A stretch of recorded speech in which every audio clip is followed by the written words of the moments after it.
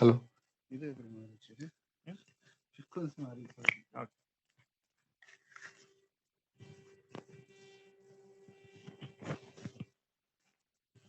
All right. Am I audible now? Yes, audible. Great. Who's coming on video? Can I have a couple of people to come on video? If you are appropriately attired and in the right setting, I'd like it if some of you, 2 or 3 of you, come on video so that I can get a response to what I'm teaching.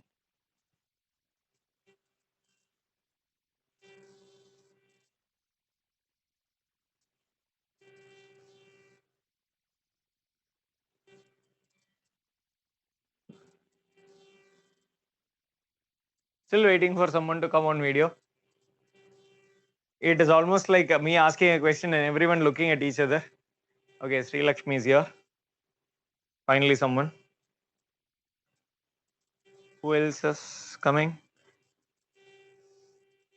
Checking. Who was it? Who else was it who came in the last class?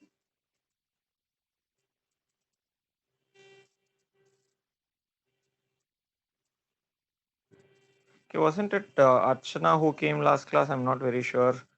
Shiva Priya. All right, I see you. Great. We also had someone else who came last class. Jawahar had come last class, if I'm not wrong. But I don't see Jawahar on the video now. Not very sure. Anyway, so we'll proceed. Last class, I had taught you that two things cause inflation. So inflation caused by two things. One is demand, an increase in demand, or a decrease in supply. Either of these could cause inflation. This is where we had ended the class last time. And then I told you we'll discuss what causes an increase in demand and what causes a decrease in supply. So that is where we had stopped. So what causes an increase in demand and what causes a decrease in supply.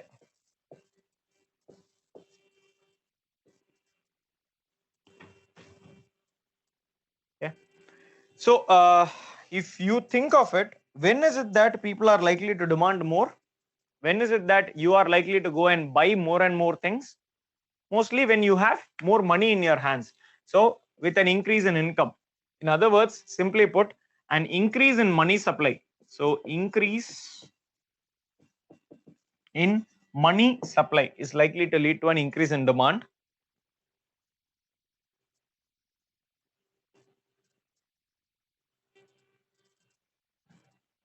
Similarly, an increase in population is likely to lead to an increase in demand. More people, more requirements, more are likely to be the demand. A change in the tastes and preferences. Change in tastes and preferences.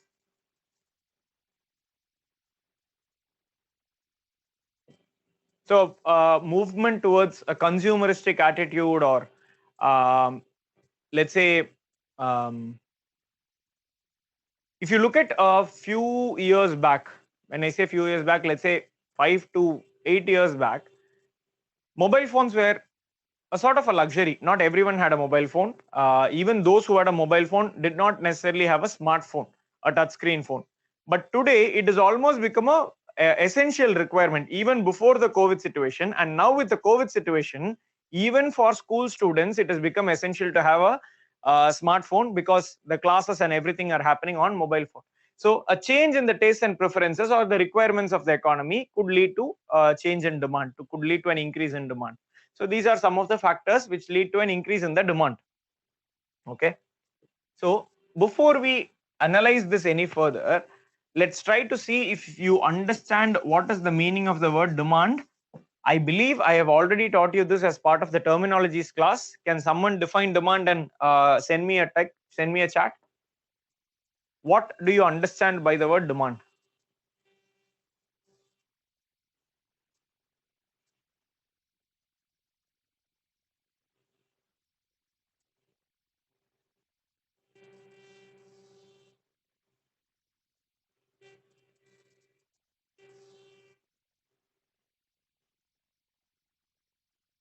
Waiting for an answer.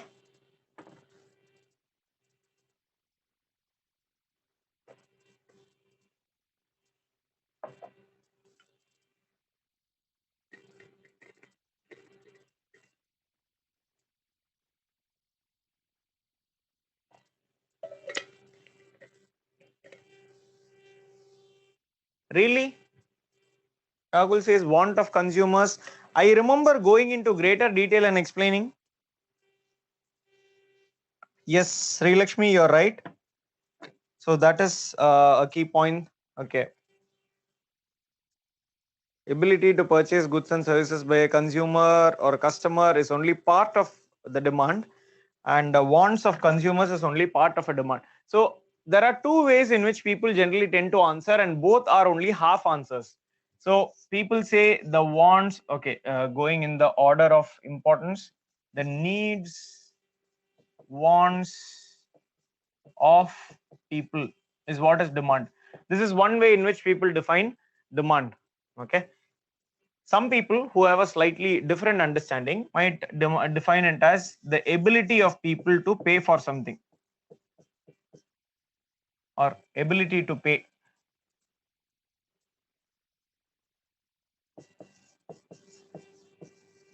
That is demand. The truth is, it is not this or that, it is this plus this. That is what constitutes demand. It is the needs or wants of the people, or in simple terms, the desire of a person to possess something backed by the ability to pay for it. Both have to be there for it to constitute demand. Because if you do not have the ability to pay for something, you cannot just go to a restaurant and say, I am hungry, give me food. If you do not have the money to pay for it, it doesn't constitute demand.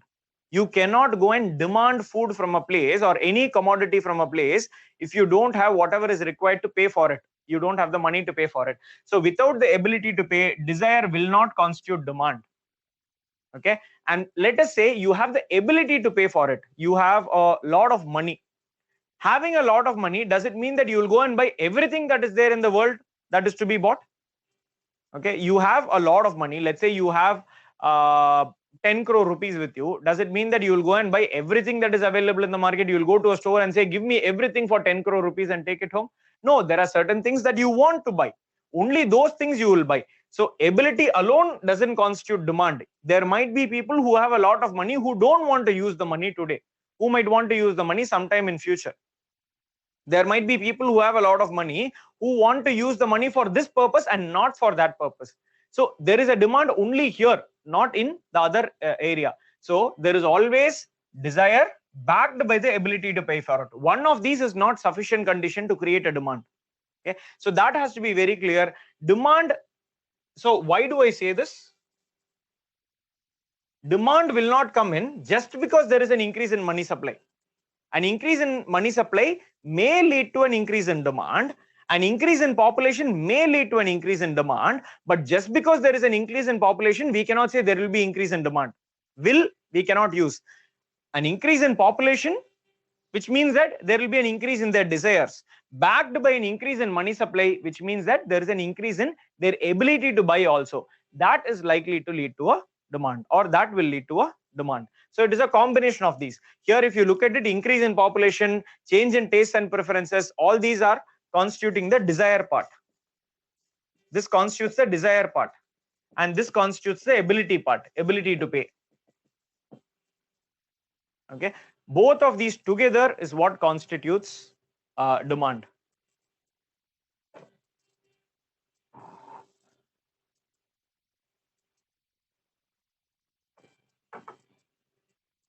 Okay. Now coming to supply side, what are the factors which could lead to a decrease in the supply of commodities? Okay. First thing that we need to understand is there is a limited amount of money that is available in the hands of producers. Producers do not have unlimited amount of money. Okay, a fixed amount of money is available with them. Let's say we take an example of 100 rupees being available and 10 pens to be produced. Each pen will be sold at 10 rupees. Okay, so that is a common example that we use in that circular flow concept that I use, but I don't think I taught you circular flow, so you may not be familiar with that example. But imagine that, let's say a business has 100 rupees or 1000 rupees or 10,000, whatever is the budget that they have. That is all the budget that they'll have, irrespective of whether the components of that production, the factors of that production. What are factors of production? Land, labor, capital, and management. And there is a price associated with them. We call it as factor income from the perspective of the factors. From the perspective of the business, it is called as cost of production. The rent, wage, interest, and profit that is to be paid is part of the cost of production of the business. If the cost of production increases, there will not be automatically a proportionate increase in the amount that money that is in the hands of the business, which means that if they have 1000 rupees and earlier with 1000 rupees they could produce 10 commodities, now with an increased price with 1000 rupees they may be able to produce 9 or 8 commodities, because the amount of money available with them is limited. When the price of cost of production rises, the quantity that is produced by them and ultimately supplied by them in the market is likely to go down. So what can lead to a decrease in supply? Increase in cost of production. Increase in cost of production. Now we ask a question, further question. What leads to an increase in the cost of production? Absence of raw materials.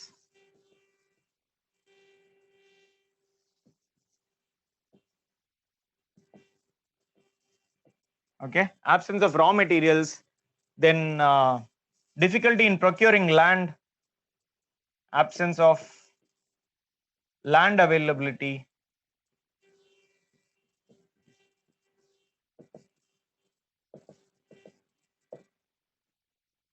high cost of high labor, high wages.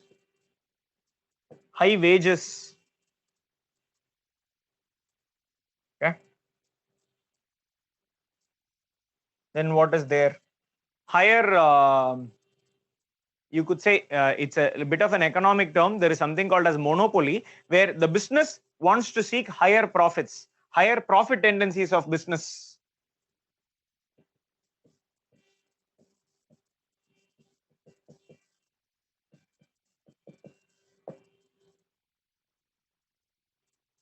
So all these could lead to a decrease in the supply. In addition to this, you have a host of things like natural calamities,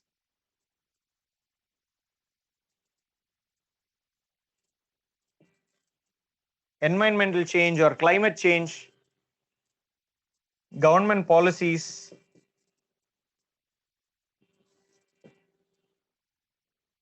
Okay. One aspect is absence of infrastructure, lack of infrastructure. I'm just writing it here and there. You write it below. Okay, I'll write it in the next page. So, lack of infrastructure. This is in the supply side itself. Lack of infrastructure. So what does lack of infrastructure lead to? High transportation costs, high storage costs,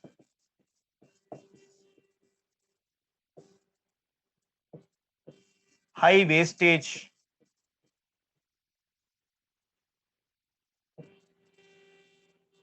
okay, time delays,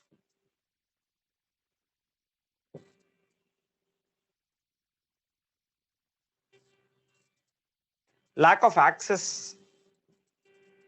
If there is a unconnected area, so there is a lack of access, ACCESS.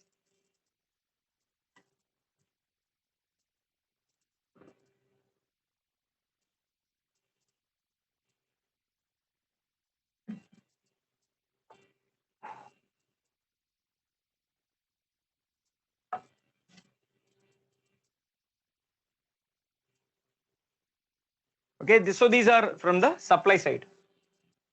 Now let us understand this from a perspective of market. There are two other names which we can use for the demand side and the supply side inflation.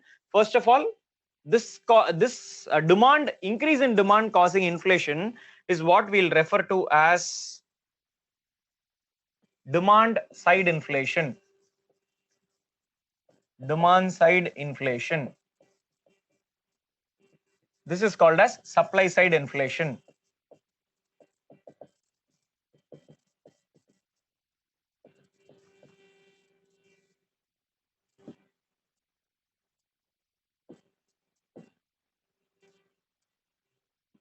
Now imagine this. Imagine that we are talking about this being a marketplace. This is market. And in the market, there is a particular price. Let's say rupees 100 is the price of some commodity. Okay. Now imagine that this is where the production is happening, which is this is where the business is. This is the market. This is where the consumption is happening. So let's call this as the household. Okay. Both of these entities interact in the marketplace that we have in the middle. Okay. So now there are two reasons how the price could rise. So imagine that you are physically imagine this. This is the production, this is market, and that is where the demand is. Okay. Now this price that is set here may be increased by some factors below. The factors that are here, the cost of production. Okay. Now why have I specifically given you the example of production being below? Because when there is a price, when there is something here, forget the price, when there is something here and it is being raised by a force from below, we call it as a push factor. From below to above is push. Whereas if you are on top and you are exerting a force to bring it up, you call it as pull factor. You are pulling it up. So here, when the price is raised by factors over here, you call it as pull factor. Now, why is this important? Because supply side inflation is also called as cost push inflation. And demand side is also called as demand pull inflation. Here, the cost of production, the high cost of production is automatically pushing the price up. There is no way that the commodity can be sold at a lesser price. Why? Because the production cost itself is high now.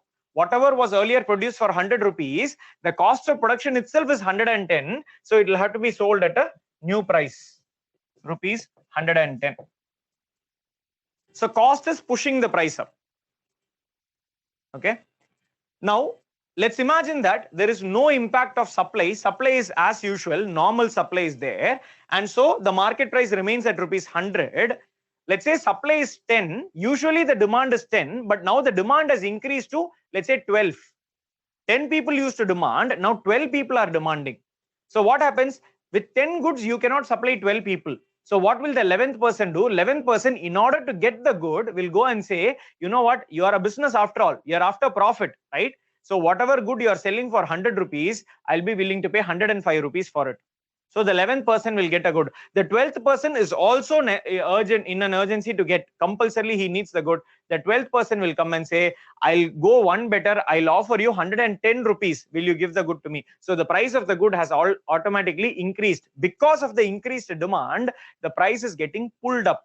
So that is what we call as demand pull inflation. One is cost push inflation. The other is demand pull inflation. Going back here, so this is also called as demand pull inflation, and this is also called as cost push, not supply push, cost push inflation. What is pushing the price up? Not supply. Supply is just an act. The cost of production is what is pushing the price up. So we call it as cost push inflation.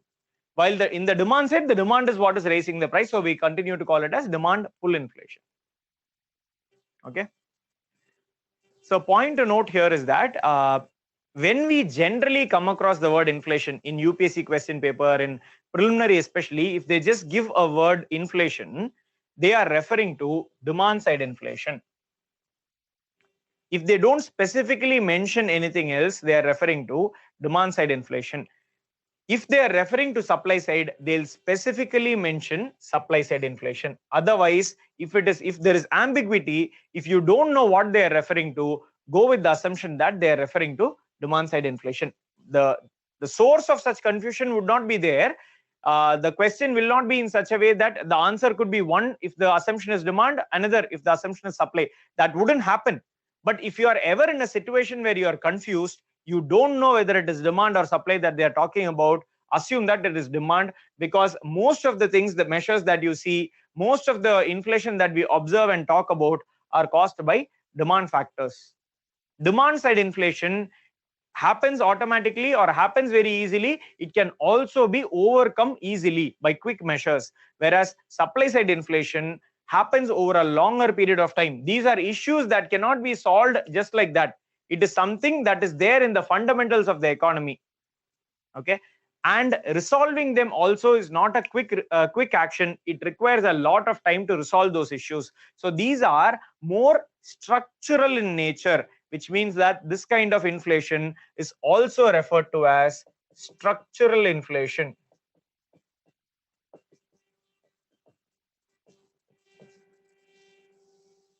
Inflation that is there in the structure of the economy, the way that the economy is resulting in the absence of raw materials, is resulting in the absence of land availability. The government policies are resulting in increased cost of production. Those are part of the structure of the economy. So structural, whereas the demand side will be called as cyclical inflation. It goes like a cycle. It increases, government takes a measure or RBI takes a measure, it comes down. Then again it increases, it comes down. It increases, it comes down. So it is an automatic sort of a cycle, never ending process. So that is cyclical in nature. So demand side is called as cyclical inflation. You take a look at this. If the government feels that there is excess inflation, excess money supply, the government can reduce the money supply. The government can take immediate measures to control the money supply. There are various ways in which money supply can be controlled. We'll learn towards the end of this class, but it can be done. That is the point over there. Okay.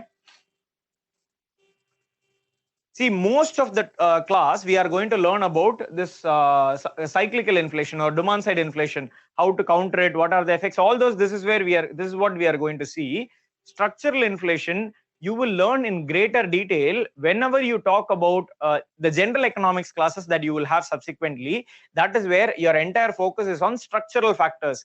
What is India's economy like? What is the primary sector like? What is the secondary sector like? What is the tertiary sector like? What are the problems there? What are the schemes that the government have brought in? What are the measures to overcome structural inflation? Every scheme that you will talk about, even the formulas that have been brought in recently, the intention is to change the structure of the economy, bring about structural changes so that the prices of commodities are reduced, so that the farmers benefit. That is what the government's perspective is. Okay, so any of those changes, be it GST that has been brought in, all those, or demonetization even, try and attempt to change the structure of the economy by moving from a black money based economy or a cash based economy to a less cash based economy or a digitized economy. All those are attempts at making structural changes, which means they are targeting supply. Supply side, we will focus and learn in greater detail, not under the heading of inflation, but under the heading of learning about the economy. We will do it as part of general economics later, after the core economics classes are over. Okay, but before we entirely go to the demand side, I will give you a small introduction about structural inflation, some factors, some types of structural inflation. I'll just give you an introduction for about 10-15 minutes, and then we'll move on to the demand side and learn in detail about the demand side inflation, because this is what is especially important from RBI and interest rates and repo rate and all those measures that you will see. That is all something that we learn here on the demand side. Money control, that is our objective over here.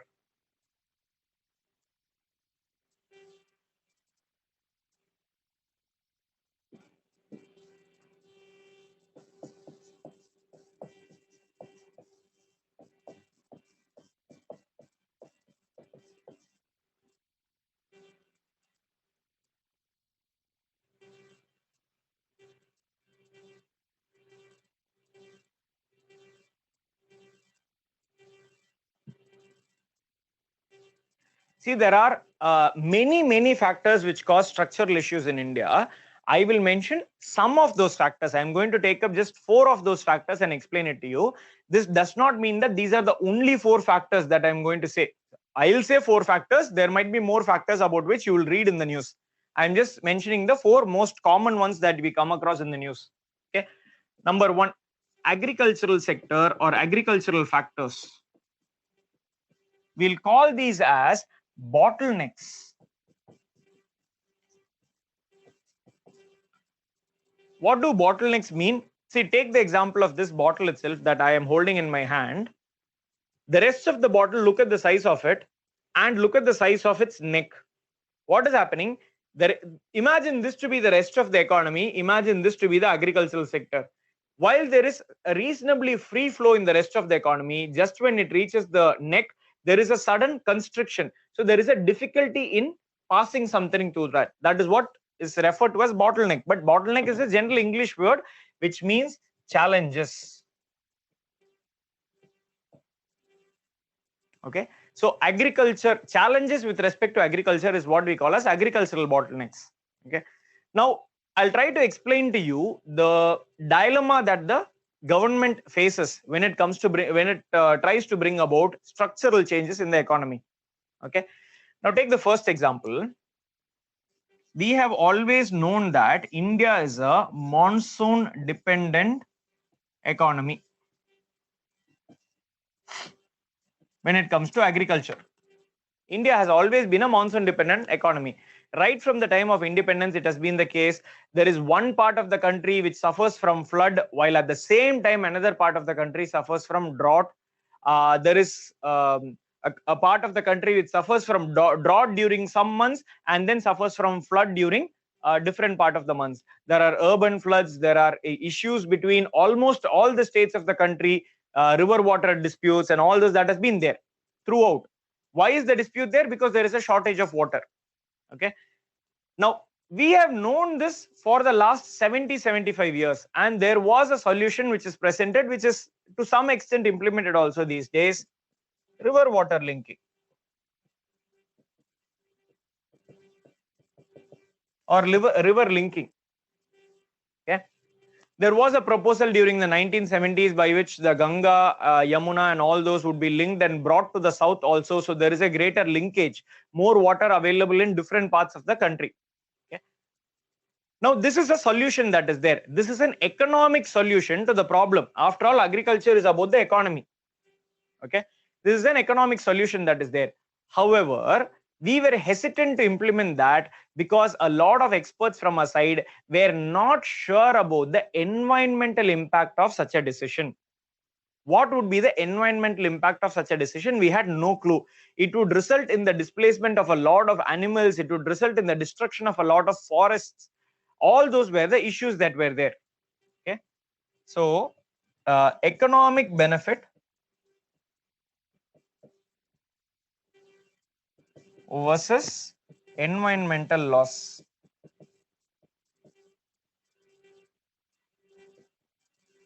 Even in the 1970s, India chose environment over economy. India chose environment over economy, even in the 1970s. All right. So that is a decision that we took. So today we might look back and say, oh, the farmers are suffering, the agriculture is not flourishing, but it is a compromise which the government had to make. Otherwise, what would have happened? Maybe agriculturally we would have boomed. Maybe, we don't know. Even after linking, there is a possibility that the river would change its course. That can happen. If you look at the history of a lot of rivers, suddenly rivers start disappearing over a period of time. Okay, they change their course and flow in another direction. So is it worth the investment? That was a question. Is it worth the environmental loss that was happening? That was a question. So this is one sort of a bottleneck that is there.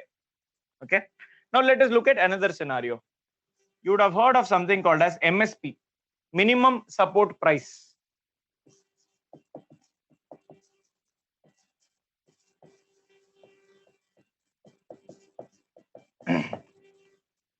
On certain crops, the government offers minimum support price because a majority or a lot of farmers in India are dependent on those crops and they should get a minimum price, right? They should be assured of a minimum price to bring about some level of profitability for those farmers. That is the idea behind minimum support price, a minimum guaranteed price that is given to certain or farmers of certain products.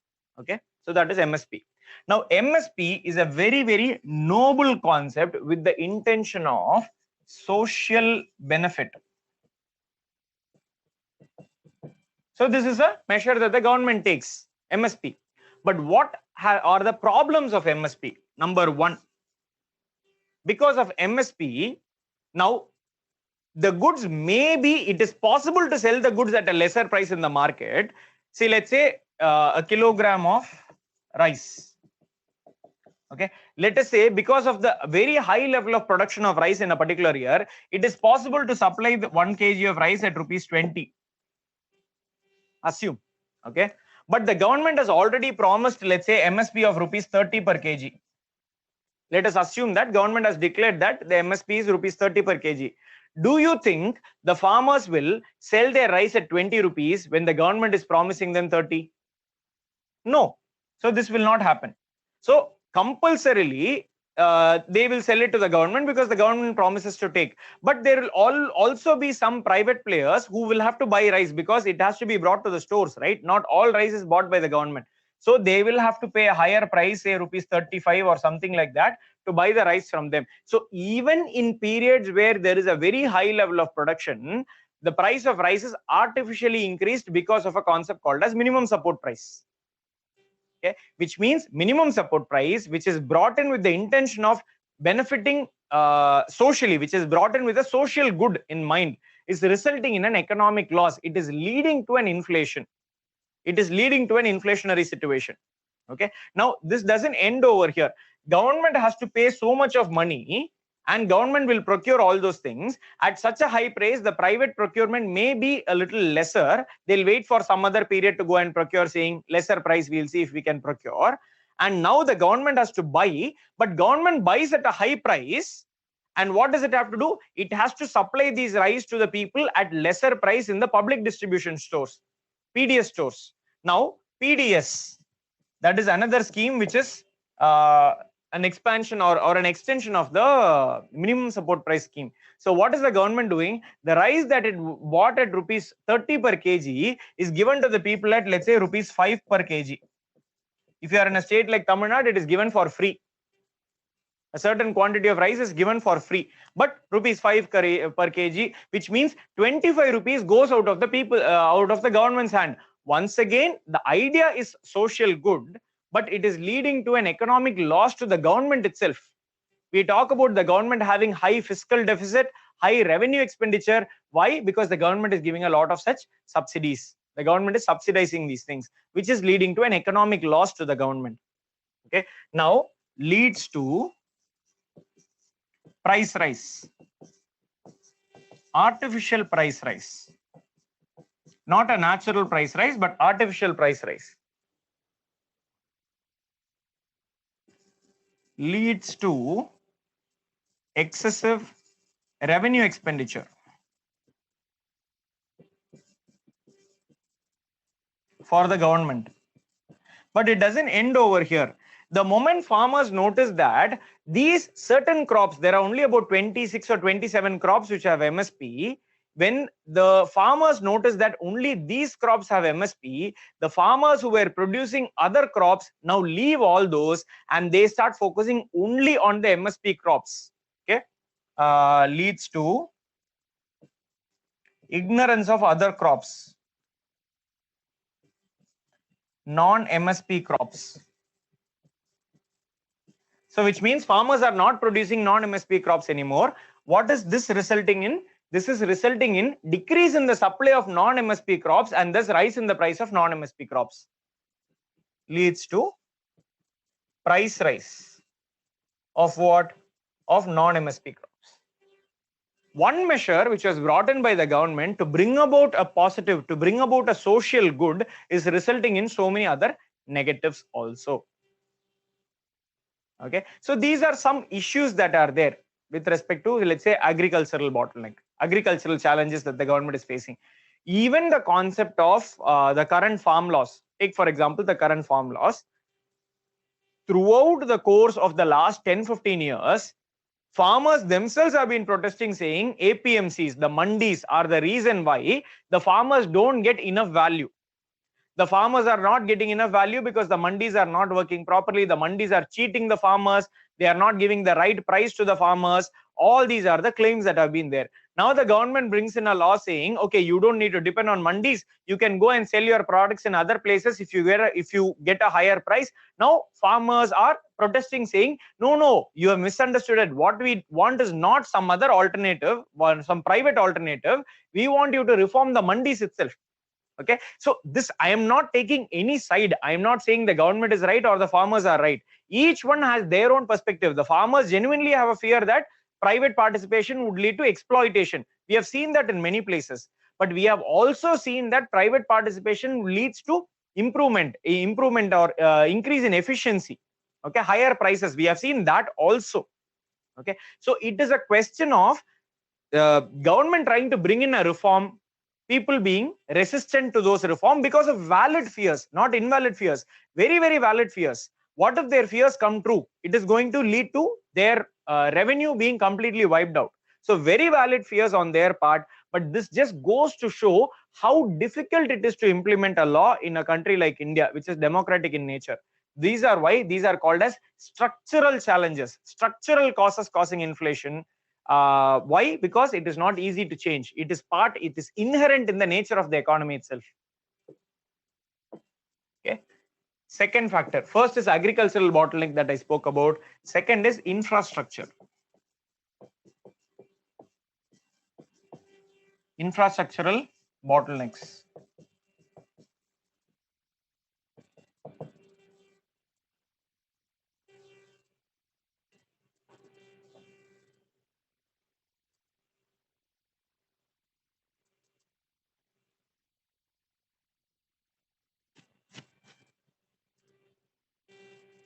Okay.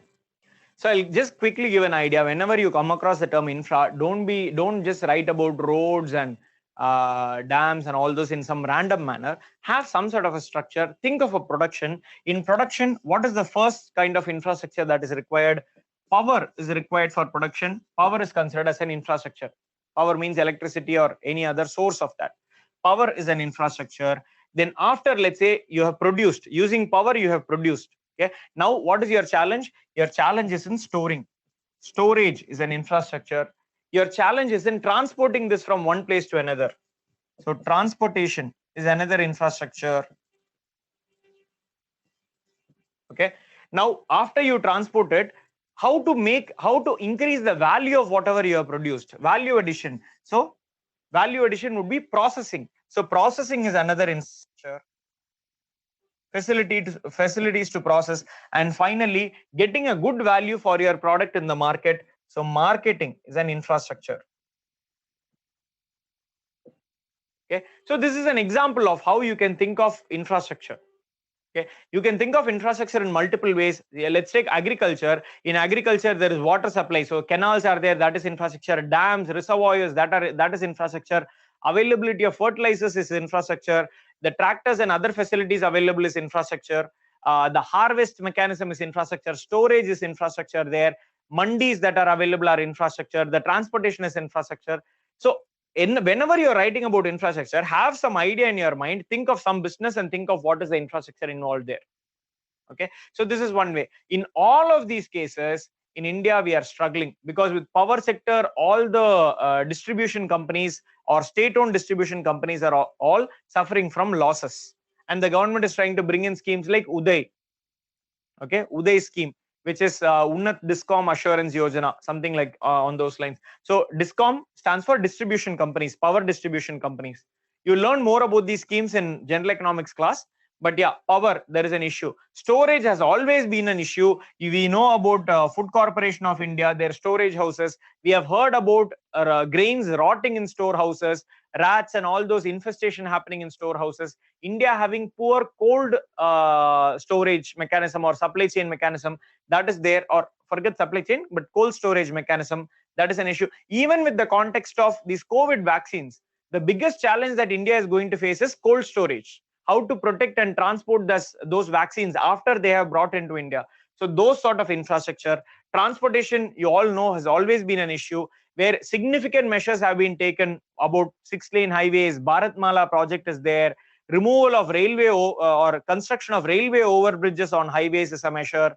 Then implementation of GST itself is a measure, because otherwise on the border between two states, there used to be long queues because every time you enter a state, you had to pay a tax called as entry tax or octroi. So that used to delay proceedings a lot. Now that is not there because of introduction of GST. All those are measures which the government has taken at a structural level to overcome these issues. But some of the issues still continue to remain. That is what we mean. Transportation, we are only talking about road transportation. Railway transportation has not increased significantly. Railway is the lowest cost of transportation by which goods can be transported. But railways, there are issues there. Why? They want to subsidize passengers and hence they are putting it on freights. So which makes railway transportation costlier for goods. And they are having to depend on less efficient road transportation, thereby increasing the road traffic. All those issues are happening with respect to transportation. Processing is an area. See, think of this: 1 liter of milk versus cheese or butter that is derived out of that 1 liter of milk. This processed good is likely to be 2 or 3 times more costly than that 1 liter of milk, which means that if we have good processing industries, we can create more value. Instead of selling it as milk, India is one of the biggest producers and exporters of milk. But if we are able to process it and sell dairy products instead of directly milk, then we are probably going to generate a lot more value than the value that we are generating through milk. But we are not in a position. India is one of the biggest exporters of raw materials, which is the first level of material. India has not been able to develop its capacity to process it and sell it as value added materials. So that is an area where we are lacking. So that is an infrastructure that is lacking. And marketing is our common refrain that the farmer only gets less than half of what is the final price paid by the consumer, which means that the access of a farmer to the market is very, very limited. There is too much of a distance, which is resulting in too much of middlemen, which is resulting in increase in the price of the products, which is resulting in the farmer not getting the ideal price for the good that is there. All those are some of the infrastructural challenges that India is facing. This is what we learn under the heading infrastructural bottlenecks.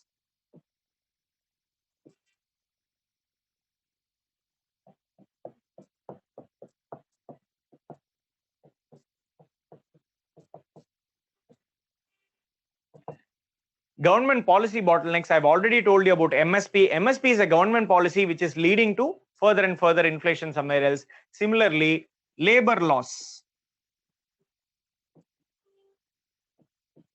The government comes up with labor laws to protect the labor, to give them the power to form union, to give them more voice, to give them minimum wage. But what is that resulting in? The laborers going on strike, sometimes unfairly. The high minimum wage resulting in a high cost of production. So social benefit resulting in environmental loss. Once again over here. Okay, so that is one thing that is happening. That is one example of government policy, just like MSP. Okay, so example, labor loss. I'll give you another example maybe 5 minutes later in a different context. I'll give you another example of a government policy which is resulting in higher wages, higher costs. Okay. And finally, we have something called as external bottlenecks or external sector bottlenecks. So India's dependence on oil imports. See, this is something that India immediately cannot do anything about because India just does not have the supply of oil. So India is dependent on importing more and more oil from outside. Gradually, we can move towards non-oil sources of energy and all those, but not anytime in the near future. Maybe in the distant future, we might be able to move to. So that dependence is resulting in higher costs. Whenever there is an external rise in the price of oil, internally also everything, the prices rise. Okay, so that is an issue. In addition, weak currency is always an issue. Why weak currency? When I say weak currency, it means that instead of paying 50 rupees to get a dollar, we need to pay 70 rupees to get a dollar or 75 rupees to get a dollar, which means currency is weaker than the dollar. Now, how is that hampering us? Because we are dependent on so much of imports, be it oil or machinery or a lot of other goods, when we have to pay, and we have to pay in dollars, not in rupees. When we have to pay $1, it is not 50 rupees that we have to pay, it is 70 rupees or 75 rupees that we have to pay. So weak currency is resulting in costly imports. Is resulting in costly imports. Costly imports, especially of raw materials, is resulting in high cost of production domestically.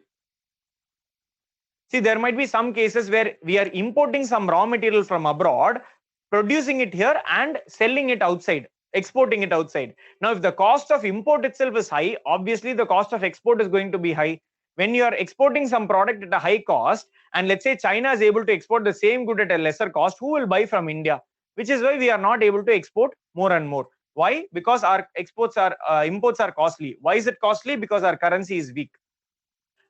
Okay, now when we get to the external sector, which is now we are in inflation, banking, after that external sector, we will learn more about imports and weak currency. How is a currency weak? Why is it weak?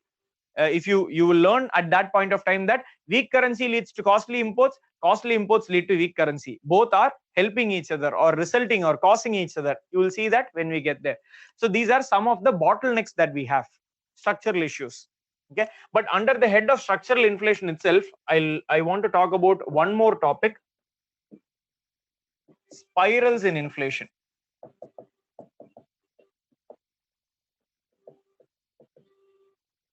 Okay, so let us assume just one of the various costs of production or factors of production is the labor. Labor gets a wage.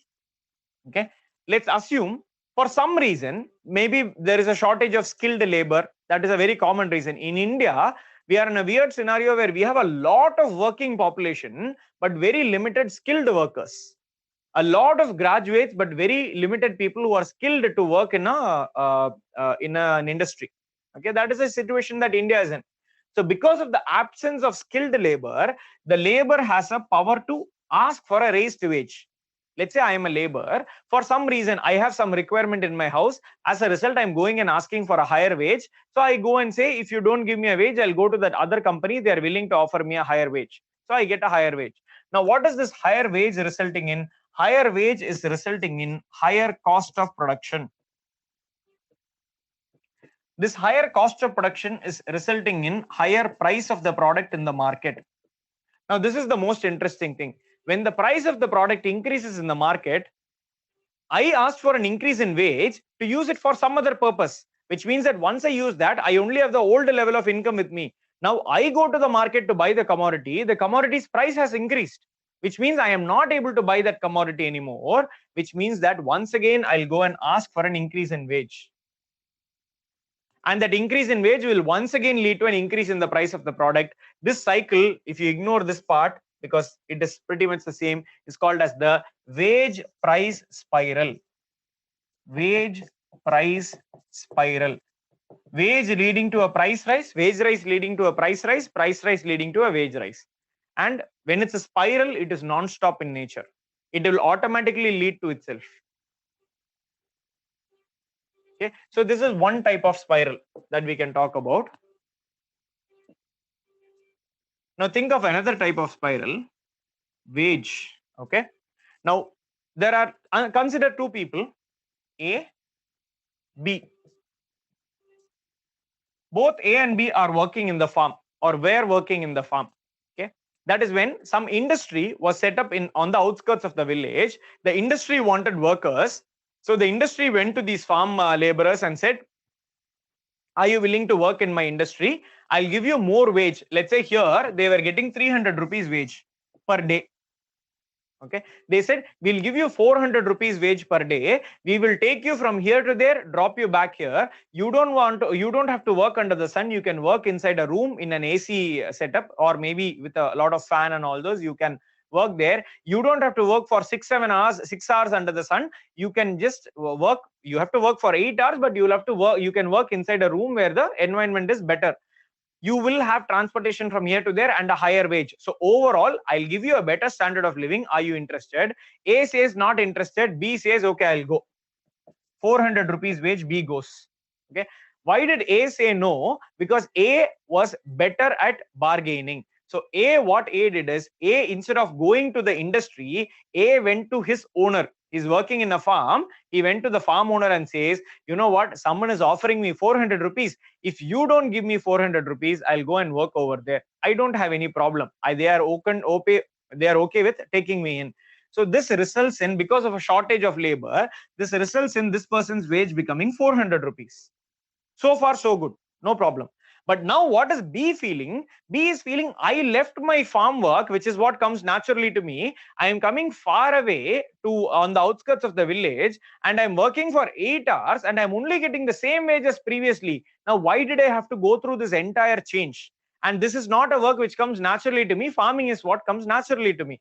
So now B says, I don't think this is, I'm okay with this. So B is willing to leave to retain B over there, because B has been recently hired and has been trained and all those. So to retain B, the farm will give or the industry will give them a raise to keep them at a higher standard of living. Now, what is leading to that wage rise? A wage rise here is leading to a wage rise over there, and that wage rise not immediately, but eventually next year, once again, this person will go and do a sort of a blackmail saying, if you don't give me a higher wage, I'll go. So that will lead to a wage rise here also. This is called as a wage spiral. Okay. Now realize that it causes inflation only when it results in a price spiral also. This wage rise will lead to a price rise. Similarly, this wage rise will also lead to a price rise because cost of production is increasing. So wage price here is understood, but this spiral is what we call as the wage spiral. Wage spiral.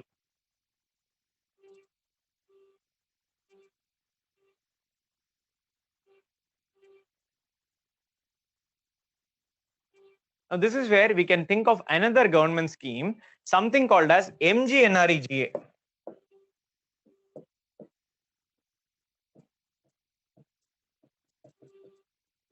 Mahatma Gandhi National Rural Employment Guarantee Scheme. Mahatma Gandhi National Rural Employment Guarantee Scheme.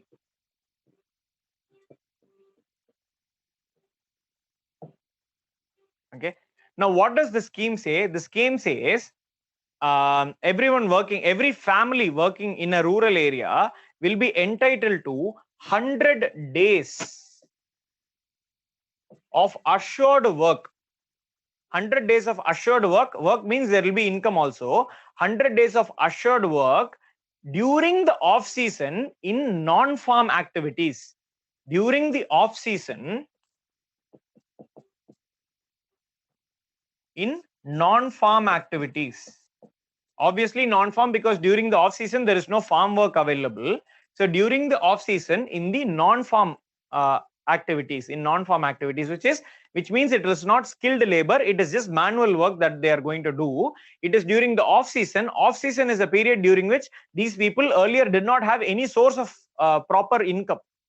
Okay, and only 100 days means what? See, the season, let's assume the season to be 6 months, which means out of 180 days, the remaining 180 days, out of 180 days, they are getting 100 days of employment, which is quite a big. It is not 100 out of 365. It is 100 out of the off season. They are getting 100 days of work. Now, imagine A to be the farm, or A to be the season, or this farm to be the season, and imagine the industry to be the off season. And A and B, don't look at them as two different laborers. A is the same laborer during the season and B is the same laborer during the off season. Now assume the same setup there. During the off season, the laborer is getting some fare, maybe not 400 rupees. Imagine this is 300. The wage in MGNREGA is determined using the wage over here. Let's say this is 300. This will be something like 250 or 200 rupees. Okay, let us even consider this to be 200 rupees. So a person during the off season is getting 200 rupees for this work that is provided, assured work which is provided by the government. If the government is not able to provide work, then the government will have to just like that give the income. It is the responsibility of the government to give that work. Okay, so this income is assured, definite. Okay. Now, what does this person do? This person says during the season, he can go and say, if you don't increase my wage from 300 to let's say 400 or 300 to 350, what he'll do? He'll not work in the farm. He'll go and work, do a few jobs here and there. Maybe instead of earning 300, he'll earn 200 rupees. 200 here, 200 here. It is still more than the 300 he was earning earlier. So he is getting a better bargaining power. So he'll increase the wage from 300 to 400. This wage is determined by this wage. So this will also rise eventually to let's say 250 or 300 rupees. This is 400, this is 300. Now one wage rise, one wage led to another wage rise, that led to another wage rise. This is a wage spiral. Now in this particular scheme, it was observed by the economic survey that this has actually resulted in some level of inflation, wage price spiral. It has happened in the Indian economy. Now, this is an economic loss, but the economic survey itself says it is not actually a bad thing. Why? Because before MG Narega, the farm laborers used to be exploited by their landowners. Now, because they have assured income, they have a greater bargaining power. It provides a social good. So this is why we cannot simply look at any structural issue and say, this is the solution to this. Why can't the government do this? Why can't the government simply link rivers? Why can't the government simply widen the highways? Why? Because you will have to take up some farmers' land to widen the road, which is not an easy thing to do. Why can't the government just or remove the mandis that are there? If the mandis are so harmful, now the government tried to remove the mandis. Look at the response that the people are giving. Right? So any measure which is taken by the government, implementation of GST, it took the government close to since 2012. The concept of GST has been in discussion by the Congress government. It was ultimately implemented only in 2017. 5 years of discussion and changing the law and bringing amendments and convincing the states it took before such a law could be implemented. Even now, states are having an issue with the center for GST compensation and this and that. There is some issue or the other which is going on, which is how difficult it is to bring about structural changes in the economy. Okay. So this will be the end of our discussion on structural inflation, structural changes. We will move on entirely to general inflation or demand side inflation. If you have any questions, you can ask, or we started the class only at 2 o'clock. It's too soon to take a short break. So we'll proceed with the topic. If you have any questions, you can ask.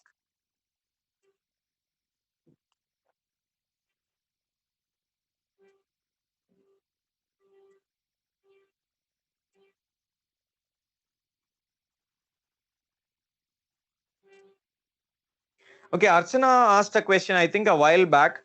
Why would private players buy at 35 per kg if the market demanded price? See, the ideal market demanded price is 20 rupees per kg in that example. But what is happening? The government is offering 30 rupees. When the government is offering 30 rupees, the market price ceases to be 20. Why? Because everyone will now try to sell to the government. So automatically the price becomes 30. Now, if the private is also offering 30, they will obviously may not sell it to the private. They'll probably sell it to the government. So to ensure that the people sell it to the private will have to offer a price higher than the government. I just assume 35. It could be 31. It could be 32. It could be 35. It could be 40 also. Whatever could be the case. Why? Because the government is offering a higher price than what is the ideal price in the market. So market price itself changes. All right, great. If you have any other questions, you can ask me.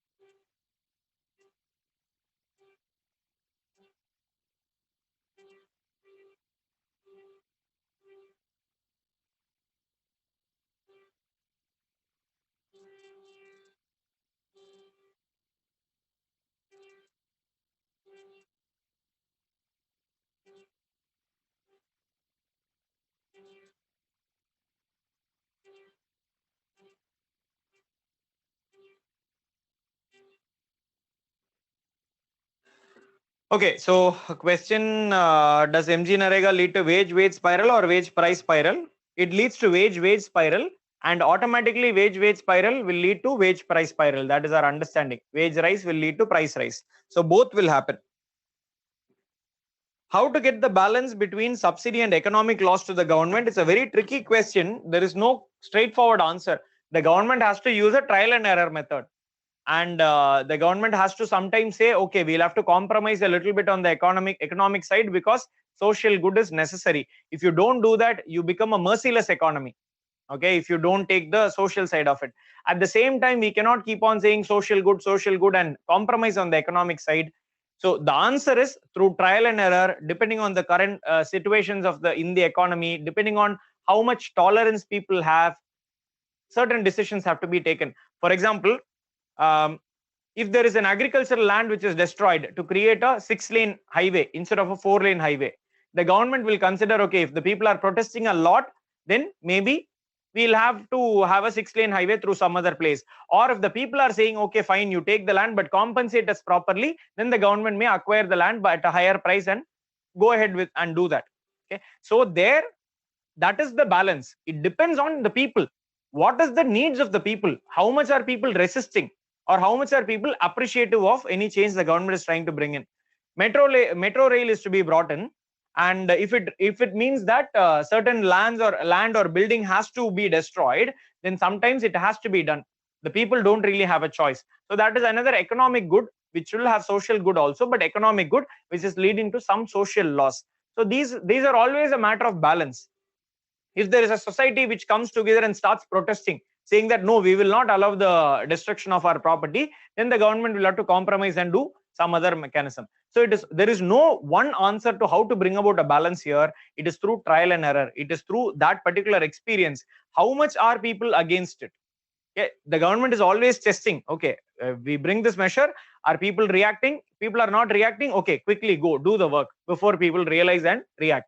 But if people start reacting at the beginning itself, government says, okay, it's too soon. You should not do it now. We have to come up with some other alternatives. Okay, so that is the fine balance which the government has to. I am not trying to paint the picture that the government is manipulative in nature. The government has the objective of bringing about social good or economic good, all of those. Sometimes, almost all the time, government tries to do something good for someone, it will lead to something bad for someone else. In simple terms, government tries to subsidize and give this Pongal bonus of 2,500 rupees, let's say. Okay, where does the government get the money from? The government doesn't just print money and give 2,000 rupees or 2,500 rupees for Pongal. It has to collect it in the form of tax. Who's paying the tax? The richer section of the middle class or the richer section is what is paying the tax. Out of that money is taken and given to the poorer section of the population. So in order to benefit this, you are harming someone else. It is almost inevitable. So what level of harm, what level of discomfort is acceptable for the people will vary. All right. And what is the perception of people? Do people say, for the sake of the nation, I am contributing my land, I'm contributing my income? Do they think that way? Or do they think the government is harming me in the name of benefiting someone else? It depends on people's perspective also. So what is the balance? It depends. It is based on people's perception of how they perceive the government. The same measure that is taken by one government while taken by another government may be easily accepted by the people, because people are more in favor of that particular set of people or governance. Right? So it may vary. There is no definitive answer there. Lalit Kumar, your question we'll answer in external sector. We will not be dealing with it now. Okay, Shivapriya, right? Yes, Shivapriya. Okay, moving on now. Types of inflation based on rates. Okay. Do you remember in the last class, I told you something on these lines? Let us say the income is something and the expenditure is something. I say the income is 100, the expenditure is 100 on a specific set of goods. The quantity and quality of goods don't change at all. This is in 2019. In 2020, if the income, let's say if the expenditure increases to 110 for the same set of goods, Okay. If the income also rises to 110, is it okay? If the income rises to 120, what is the scenario? If the income only rises to 105, what is the scenario? If the income decreases to 80, what is the scenario? We looked at all these combinations. This is where we learned about the concept of real income and nominal income. Real income and nominal income. Now, based on that concept, we will classify inflation into different types.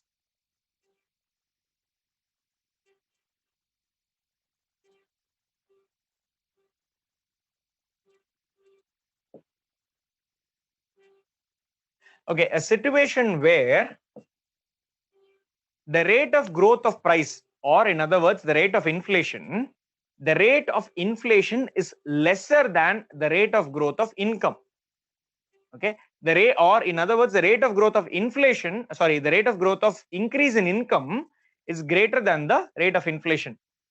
We call it as walking, or before walking, creeping inflation.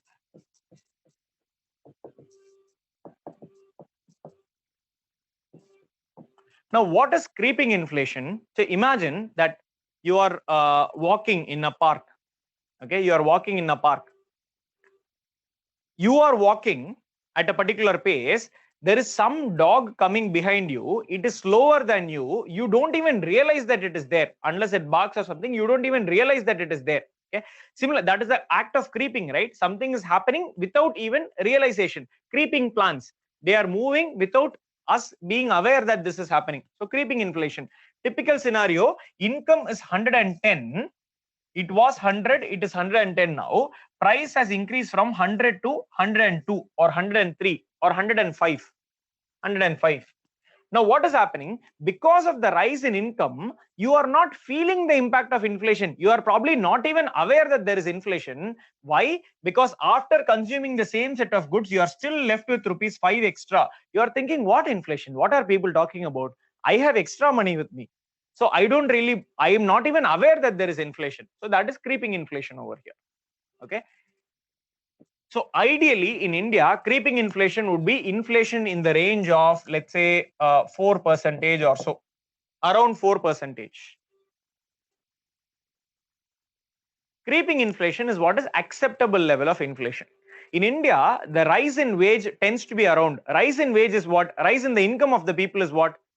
Whatever is the rise in the national income, that is likely to be the rise in the income of the people also, right? More or less. So when the GDP of the country is growing by 6 or 7%, the income of the people are also likely to grow by 6 or 7%. The inflation growing by 4% is okay. In fact, we saw in the money class that inflation is necessary to lead to higher growth. Why? Because inflation acts as an incentive for producers to produce more. And that inflation leads to more money in the hands of the people. They'll go and buy those at a higher price. So inflation is a necessity. What level of inflation? Inflation which is lesser than the growth of income. That is what is acceptable level of inflation. So we call it as creeping inflation. Now, second scenario, imagine that the dog which was creeping behind you is walking right next to you. You are aware of the existence of dog. Okay, but you really like the dog. You start petting the dog. You put a chain or a leash over it, and you started walking along with it. So as though you own the dog.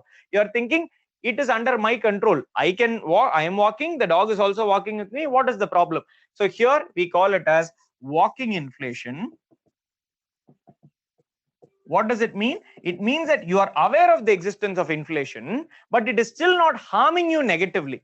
It is not causing you any harm. What is the scenario? Your income is 110, your expenditure is also 110. At the end of the day, you don't have any extra savings, but you are not facing any sort of a loss. So somewhere in the range of, let's say, 10% or so, assuming that GDP growth is 10%. If it's lesser, it will become lesser. These numbers are all very not rigid numbers. These numbers will vary for different economy. In Indian economy, 4% is creeping inflation. In a different economy, 6% or 7% may be creeping. In American economy, 1% or 2% may be creeping, because their overall inflation target itself would be somewhere on those lines. Now, the dog that is walking along with you gets a little excited, gets a little hyper, and starts running in front of you. You are now struggling to get hold of it, but still you have kept it in a leash. But you realize that sometime soon it may go out of control. It is slightly creating some discomfort for you. So that is what we call as running inflation, where it is somewhere in the range of, let's say, 10 to 20 percentage, while the income growth is the same, the price is 115 or 120 or something on those lines. Okay, now what is happening? The price is rising by a greater extent than your income is increasing. You are not able to buy the same set of goods you were buying earlier. You are facing an actual discomfort because of this. You're hoping that things will change, but you still feel that the price rise is not as major. You're compromising on certain things which you would like to have, but still you are able to lead a life that is running inflation. However, the final scenario is the worst scenario, where the dog gets really hyper and runs away. You lose control of the dog. Similarly, in the economy also, the government loses control of the price of goods and services. It goes beyond any control. We call it as hyperinflation. It is also called as runaway inflation.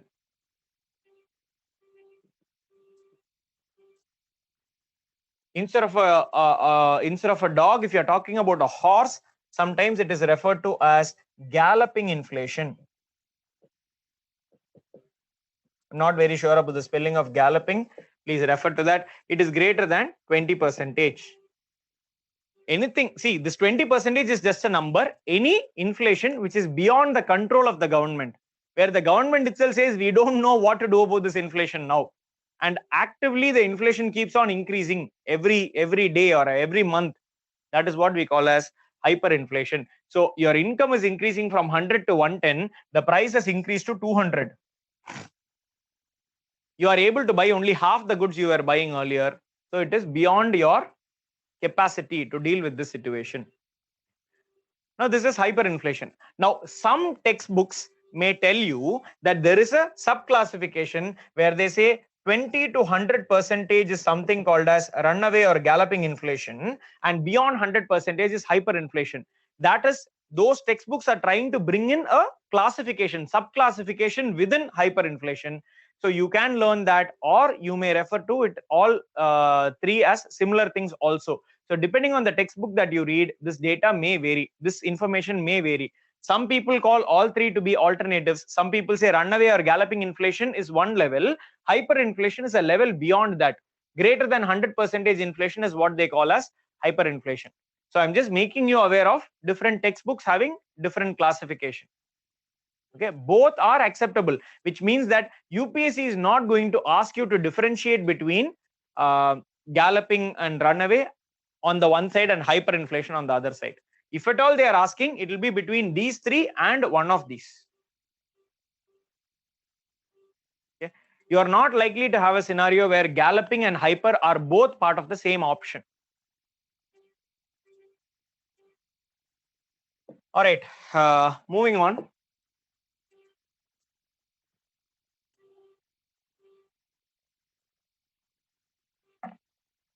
The next topic that we are going to discuss is calculation of inflation.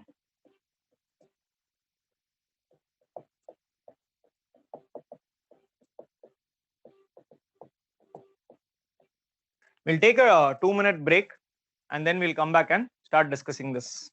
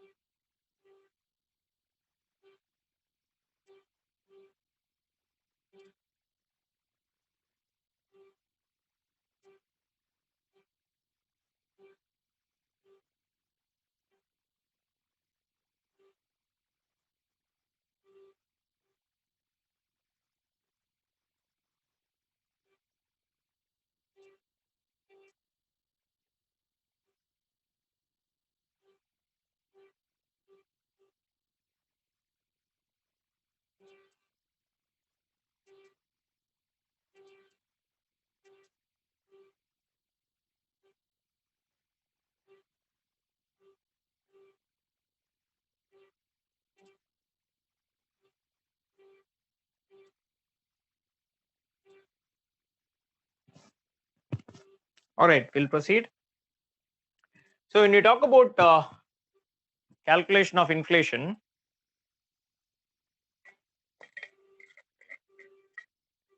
are you guys there? I don't see anyone on the video.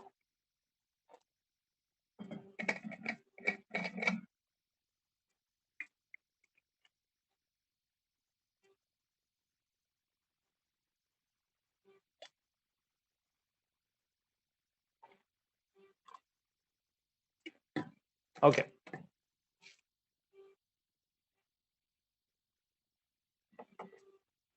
When we talk about calculation of inflation, I had given you an introduction to calculation of inflation in the last class itself, where I told you about a concept called as basket of goods and services. Okay. So we need to create a basket of goods and services with certain set of commodities. Let us take for an example here, food is one of the commodities, clothing is one of the commodities, housing is one of the commodities, and entertainment is one of the commodities. Okay. So let's assume that these are the 4 commodities. It is not restricted to these 4. There would be a wide variety, but as an example, I'm taking these 4 as possible commodities. I told you the reason behind taking a basket of goods and services.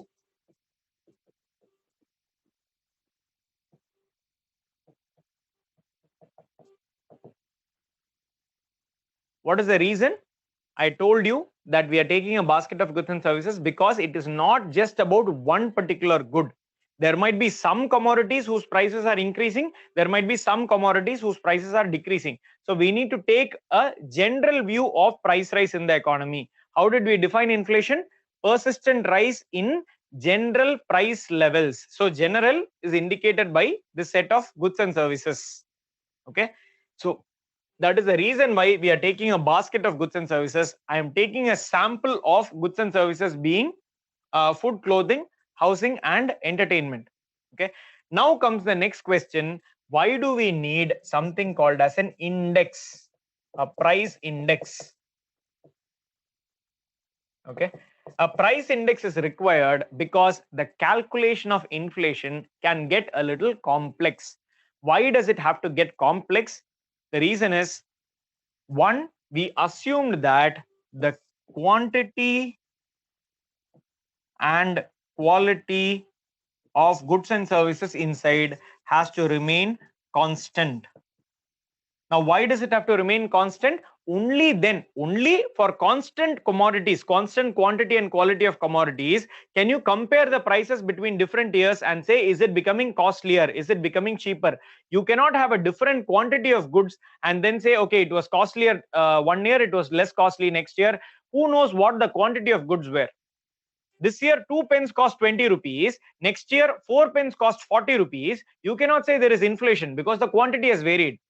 Only when 2 pence cost 20 rupees this year and 2 pence cost 40 rupees next year, that is when you can say the price of pen has increased. And it cannot be any 2 pence, it has to be the exactly same 2 pence.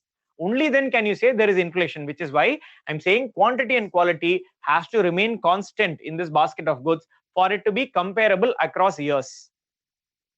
Okay, this much is clear, right? These are things that I've already dealt with. In the last class, I told you all these things. Okay, now the question comes, when we cannot change the commodity inside it, when we cannot change the quantity consumed inside it, there is a slight problem with the reality. In reality, let us say initially the price of food is 1,200 or 1,000, clothing is 1,000, housing is 1,000, and entertainment is 1,000. Let's assume that. Okay, now let us say the price of food increases to 1,500. The price of clothing increases to let's say 1,200. The price of housing, the price of housing increases to 1,300, let's say, and the price of entertainment also increases to 1,500, just like food. Now, if you look at it, the price of food has risen from 1,000 to 1,500. The price of entertainment has also risen from 1,000 to 1,500. Let's assume this. Okay, and let us say that people's income has not necessarily increased by the same extent. Here there is increase of 500, 500 and 500. 1,500 rupees. Earlier, 4,000 rupees was required. Now, how much is required? 5,500 rupees is required. Okay. Let us say people only have an income of 5,000 rupees in their hands. People's income has increased by only 5,000, but the expenditure on the same set of commodities has increased by 5,500 rupees, increased to 5,500 rupees. Now, we cannot expect the people to consume the same set of commodities in the same manner. We cannot expect them to consume the same quantity of those commodities. The people will compromise on some of these commodities. Some commodities are more important for them, some are less important for them. Food is definitely important for them. Housing is something that they cannot immediately adjust. Clothing is something that they can compromise. They can compromise. They may choose not to buy new clothing this year. Instead of buying 2 sets of clothes, they may choose to buy only 1 set of clothes. Entertainment is something that they can definitely compromise on. So in reality, people do make adjustments to the quantity that is consumed. Okay, a price rise in food and a price rise in entertainment by the same extent does not affect the people by the same extent. A price rise in food affects the people to a greater extent than the price rise in entertainment, because people are more willing to compromise or give up on their entertainment than people are willing to give up on their food. I hope this much is clear. Okay, so to bring in that relevance that some goods are more important, some goods are less important, without actually changing the quantity or the quality over here, we have to bring in a new concept where we start giving weightages to these things. We have a basket of goods, but not all the goods in the basket are of equal importance to the people. So we'll say, let's say the food. If you look at it simply, you will say food has 25% weightage, clothing has 25%, housing has 25%, and entertainment has 25%. That is how you would normally look at it. But we are saying no, that is not the importance here. The importance is slightly different. We are going to say that food has a weightage of, let's say, 40%. Okay, food has a weightage of 40%. Clothing only has a weightage of 20%. Housing has a weightage of 30%. Entertainment has a weightage of only 10%. Instead of 25, 25, 25, 25, here we are saying 40, 20, 30, 10. The same 100% is distributed differently based on the relative importance of certain commodities for the people. Okay, now because it is getting very complicated, it will become difficult to calculate these in pure numbers. Expenditure of food is not going to be 1,500. Expenditure of food is going to be 10,570 rupees or something of those sort. Okay, that sort in reality. So what do we do here? Instead of representing the expenditure on food as 1,500, we'll represent initially. Okay, I'll just take here food, clothing, housing, and entertainment. Okay, the weightages given are 40%, 20%, 30%, and 10%. 2019, the expenditure was 1,000, 1,000, 1,000, 1,000. Okay, this 1,000 we'll represent it by an index. An index is always 100. An index is always, we are referring to it as 100. This 1,000 will be treated as 100. This 1,000 will also be treated as 100. This 1,000 will be treated as 100. This 1,000 will be treated as 100. Okay, now because it is 1,000, you will think what is the need? But imagine instead of 1,000, it was something like 10,742. The price has increased from 10,742 to 11,433. Now calculating based on this is going to be slightly difficult, and then you are going to say 40% of this, all this is going to be difficult. So we'll say 10,742 will be treated as 100. So if 10,742, what is 100? What is the other number that I said? 11,433. 11,433. This is an equation where you can solve it, where you will say 10,742 divided by 11,433 is equal to 100 divided by x. This is ratios. If 10,742 is 100, 11,433 is x. So you can easily solve it by saying x is equal to x is equal to 11,433 divided by 10,742 into 100. This is what will give the value of x. So it will give, let me just calculate this and give you a value. I'm not going to do it for everything. It's not necessary. 11,433 divided by 10,472 into 100. It will give us a value of 109.17 or 18. Okay. So 10,472 is treated as 100. 11,433 will then become 109.18. It is easier for us to calculate based on these numbers, based on 100, 100, 105, 110, 109 point something. It's easier to calculate based on this than to calculate based on bigger numbers, more complicated numbers. And if we are going to say, take 40% of this or 42.3% of this and take 40% of this, the calculation becomes easier if you are simply dealing with a number with 100 as the base, 100, 105, 110, 120, rather than 10,000, 11,000. In some cases, it is going to be 10,000. In some cases, the expenditure is going to be only 543 rupees or something like that. In some cases, the expenditure is going to be 1,72,423, depending on different commodities. Maybe the house rent is going to be high. Maybe food expenditure is high. Clothing expenditure is lower. So there are varied types of expenditures which should come in. For, let's say, this is the expenditure on food in a year.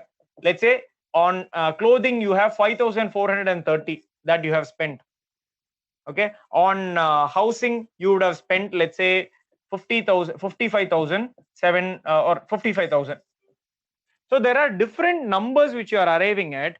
So to make the calculation simple, convert this into a form of 100, convert this into a form of 100, convert this into a form of 100. Everything becomes relatable. Everything becomes comparable sort of numbers. That is the reason why we are converting it into an index of 100. It is simply like saying you have scored total of, let's say, 1,200 marks in an exam. Let's take 1,200 to be 100 and say how much you have scored as a percentage. You score a percentage in examination, right? Let's say out of 1,200, you scored a certain marks, 1,150. Now, instead of, you can always go and say, you can go to your various applications and say, this is how much marks I scored. But these marks would vary. Some boards will conduct examination for 1,200. Some boards will conduct examination for 600. Some boards for 500. Some boards for 2,000 marks would be the maximum marks. Take UPC examination. Your mains examination. Our mains examination is conducted for 1,750 and then 225 marks for interview. So total base marks become 2,025. All this leads to confusion. What is easier to understand if it is represented as a percentage of if it is represented in terms of 100, I scored 98% in my 12th. It doesn't matter out of 1,200 or 1,100 or 1,000 or 600, it doesn't matter. 98% gives an easy understanding of how much marks you have scored. If you simply go and say, I scored 1,150 out of 1,200, it may not make a lot of sense. It is not easy to understand. That is why we are converting everything in the form of 100. All our expenditures in the form of 100. Okay, so this is the index for the year 2019. This is the index for the year 2019. Okay, now here 40%, right? So the actual index becomes 40% of 100, which is 40, 20, 30 and 10. Cumulatively, when you add all of these, you will say your price index is 100. Your total expenditure was 4,000. So forget this. Your total expenditure was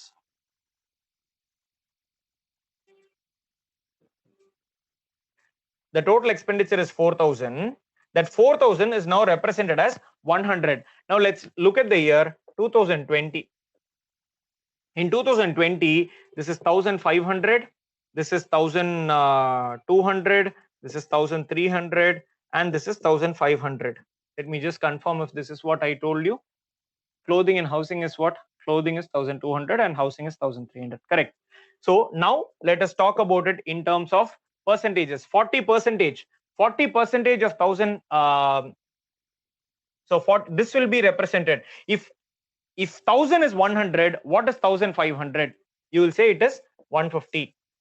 If 1000 is 100, what is 1200? It will be 120, it will be 130, and it will be 150. This is very easy calculation because the numbers are very easy. Okay, the same way, how do you calculate this? The same way that you calculated this. If 1000 is 100, then what is 1500? X. Okay, you calculate it the same way. X is equal to 1500 divided by 1000 into 100. 15 into 10, 150. That is what we have arrived at here also. So what is 40% of 150? This will be 60. What is 40% of 150? It will be 60. What is 20% of 120? It will be 48. What is 30% of 130? It will be 39. What is 10% of 150? It will be 15. So ultimately, you are going to get an answer. You are going to get an answer 138. Is it correct? So 108, 100 and sorry. This is 20%. My bad. This 20%. This will be 24. Not 40%. Sorry, it's 20%. That is 24. This is 39, and this is 150, which will give us 138. So 60, 84, 99, 99, 108, 138. Correct. So 138. This will be our new index. Okay. Now imagine if the weightage had not been different. If the weightage had been the same. If the weightage had been the same. Let's look at some numbers for that. Imagine if the weightage had been 25, 25, 25, and 25. So this would have been 25% of this would have been 37.5. This would have been 30. 25%. Okay, 30. This would have been 32.5, and this would have been 37.5. Okay, which should give us an answer of, let me just check, 37.5 plus 30 plus 32.5 plus 37.5. It would have given an answer of 137.5. We know that the difference is very small. One answer is giving us 137.5. Another answer is giving us a value of 138. You would think, what is the difference? It is only a difference of 0.5, but it is everything when it comes to inflation calculation. A difference of 0.5 makes a whole lot of difference. Here, why is the inflation showing to be slightly lower? Because some of the importance of that change, there is a significant increase in the price of food. 40% weightage given to that is leading to a higher price, higher change in the inflation. So because the food price is increasing by so much, it is leading to a higher price. Let us say if the food price had only increased from 1000 to 1200. Let us say food price had only increased from 1000 to 1200, whereas clothing price had increased from 1000 to 1500. Then the final value would still have been 137.5 by the 25 if equal weightage is given. But the overall price here may have been 136 or 137 if you give different weightages. So those sort of changes can happen because you are giving different weightages to different commodities. I know that this calculation seems a little complicated for some people. This calculation is not important from a perspective of UPSC. I am explaining this calculation so that you can understand the rationale behind a concept called as price index.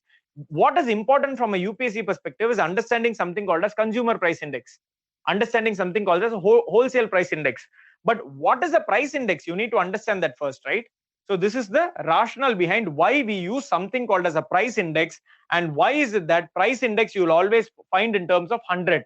100, 105, 110, 120, 117, 119. That is how you will find the price indices. So you need to understand how that is done. And in the textbook, you will find tables which say, okay, housing has a weightage of this much, or your food has a weightage of this much. You need to understand what that weightage means, what this weightage means. So this is the weightage. That is why I have explained this concept to you. If you have any queries, you can ask me. If you have not understood this calculation at all, it is okay. UPSC is not going to ask you questions about this calculation, about how this calculation is arrived at. It is purely for your understanding. If you have not understood it, if it doesn't matter to you, you don't have to worry about this at all. You're not going to get questions based on this particular calculation that I have just taught you. It is only to help you understand the concept better. Okay, if you are someone who's of the opinion that I don't need to know all these things, I'm just learning economics just to clear the examination, so tell me what to remember, tell me this to remember, I'll tell you that also.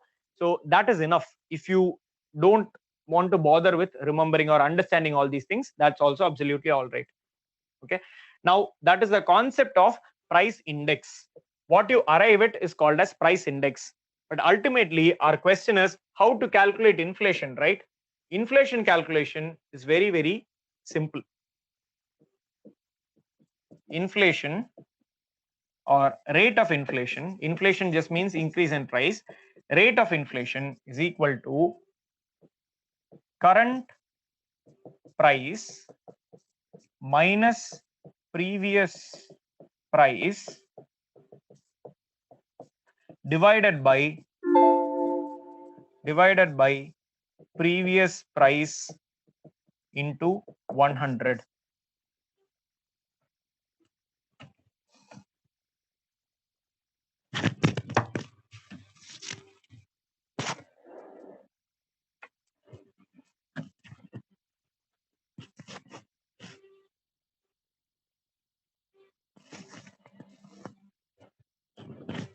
Just give me 1 second.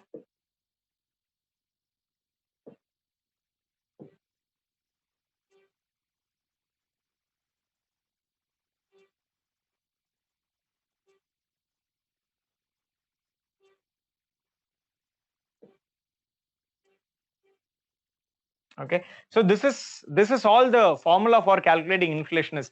In the example that we have taken, the current price would be 138. That is the price index. Current price index is 138. Previous price index is 100 divided by previous price index 100 into 100, which is nothing but 38 by 100 into 100 is equal to 38. How much is the price rise? How much is the rate of inflation? 38% is the price rise. Let us say the price of one commodity, the price of a mobile phone is 15,000 rupees this year. The price of the same mobile phone last year was, let's say, 12,000 rupees. Divided by 12,000. Why are you dividing by 12,000? We are trying to find out by what percentage has the price increased in comparison to last year. So last year's price is what you are comparing it with. And how much is the increase? That is why you are subtracting. So you can simply say, if you know that the price has increased by 3,000, you can simply say, okay, into 100. You can simply say 3,000 rupees is the increase in price. On what is the 3,000 rupees increase? On 12,000, there is a 3,000 rupee increase into 100. So we'll say 4 times, we'll say 25% inflation. The price has increased by 25%. Rate of inflation is very simple. If you remember from the first chapter, do you know what is the GDP of the country? Some people will say GDP of the country is 4%. Some people will say GDP of the country is 6%. Some people will say GDP of the country is 200 lakh crore rupees. Some people will say it is 2.7 trillion US dollars. The correct answer is this and this. This is in rupees, this is in US dollars. This is not correct answer. What is this 4% and 6% that you see? That is the rate of growth of the GDP. Last year, the GDP was, let's say, 200 lakh crores. This year, let's say the GDP is 220 lakh crores. Now you will say 20 lakh crore is the increase. So 20 lakh crore divided by 200 lakh crore, which is the last year's GDP, into 100. So you will say this is 10 times 10%. You will say India's GDP is growing by 10%. So this formula that I have just given you, calculation of inflation, it is not an inflation formula. It is just a formula for calculating the rate of increase. That's all. The formula is for rate of increase, or this is applicable for rate of decrease also. The simple answer is current value minus previous value divided by previous value into 100. That's all. Okay.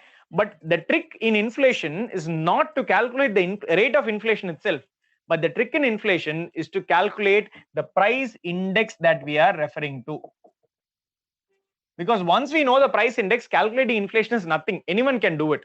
In fact, the government by itself does not even calculate inflation. So various bodies of the government only calculates the price index and announces it, because anyone can calculate inflation based on that. Okay, so that is the concept of price index. If you have any question, you can ask me. I have not completed. There is a little bit more.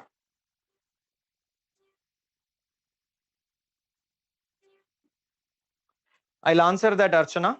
I'll get to that question in a while. Okay. Now there is another question. So I assumed that one particular year I assumed to be 100, right? In the previous example, I assumed 1000 to be 100 in all the cases. So this 100 is what we refer to as the point of reference. Point of reference, or specifically in the case of this calculation, we'll call it as year of reference, or the base year. We call it as the base year. We call whichever year we are treating as 100, and some year we are going to treat as 100, so that the next year will be 105 by calculation, and the year after that will be 107 or 108, and the year after that will be 110, 112. So some year we are going to call as the year of reference or the base year. Now the question is, which year is going to be the base year? How to choose base year?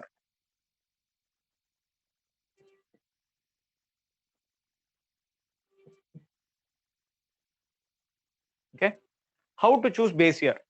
Now let's understand this a little bit. Let us say food costs rupees 1200 rupees in a particular year, and let's say this is 2020. Okay, it costs 1200, and let us say we are taking this to be the base year and treating the 1200 to be 100.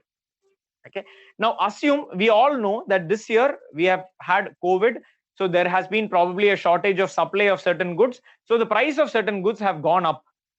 The price of certain goods can go up. If there is a shortage in the supply of food material, the price goes up. Let's assume that this was a year, not really, but let's assume that this was a year where there has been an extreme shortage of goods. Because of the decrease in supply of goods, the food price has risen to 1200. Normally the same quantity of food, let's say, would cost us only 800 rupees, let's assume. Okay, but this year is a unique year. Because of the shortage of supply, it is costing 1200 rupees, and assume we have chosen this as the base year. And let us say in 2021 the food price becomes normal because the supply has normalized. What is likely to be the food price? Because the food supply has normalized, the food price will normally reduce from 1200. It will undergo a normal level of inflation, and let's say the price will be something like 850 rupees. Okay, now if you choose this as the base year, an extreme year in which there is an extremely high level of inflation due to shortage of supply, if you choose that as the base year, what this will result in is that this will show that the index is 85 for this year, which will indicate that there has been a deflation which has happened. There has been a deflation which has happened. Do you remember in the first class itself, in the previous class itself, I told you inflation is a persistent rise in goods and services. This 1200 was not necessarily persistent. It was persistent for a short period of time. It happened because of some problem in the economy. It is an abnormal circumstance. If you use a year, if you use the data from a year in which abnormal circumstances is determining the price and use that as the reference point, then subsequently this will be 850, this will be, let's say, 860 or 870. It is normal level, so this will become 87. Okay, so it will look like there is no inflation at all. In fact, it will look like there is deflation in this economy, which is wrong, which is not correct. So we should never use years in which the inflation is extremely high or inflation is extremely low. We should not use those years as a reference point for calculating, or we cannot use it as a reference point for calculating the price index. These years cannot be used as base year. So number one condition should be a year with normal levels of inflation, normal prices. Whatever causes extreme levels of inflation, let's say something like a pandemic or a natural disaster, any of those should not have happened during that year. See, if there is a pandemic which happens, but in spite of the pandemic, there is no extreme rise in price, then you can choose that year as a base year. The idea is the prices should be normal during that year. A normal price can be treated as 100 because subsequent year you will have to depend on what is the price here to calculate the prices in the subsequent years. Okay, should be a year with normal prices. That is the first condition. Should be a recent year. So why are we saying should be a recent year? Because we have already discussed that once we choose the basket of goods and services, we cannot change it in between. If we change the basket of goods and services, it will not make any relevance to subsequent years. So while choosing the basket of goods and services, we cannot choose a year like 1995 because the goods that we are consuming today is nowhere in similar to the goods that we were consuming in 1995. A lot of the goods that we were consuming. Okay, it cannot be a year which is so far away. It has to be a year in which the basket of goods and services are relevant. So it has to be recent enough. And especially in the current scenario, every 5 years or so, the people's consumption patterns and priorities change. The weightage, the importance given to certain goods change. The importance given to certain other goods vary. Okay, so let us say we move towards, like our finance minister very famously said, the reason why automobile sector is going down is because people are using Ola and Uber. Let us say that turns out to be true. Okay, and people are moving more towards Ola and Uber, then people's importance of fuel will go down, people's importance of transportation by other mechanisms will go up. So the basket of goods should reflect that change, and these changes tend to happen over a period of 5 years or so, 5 to 7 years. So we say ideally within 5 years. Ideally within 5 years. Or once in 5 years, there has to be a change. That is what we mean.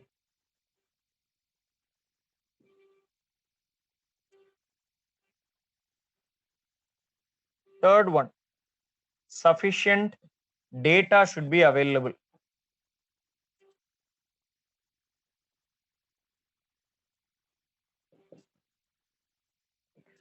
See, what we mean by sufficient data should be available is that it should not be a year which is too close to us also. 2020, we cannot use 2019 as the base year.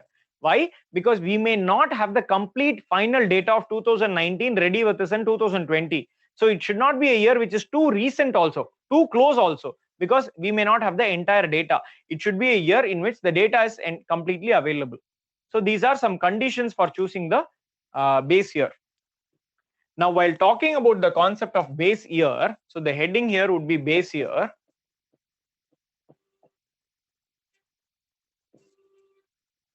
Base year is a concept which is used for price index calculation.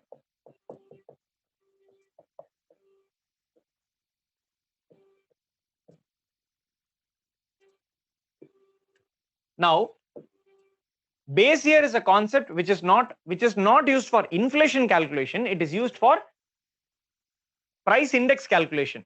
Using base year, you calculate the price index. Using price index, you calculate the inflation. Okay, so your base year does not have a direct bearing on the inflation, but it does have an indirect effect on the inflation. For example, let us say the price index during base year let's say 2016 is the base year. Assume 2016 is the base year. Price index is 100. 2017 this rises to 120. 2018 this rises to 150, let's say, and 2019 this rises to 170. If you look at it, there is a rise of 20 here, there is a rise of 30 here, and there is a rise of 20 over here. So our normal understanding is if the price rises by 20 or price index rises by 20, here also the price index rises by 20, we should ideally have the same level of inflation. We should ideally have the same level of inflation because the price rises by 20 points. Here also price rises by 20 points, but that is not going to be the case. Why? Because you are dividing by the previous year's price to calculate inflation. Here it will be 20 by 100 into 100, which will give us 20 percentage. Here it will be what? 20 by 150 into 100. Because 150 is the previous year's price. 170 minus 150 divided by 150 into 100. 20 divided by 150 into 100 will give us an inflation of 13.33 percentage. The increase is in 20 points here. The increase is in 20 points here also. This is 20. This is also 20. But because of the way of calculating, because your denominator is 100 over here and your denominator is 150 over here, what is the formula? This year's price minus previous year's price, not the base year. In inflation calculation, base year doesn't come at all. Base year is used to find 1 year as the reference point, 100. 1 year is 100, second year is maybe 120, third year is 150. That is how you arrive at it. Okay, so that is why you use a price index. Here we are talking about the base here, this 100, the previous year's price, this 150, the previous year's price, determines the rate of inflation or has an impact on the rate of inflation. Now, does this mean that there is only an inflation of 13.33 percentage here? Maybe that is what is inflation, but something else that we need to understand is that if there has been a sudden increase in the price in the let's take two economies, economy A, economy B, in say 2016, 2017, 2018. 100 is the price here, 150 is the price here, 170 is the price here. 100 is the price here. It remains as 100, which means there is no inflation. It goes to 120 over here. Here there is an inflation of 50 percentage. Here there is an inflation of 13.33 percentage. We just calculated. Here there is no inflation. Here there is an inflation of 20 percentage. Okay. In this economy, because the previous year there was a very high level of inflation, this year's inflation is appearing to be much lesser. In this economy, on the contrary, because there was no inflation last year, this year's inflation is seeming to be 20 percentage. Now, in both the cases, the prices are increasing by 20 points. Price index is increasing by 20 points, but it is showing different levels of inflation in the two economies. This particular effect is called as base effect. Please remember, this base doesn't refer to the base year. This base refers to the denominator in the calculation. This base refers to the denominator in the calculation. What is the denominator? Denominator is the previous year. This base refers to the previous year. Because in the calculation of inflation, what is the base? The base is the previous year. In the calculation of price index, what is the base? The base is the base year. I'll repeat. In the calculation of price index, what we use as base is the base year. What we use as the reference point is the base year. But in the calculation of inflation, the base is the previous year. The formula itself says previous year. So base effect is the impact. You can write it down. Base effect is the impact of previous year's prices on the current price levels, on the current inflation. The impact of previous year's prices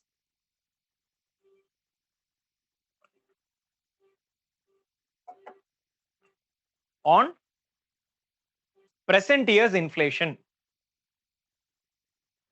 Base effect is the impact of or effect of previous year's prices on current year's inflation.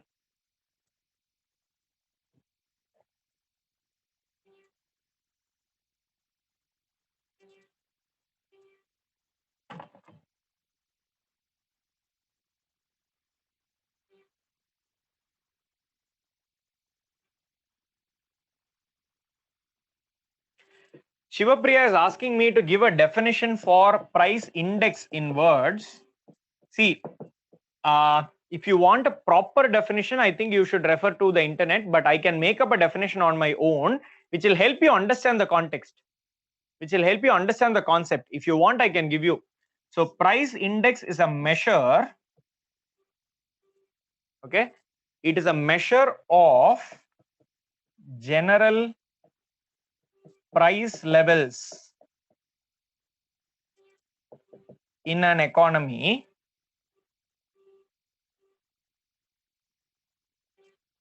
which considers the relative importance of different goods and services.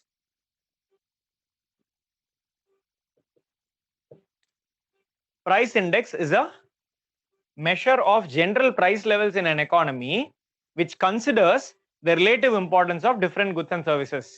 Okay, the fact that price index takes into account various goods and services is kind of covered by the word general price levels, and the fact that different weightages are given is covered by the phrase relative importance.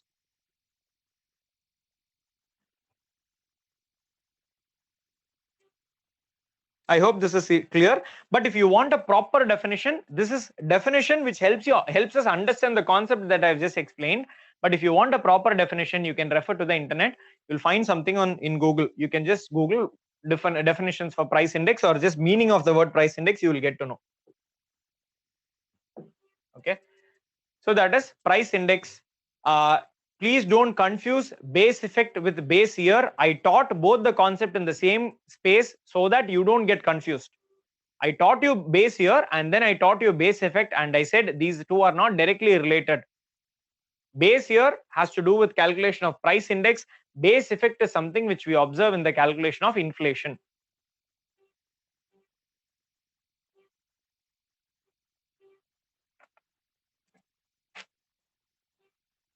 Okay. Just a couple of more concepts and then we'll move on to measures to control inflation, which will be the most important topic, core topic.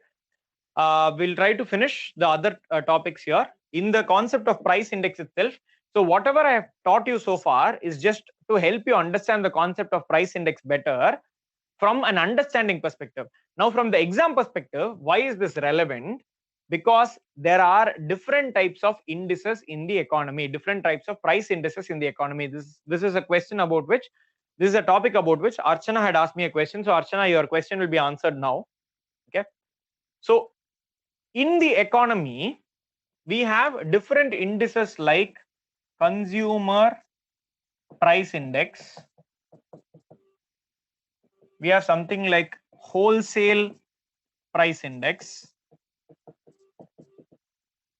Okay, we have something called as index of industrial production.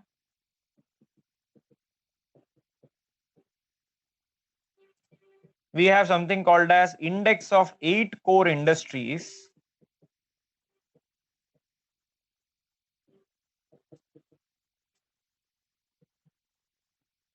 We have something called as GDP deflator, which also uses an index. Okay, all these are different types of price indices that we have in the economy. In this chapter, we'll be dealing about this and at a later point about GDP deflator. These you will be covering as part of the manufacturing sector in general economics. Index of industrial production and index of 8 core industries. That is purely with respect to industries. You will deal with it later. Okay. And even with respect to this, I am only going to give you an overview. Whatever is factual in nature, You will find it in your textbook, or you can read it from the news as and when it makes the news. So what is the concept that I am going to tell you? When we talk about price index, when we talk about inflation, for inflation, we all agreed that we are going to take a basket of goods and services. Why did we talk about a basket of goods and services? Because the price of one good or one service increasing is not important to us. At a general level, what is happening overall in the economy? Now, what is overall economy? It varies from the perspective of one person to another person.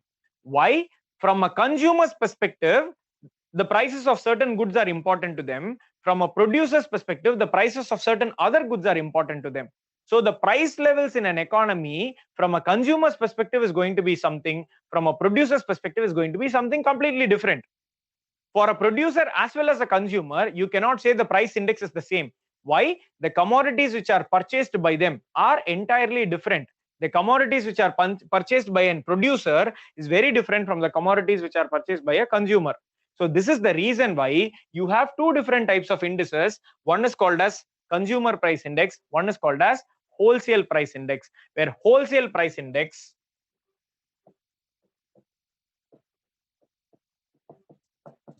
also shortened as WPI, this is how it is commonly known, refers to price levels at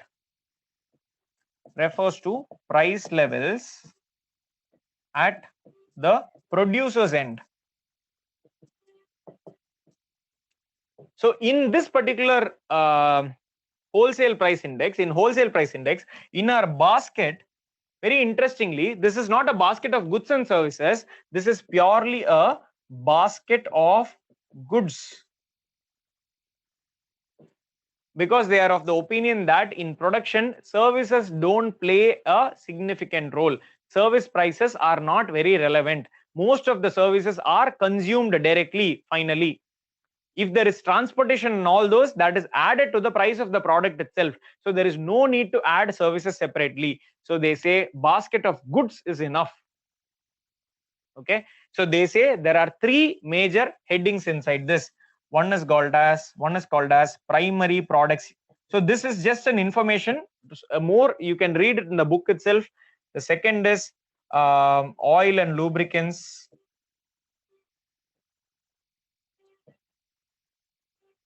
And the third is manufactured goods, manufactured products.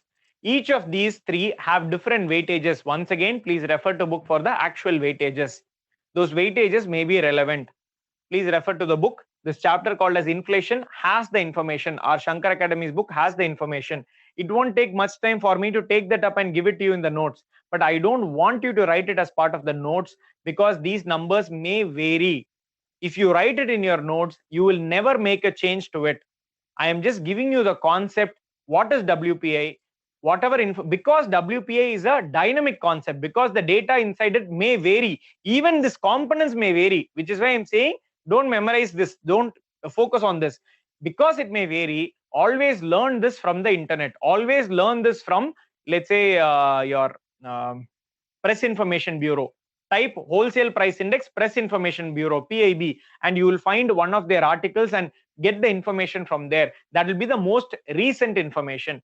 So depend on current affairs for these things. Depend on current affairs for the different weightages. Okay. Do one reading from the textbook, but subsequently get the information from current affairs, because these are dynamic in nature. I teach you today something, 3 months later it may be different. So it is, my focus is to teach you the concepts, not the facts. Okay. So items which are relevant from the producer's perspective is what is covered inside the wholesale price index. Different weightages are given based on their relative importance. Okay. Interestingly, till 2015, from the time of independence till 2015, India's inflation, whenever we came across the term, what is India's inflation? What is the government's target inflation? The inflation was calculated based on WPI. Till 2015, WPI was used as the price index for calculating inflation in India. But Notice this carefully. There are some issues here. First of all, WPI does not take into account the price of services. Second, WPI does not represent all the goods which are consumed by the people. So the question is, when we say inflation in India is a particular percentage, till 2015, whatever we were measuring as the price index was only from the perspective of the producers, not from the perspective of the consumers. So these were two flaws in the calculation of inflation till that point of time. Services were not included, number one. Number two, consumers' perspective was not represented. Why is it that wholesale price index was used? Why not a consumer price index till 2015? The simple answer is, even among consumers, we cannot create one basket of goods and say this is what consumers consume. Consumers in rural area consume something different, consumer in urban area consume something different. Consumers in South India consume something, consumers in Northern India consume something, Eastern India consume something, Western India consume something different. So when the consumption pattern of the people are not uniform, how can we come up with a uniform basket of goods and services? This was the concern. So till 2015, India used to have 4 different consumer price indices. So consumer price index. Okay. So till 2015, we had number one, something called as CPI, consumer price index. CPI for agricultural laborers.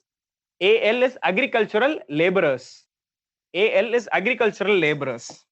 Then we had CPI for rural laborers. What do you mean by rural laborers? Non-agricultural rural laborers. That is what is rural laborers. Number three, CPI for industrial workers. CPI for industrial workers. And number four, there used to be something called as CPI for urban non-manual employees. Okay. Simply speaking, this is the primary sector. Agricultural labor refers to the primary sector. This is the non-primary sector in rural areas. It could be secondary sector, but mostly it will be either tertiary sector, people who have shops and all those, or it will be other people who are doing work related to agriculture, but not directly agriculture. Industrial workers refers to the secondary sector, and urban non-manual employees refers to the service sector. That is how it was calculated. Okay. So these three were calculated by the Labor Bureau under the Ministry of Labor. This was calculated by National Statistics Office, NSO, under MOSPI. These continue to be calculated even today, but this is not being calculated anymore. The fourth one is not being calculated anymore, so you can strike it off if you want. It is not being calculated anymore. Okay.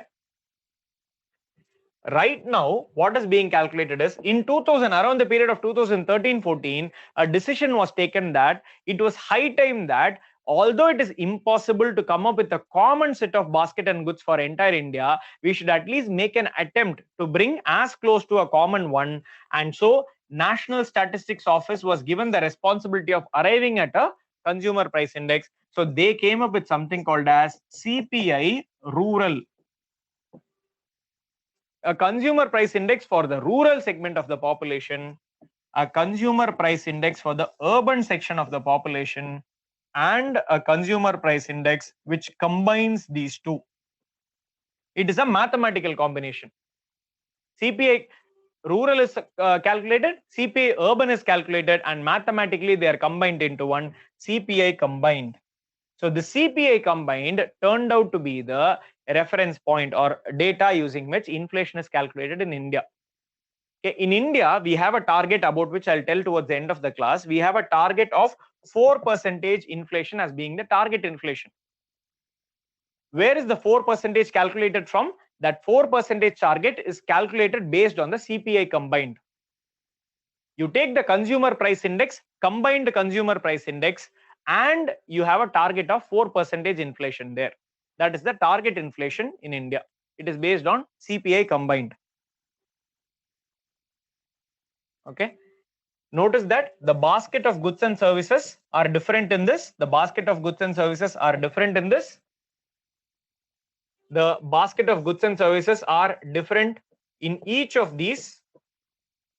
The basket of goods and services, or in this case, the basket of goods is different for this. Now, why am I focusing and telling you specifically these things?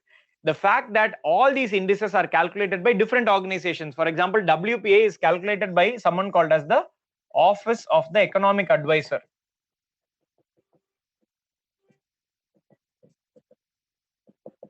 Under the Ministry of Commerce. Under the Ministry of Commerce. Now, why am I telling you this? Because the moment you have different entities calculating, or even if it is the same entity, for example, these three are the same entity, it doesn't mean that the basket of goods are the same. The basket of goods is different for this, different for this, different for this. When the basket of goods are different, automatically your base year will also be different. So the base year for calculating here would be different. The base year here would be different. The base year here would be different. The base year for WPA would be different. The base year for CPA would be different. The basket of goods is different for this, different for this. The weightages are different. The base year is different. It is your responsibility to learn what are the weightages. Don't memorize it. Have a general idea. What are the components? What are the weightages? And it is your responsibility to learn who publishes these, which I have given you most of the cases. I have given you NSO is the one which publishes it. Also, it is your responsibility to learn the base year of calculation. So base year, components, weightages, organization which gives the information. These are four things which you need to learn, which I am not giving you in entire detail. I've given you some information, some I am leaving it to for you to learn.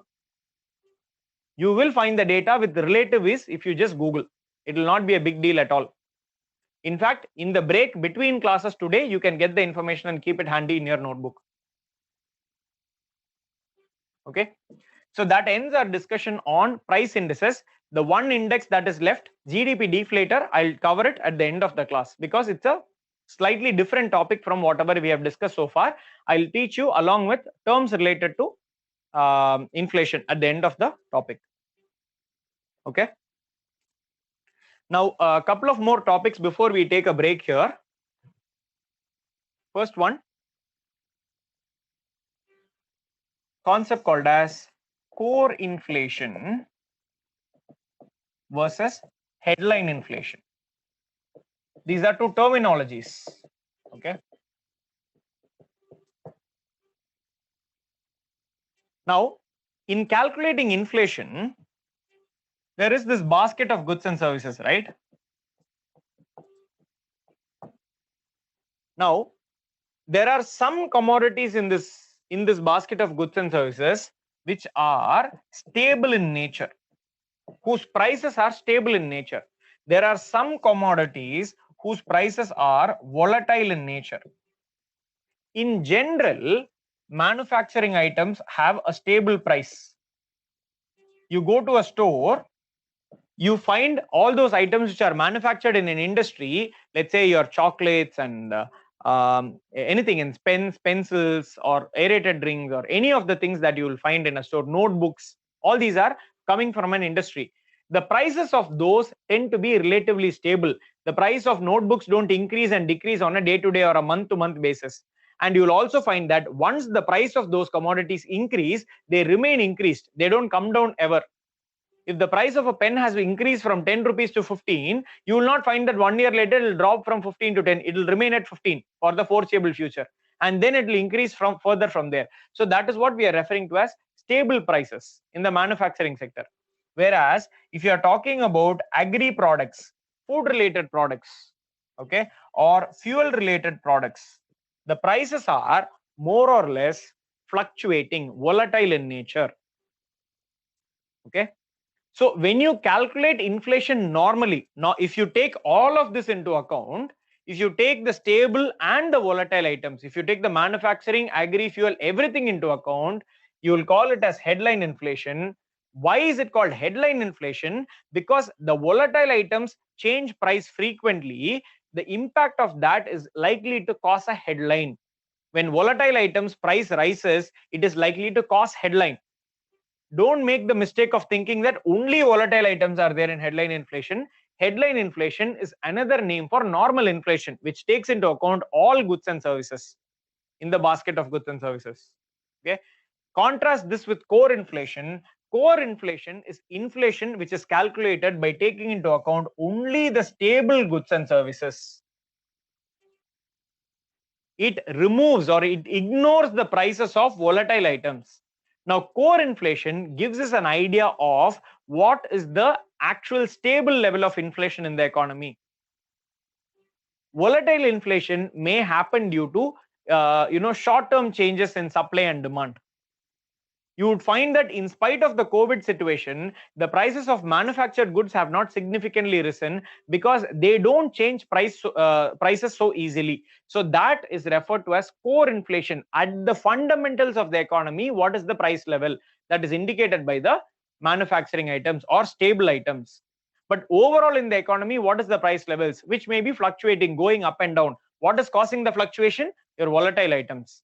But don't make the mistake of thinking core inflation is stable, headline inflation is volatile. No, core inflation is stable, headline inflation is stable plus volatile. Both will be there in both are there in calculating the headline inflation. Okay. Moving to the last topic before our break.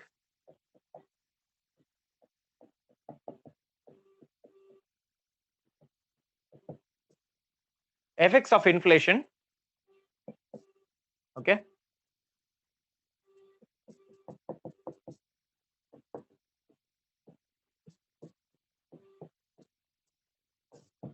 What is the impact of inflation on fixed income earner? If you are talking about a fixed income earner, we are talking about salaried people. We are talking about people who derive pension. We are talking about daily wage laborers also. Don't think of daily wage laborers as people who are doing business by selling fruits and vegetables on the road, or people who have their own stores and selling. They are business people. They are flexible income people. Fixed income are people, see, either it is daily wage or it is monthly wage. Monthly wage is salary.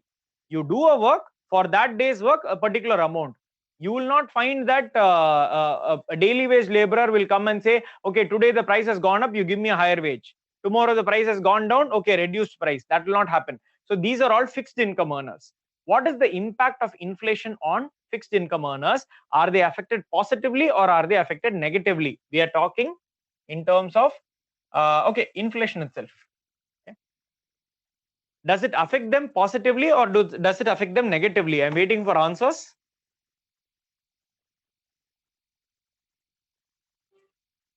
People on video, you can say positively as with a thumbs up and negatively as a thumbs down also. Okay, 1 person, 2 people have responded. Sri Lakshmi Jawahar, what's your response? Okay. Oh, Jawahar, what is that? No effect? You don't know. Okay. What about the others? Okay. Archana says negative. Okay. Rini says, okay, you've already answered. Same set of people. Akash is saying it affects them negatively. Ragul is saying it affects them negatively. Vamshi, negative. Harini saying negative and positive. I don't see how it is positive. If there is someone who can justify how it affects them positively, please explain it to me. Because according to me, their income is fixed in nature, and as the prices keep on rising, it eats away into their income. Okay, so the impact is clearly negative. The impact is clearly negative. Okay, so their income increases by 10%, let's say, that is going to remain the same. Okay, but the inflation is increasing by 5%, then 6%, then 7%, then 8%. It is eating into their income. Their income is not proportionately increasing, which means that increase in inflation or continuous inflation is going to affect them negatively because their wage is not increasing. Throughout, right from the beginning, I have been talking about inflation being good or bad depending on how much income that we are having. If our real income is increasing, then inflation is okay. If our real income is not declining, then inflation is bearable. But once our real income starts declining, inflation is bad. Okay, so here when we say fixed income earner, the chances are that, or the likelihood is that, the income will keep on reducing, the real income will keep on reducing, so it has a negative impact on them. If there is someone who can explain to me why they think it is positive, I would really appreciate it.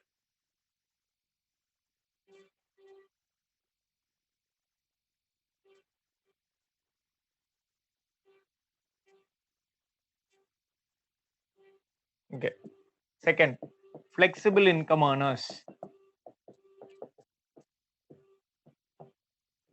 By flexible income earners, I am primarily referring to businesses. Okay, people on video, the others, people on video, same symbol. Does it affect them positively? Does it affect them negatively? Or like Jawahar says, somewhere in between?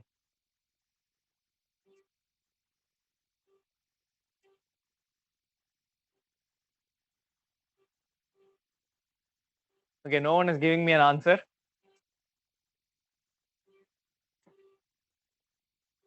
Okay, Jawahar, you are guiding everyone the wrong way. Bad influence. Okay, so Vamshi has taken a plunge and said positive. I didn't see the response. Okay, I only saw Archana's response. What about the others? Okay, Jawahar says positive. The others are not responding. Srilakshmi, if you do it under the camera, I can't see. All right. Saravanan says it has both positive and negative. Rini says it depends on their income. Shivapriya says positive. It doesn't have much impact. That's a tricky thing. See, I specifically wrote the word business here because businesses want inflation. Businesses produce at the old rate and sell at the new rate. They produce at the old rate and sell at the new rate, which means that the entire inflation turns out to be a profit to them. That inflation turns out to be their earning. Flexible income earners. You take a look at an auto guy. An auto guy will say, oh, the petrol prices have risen. Now 100 rupee ride is now going to cost you 120 rupees. Okay, so they will immediately adjust and they'll try to make a gain out of it. Okay, but you take other examples of shopkeepers also. The production of the goods would have been in the old price, the selling will be in the new price, so which means that they are likely to earn a profit. So it is likely to have a positive impact. Even if it is not positive, it is not going to harm them negatively, because whatever is the rate of inflation, till that extent they'll raise the prices. Okay, it is likely to affect them positively in the short run. But if the inflation is excessive, if the inflation is in the long run, then it will affect them also negatively. So positive in the short run. By short run, I mean short term. Negative in the long term. Negative is excessive or in the long term. Long run. So people who answered it depends, sort of correct, because their increased income due to inflated prices will have to meet their demands, which also face inflation. True, that is from a consumer's perspective. Okay, but from their perspective, from the perspective of business, for their production, they would have produced at lesser price and their sale would be at a higher price. So that is the margin that they get.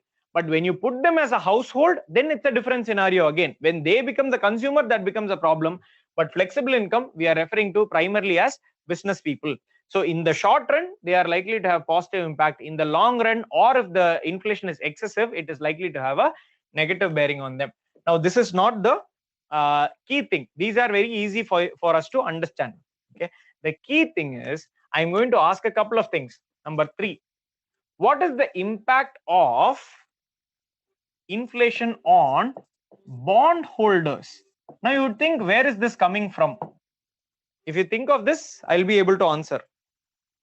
Okay, Akash is asking why negative in the long term. Negative in the long term because, Akash, in the long term, the increased cost of production, so the increase in the price of the products will reflect in their cost of production also. So when the increased price in the economy reflects in their cost of production, then they'll not be able to make a profit out of production. They'll make a profit only if they are able to produce at the old price but sell at the new price. Produce at a lesser price and sell at a higher price. When they cannot do that, in the long run, when the impact starts reflecting their cost of production also, they'll be affected negatively. That is why negative. But my question here is, what is the impact of inflation on bond holders? This is the last question. Once we discuss the answer to this, we are taking a break. Rini says negative. Sri Lakshmi says positive because interest rate will increase. Harini says negative. Kunal says negative. Anu says positive. Amshi says negative. Okay. Shivapriya says positive. Ragul says positive.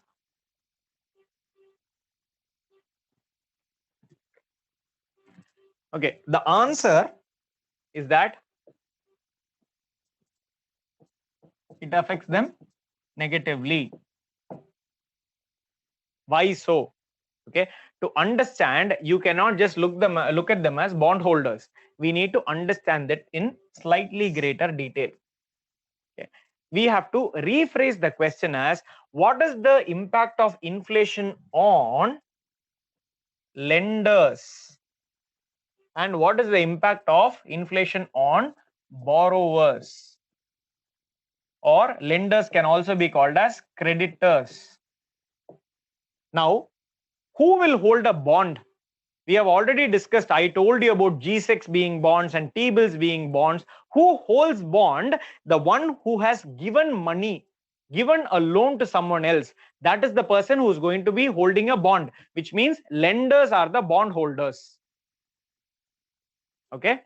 Now you can look at it from different perspectives. You can look at it as you giving a loan to the government, that is bondholder. You can also think of it from the perspective of you being a depositor in a bank borrowing money from you, or bank giving a loan, you borrowing from a bank. Any different perspective, you can take a look at it. Okay. Now here we have to understand this in the context of real income or real value of money rather than real income, real value of money. Let's say a lender gives rupees 100 to a borrower.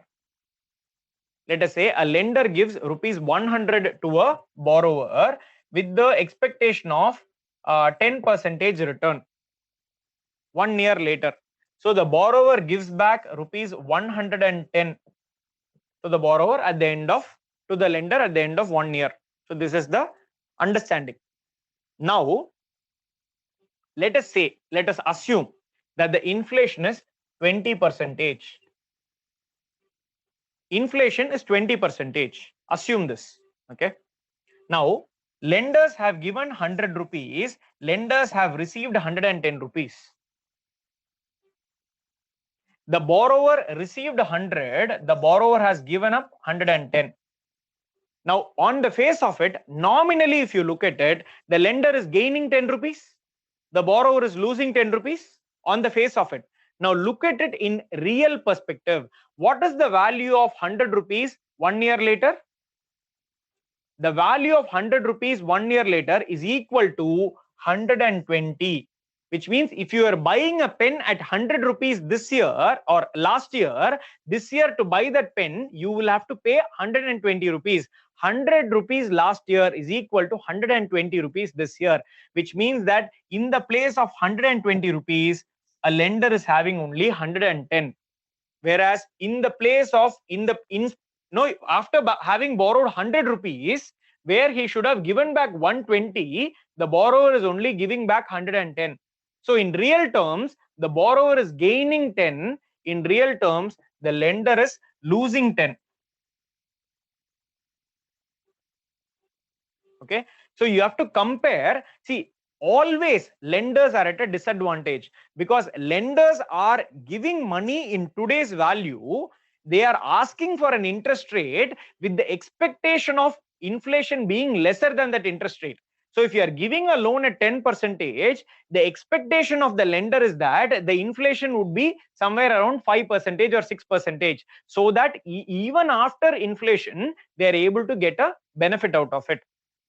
But if it so happens that the inflation has risen during the process, inflation has increased during the process, then they will be affected negatively. So an increase in the prices, an increase in inflation will affect the lenders negatively because the real value of their returns would have gone down. Okay, whereas a borrower is likely to gain due to inflation. Now, to answer the question, how does it affect the bondholders? Bondholders are lenders, lenders are affected negatively. Okay, this is the reason why when you go to a bank, look at this, how smart the banks are. When the bank plays two roles. Bank plays the role of a borrower, bank plays the role of a lender. Okay, when bank borrows money, it can gain from inflation, correct? By the logic that we just said, it can gain from inflation. When the bank lends money, it can lose from inflation. So what does the bank do? When the bank accepts deposits from you, they say, we will give you a fixed return, fixed rate of return. Your FD and all those, your FD is likely to return you a fixed amount, 6%, 5% and all those. They are likely to fix it. Why? Because they stand to gain. If there is inflation, they are the ones who are gaining. Okay, the only way they lose is if there is a deflation. If the inflation has not happened as expected, then they may lose. But in an economy, especially in the Indian economy, it is likely to be inflation every year. So they are likely to gain. They'll give you a fixed rate of interest. But when they are a lender, they are likely to lose if there is excessive inflation. So when they give out a loan, they'll give loans at flexible interest rate.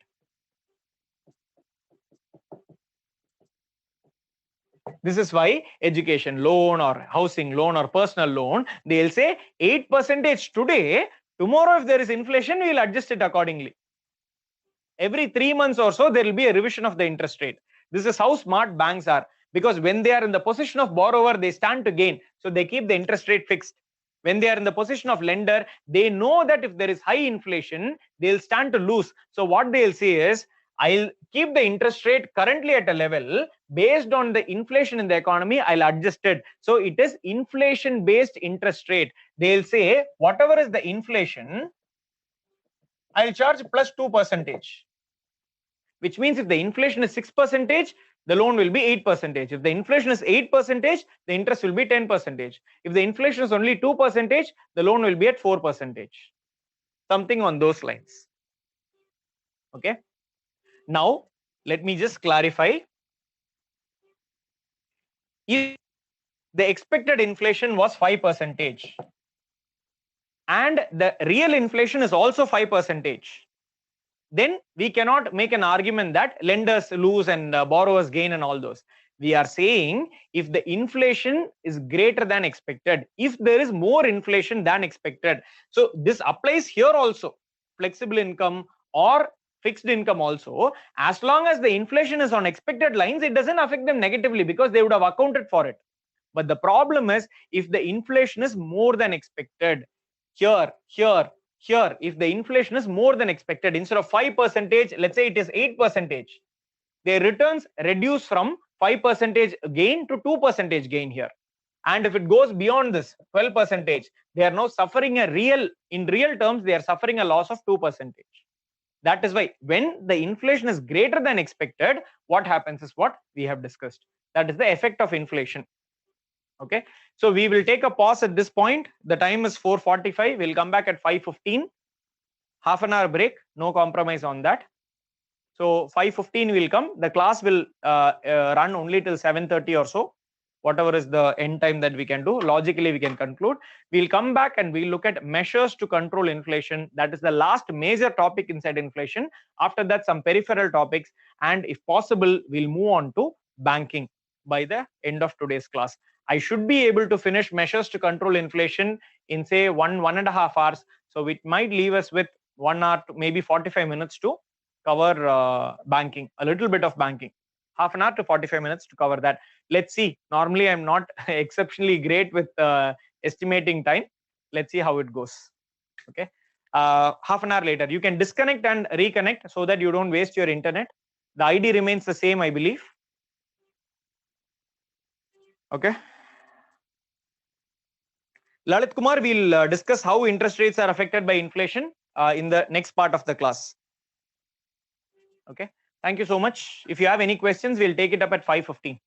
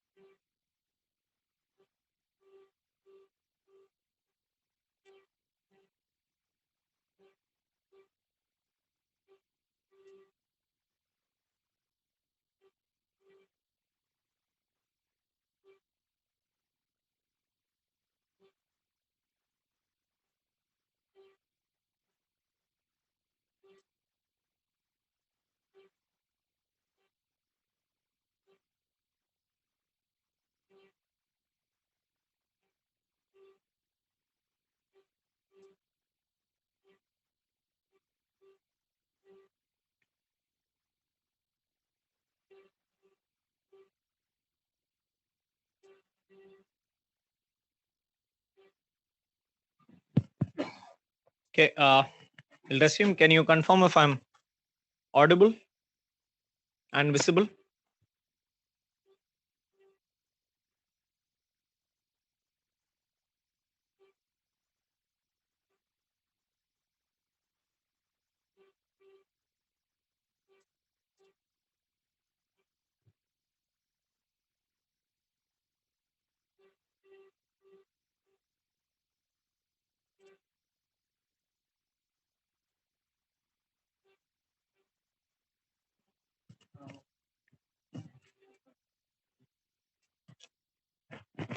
Okay, I've still not received the host access, so I'll not be able to see your response. Can you confirm, Archana Srilakshmi, am I audible, visible? Thumbs up. Okay, perfect. Thanks.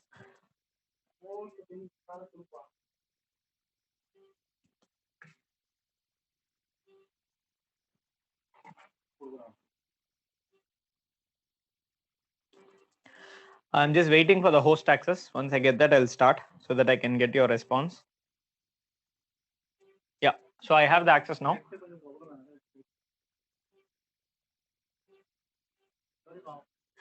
All right, so I have the access now. If you have any questions from whatever we have seen so far, you can ask me.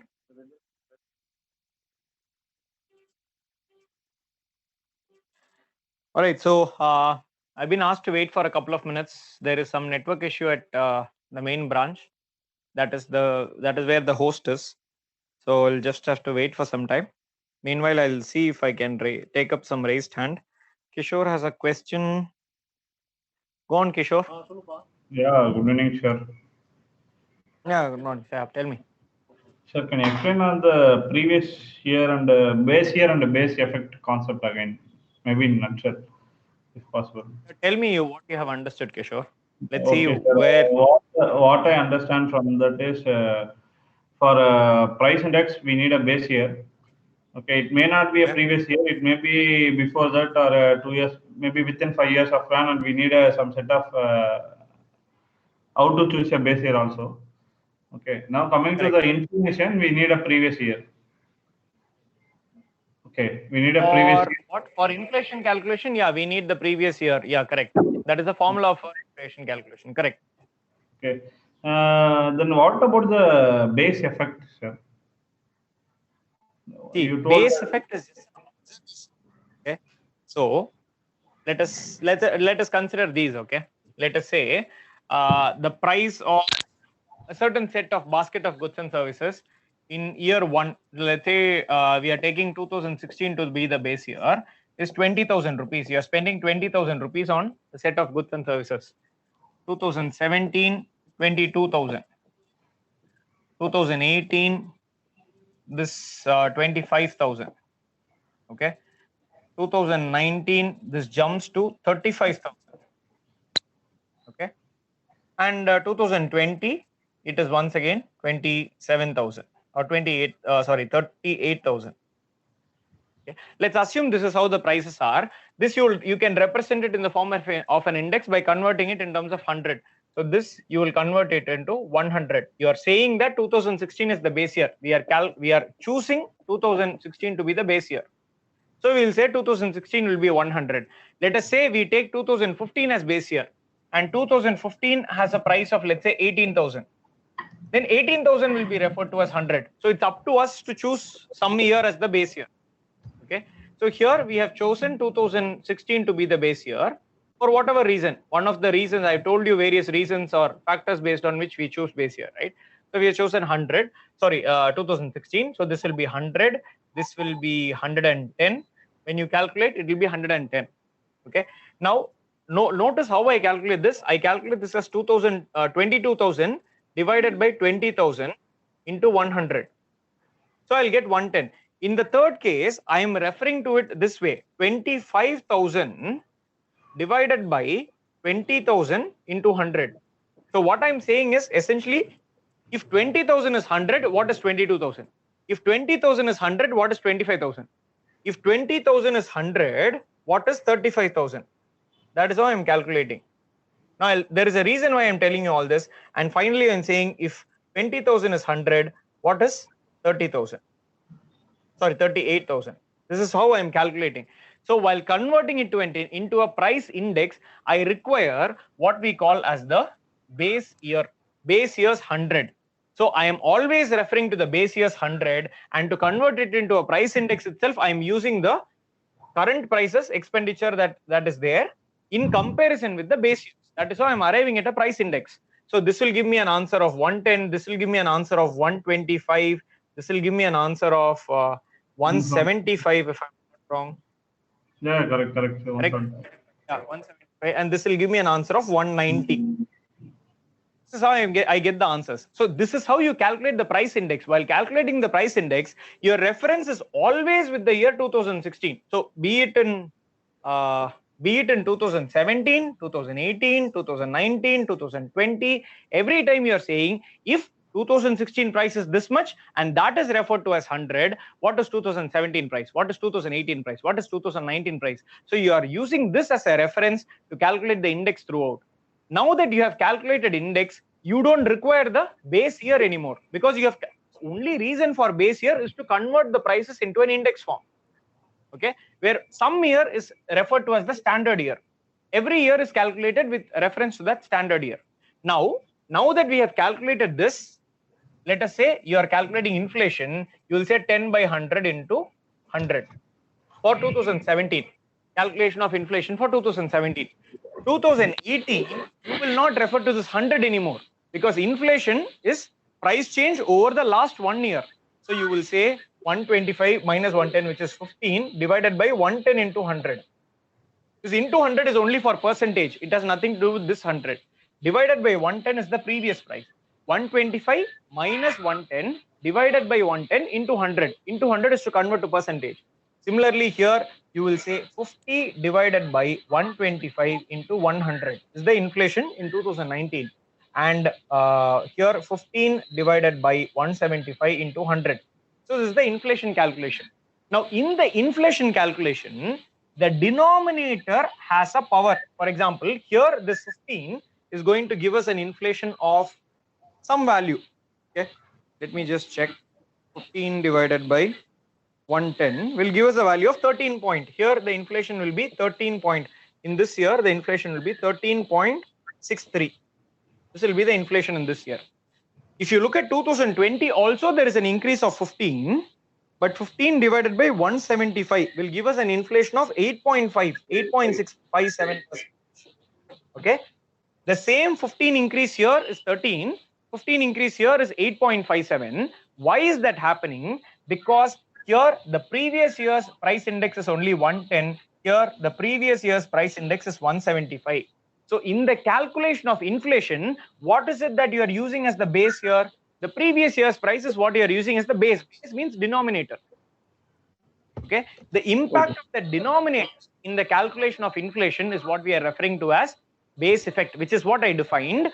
Base effect is the impact of the previous year's prices on present year's inflation calculation. That previous year's price is used as a denominator. Denominator is at the bottom, which is why it is referred to as the base effect. Okay, sir. Thanks. I hope. Yeah, got it, sir. Got clarity on it. And one more small query, sir. Okay, adding to that, how the countries are maintaining the strategic inclination, sir? As you told earlier, India facing lot of bottlenecks. Okay, what about the other countries or developed countries? Will they also face the same, or they overcome it? See, every country has their own structural challenges. Okay, for example, even a country like USA doesn't have all its resources. Okay, one of the major structural challenges of USA and such developed countries is that the overall standard of living is quite high, which means that in America, if you have to do a job, if a production company has to produce something, if they try to hire an American labor, they'll have to pay a significantly higher wage than if they were to hire an Indian labor. This is the reason why American companies tend to outsource their work into India, China, all these developing countries. Okay, if they were to produce in their own country, their cost of production would be significantly higher. That is one of the structural challenges that they have. What is this resulting in? This is resulting in very high levels of unemployment in USA. This is resulting in wage being lower there. This is resulting in a lot of people from other countries, Indians, Mexicans, all of those people getting a job in America, while the Americans themselves are not able to find a job. It is leading to political and social unrest within a country like America. So these are the kind of issues which developed countries face, because their overall wage, everything goes up, standard of living goes up, so the cost of production itself goes up. That is one of the structural challenges that I can give as an example in a developed country. Similarly, every country has its own structural challenges. There is no country in the world which can say that we have no structural issues. Every country has its own sets of challenges. The example that I gave is India's structural challenges. And generally, developing and underdeveloped countries have more structural challenges to deal with than developed countries, because developed countries had structural challenges which they overcame over a period of time. They have newer and newer structural challenges. In India, the structural challenges are more with respect to resource optimization and more basic structural challenges. That is what India and other developing and underdeveloped countries have. So the nature of the structural challenges will vary, but every economy has some structural challenge or other. There is no perfect economy in the world. There has never been a perfect economy, and I will go ahead and say there will never be a perfect economy. That's just my philosophy. You might think differently, but that is how it is. Every economy will have a structural challenge. Okay. Thanks. Sure. Thanks, welcome. Yep. Yeah, sure.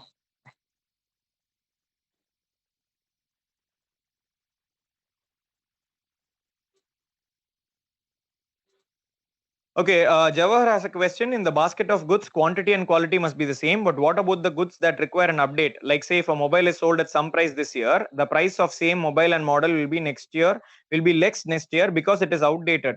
How the quality will be maintained? See, this is the reason why, Jawahar, we need to update our basket of goods every 5 years or so. It is the current scenario is that almost on a yearly basis, the goods are changing. So in general, they will not take one particular mobile. They'll say on mobile, on an average, what is the price of a mid-range mobile? That is how they put it. It will not be a specific mobile. But 5 years down the line, the price of mobile would have significantly come down. That has to be reflected, which is why the basket of goods have to change at frequent intervals. In the past, the basket of goods, it was okay if they changed it once in 10 years.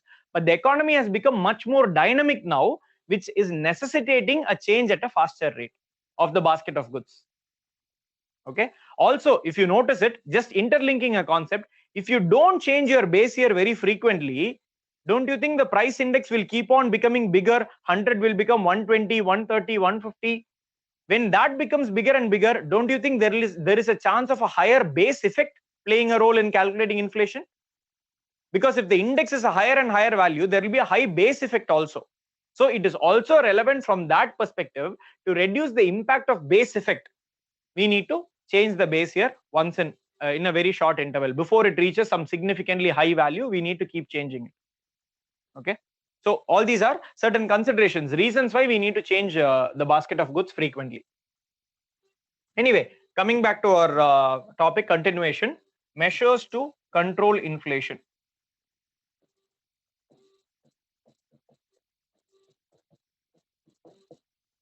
And here we are specifically talking about, when I say generically inflation, I told you we are focusing on the demand side inflation.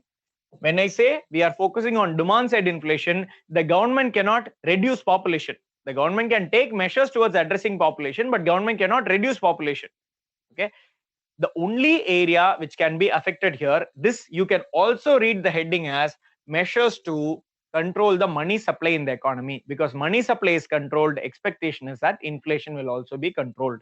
So this is another words called as measures to control money supply.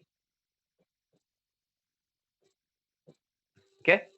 Here we are going to learn it in the perspective of there is excess money supply, how to reduce it. You can also apply the opposite of everything that I'm saying in the context of if there is a shortfall of money supply, how to increase money supply. If there is deflation in the economy, how to create inflation. Everything that I'm saying, do the opposite. That will lead to a scenario where you can understand that. See, whatever I'm teaching you right now, the opposite of that is what you will be seeing in the economy currently, because currently we are in a situation where people are not spending enough, not enough money is circulating in the economy. So what I'll be teaching, the opposite of it, you will be seeing in the economy. We are not in a situation where there is excessive inflation. We are trying to create more inflation. We are trying to create more demand. So government is making measures to spend 20 lakh crore into the economy and getting people to spend more, reducing taxes. Government is trying to get people to spend more and more. That is what is happening in reality in the economy, because the economy is slowing down, because the inflation is not to the desired extent. But at a generic level, when we are learning, we learn of these as measures to control inflation. Okay. Based on the context, you will have to rephrase it and learn accordingly. The more common thing is where there is high inflation and the government tries to control. We are in a unique situation now where there was a general slowdown and the COVID, as a result of which government is trying to create inflation, more and more of it now, or increase the money supply. Right. So we'll go one by one. There are two entities which have a role in controlling inflation in India. One is the government of India. So first we'll take a look at measures taken by the government of India.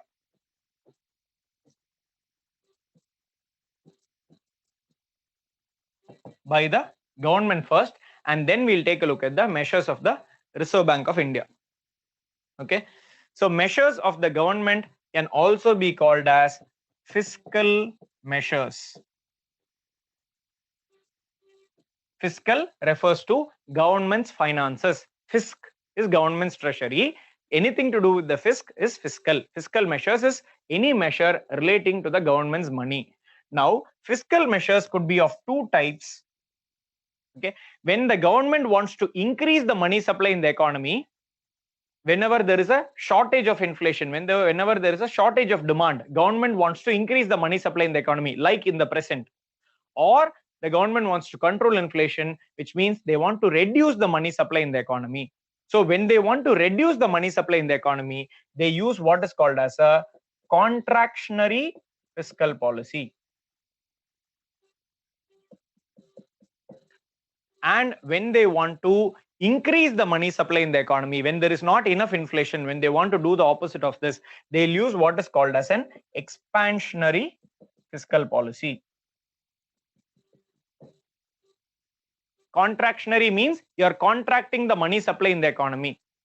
Expansionary means you are expanding the money supply in the economy. Here, under this heading, we'll say measures by the government. Number one, use a contractionary fiscal policy.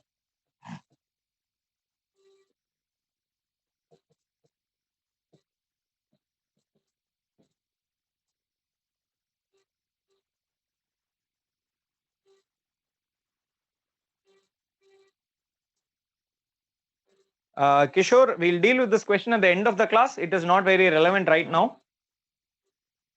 Okay. So government uses a contractionary fiscal policy. And what is meant by a contractionary fiscal policy? Reduce unnecessary expenditure. So reduce revenue expenditure wherever it is possible. For example, like rationalizing subsidies, giving subsidies only to those people who desperately require it, not just randomly giving subsidies to everyone. Rationalizing subsidies is one way in which this can be done. Okay. Following austerity measures. Austerity measures. What is austerity measures? Cost cutting measures, reducing the administrative expenditures of the government. Saying something like giving instruction to certain officers saying reduce your consumption of paper, pen, stationery, don't give unnecessary freebies. Okay, that is an austerity measure. Or reduce the travel expenses. Wherever you can do video conferencing and do something, do it instead of traveling physically to a place. Don't travel, don't give business class tickets to government servants. Instead, you travel by economy class. Don't stay in 5-star hotels, stay in 3-star hotels, okay, or 4-star hotels. Reduce the expenditure wherever possible. That is called as austerity measures. Okay, so these measures can be taken. The other way, increase taxation. Increase what taxation? Increase direct taxes. Now, with respect to taxation, you have to be very clear. There is nothing called as one particular tax and the impact of tax on inflation. Two different taxes are there, direct and indirect tax. These two work very differently. Now, take a look at this example. If income tax rate is increased, what will happen? Government will take away more money from my hands. Less money in my hand, I'll demand less, can control inflation. But if the government increases the GST, which is an indirect tax, what will happen? Directly, it increases the price of the product.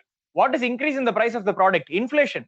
An increase in GST will lead to inflation, whereas an increase in direct tax rate will lead to decreased money in my hand, leading to decreased demand and decreased inflation. So these two will work in opposite directions. You can never say increase tax rates.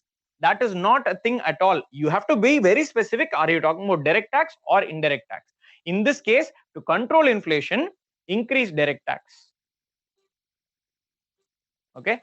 I am not talking about decreasing indirect tax because that is a supply side measure. The government is not trying to attack demand there. The government is trying to attack the supply side. I am not discussing supply side here. That is why I am not talking about indirect tax as a measure. Okay. So these are some measures. Use of contractionary fiscal policy. Number two within that, so this is one. Number two within measures of a government is something called as market stabilization scheme.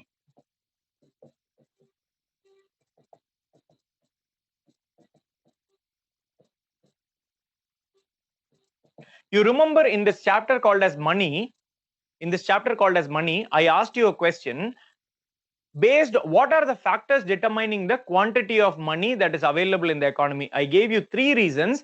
One is how much money should be there in the economy is dependent on what quantity rise is the government expecting, Q. How much of inflation is the government targeting, P. And I also gave you a third reason where I said if there is an excess inflow of foreign currency, that also necessitates an increase in the money supply. Okay. Now, in the first and second case, the government itself wants to increase the money supply in order to increase the GDP of the economy. Q has to increase, P has to increase. But the third scenario is out of the government's control. The government never really wanted that excess money, but it has come in, which is necessitating an increase in the money supply in the economy, which means that the government has to control that. So any situation where a government action, now how do we get more money coming in? Maybe the government had a relaxed FDI policy, which resulted in a lot of foreign investment coming into India. The government promoted exports, which resulted in a lot of money coming into India. The government restricted imports, which resulted in the demand for foreign currency reducing and more currency coming into India. Any of these are government measures. When a government measure results in excess foreign currency in the country and as a result, excess money supply in the economy, okay, not necessarily foreign currency. Take demonetization. Demonetization was a government measure. After that, when the government started pumping in money back into the economy, new 2000 rupee notes, new 500 rupee notes, people suddenly didn't know whether they'll get money because they found it difficult to withdraw money from the bank. Even when they did not require money, they went on withdraw money. Whenever, every day, so much you can withdraw. Every day people used to go and withdraw, whether they wanted it or not, because they didn't know whether the ATMs would run dry sometime in the future. So that remonetization resulted in excess money supply in the economy, more money than required in the hands of the people. If any of these government measures are taken that is resulting in excess money supply, government resorts to something called as market stabilization scheme, where through the RBI, the government issues government securities. The government issues government securities and takes away money from the hands of people or businesses. Okay, now notice this carefully. We have already looked at a topic where government issues government securities. After money, I taught you about G-Secs, T-bills and all those, right, in the last class. But there I clearly told you, whenever government borrows money through government securities, why are they borrowing? The government has a fiscal deficit, which means what? The government has an expected expenditure. It is not able to meet that expenditure, so it is borrowing the money. That is why it is part of fiscal deficit. In this case, the government is not borrowing money because it has a shortfall of money. The government is not borrowing money because it is falling short of money for expenditure. It is borrowing money because it feels there is too much money in the economy. It is not going to use this money. This is how market stabilization scheme is different from borrowing to meet fiscal requirements or deficit financing. This is different. Deficit financing that we learned in public finance is different. Here, the government's intention of borrowing money through issuing government securities is only to reduce money supply. So what the government does is, government takes the money and gives it to RBI and says, keep it in reserve, don't give it to me, I don't want to spend it in the economy. Okay, that is what the government does. So market stabilization scheme is sale or purchase. Now, I spoke about sale of government securities when the government is trying to reduce the money supply. When the government wants to increase the money supply, the government will purchase government securities that are there, and more money will go into the economy.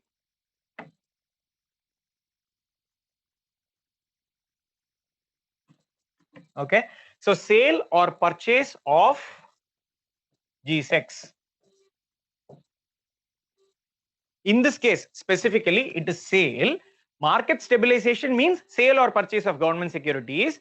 But here we are talking about measures to control inflation. So, right, sale government securities. By selling, they take the money, reduces money supply. Okay, but notice this carefully. Money received is kept in reserve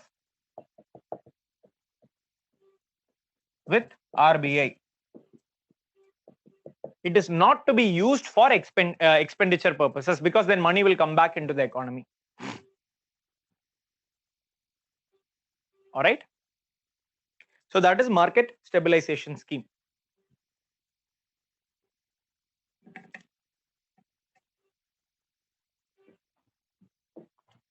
Now the second set is what we call as measures by the Reserve Bank of India.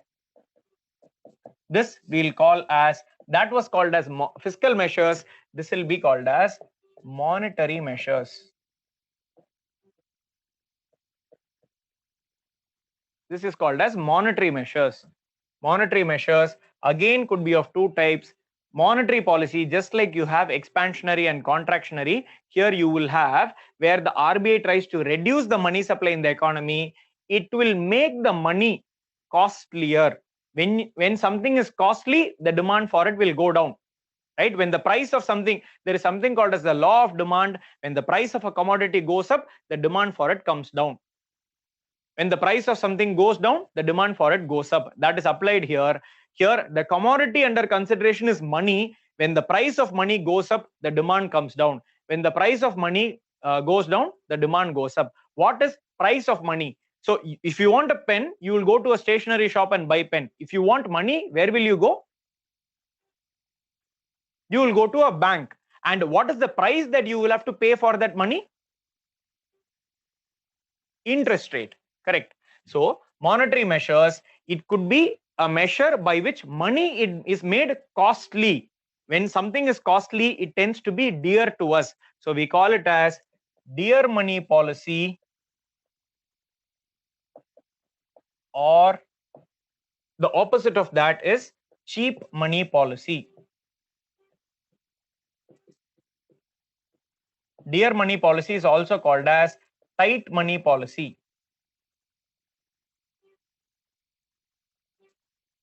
Dear money policy or tight money policy, and the other is called as cheap money policy.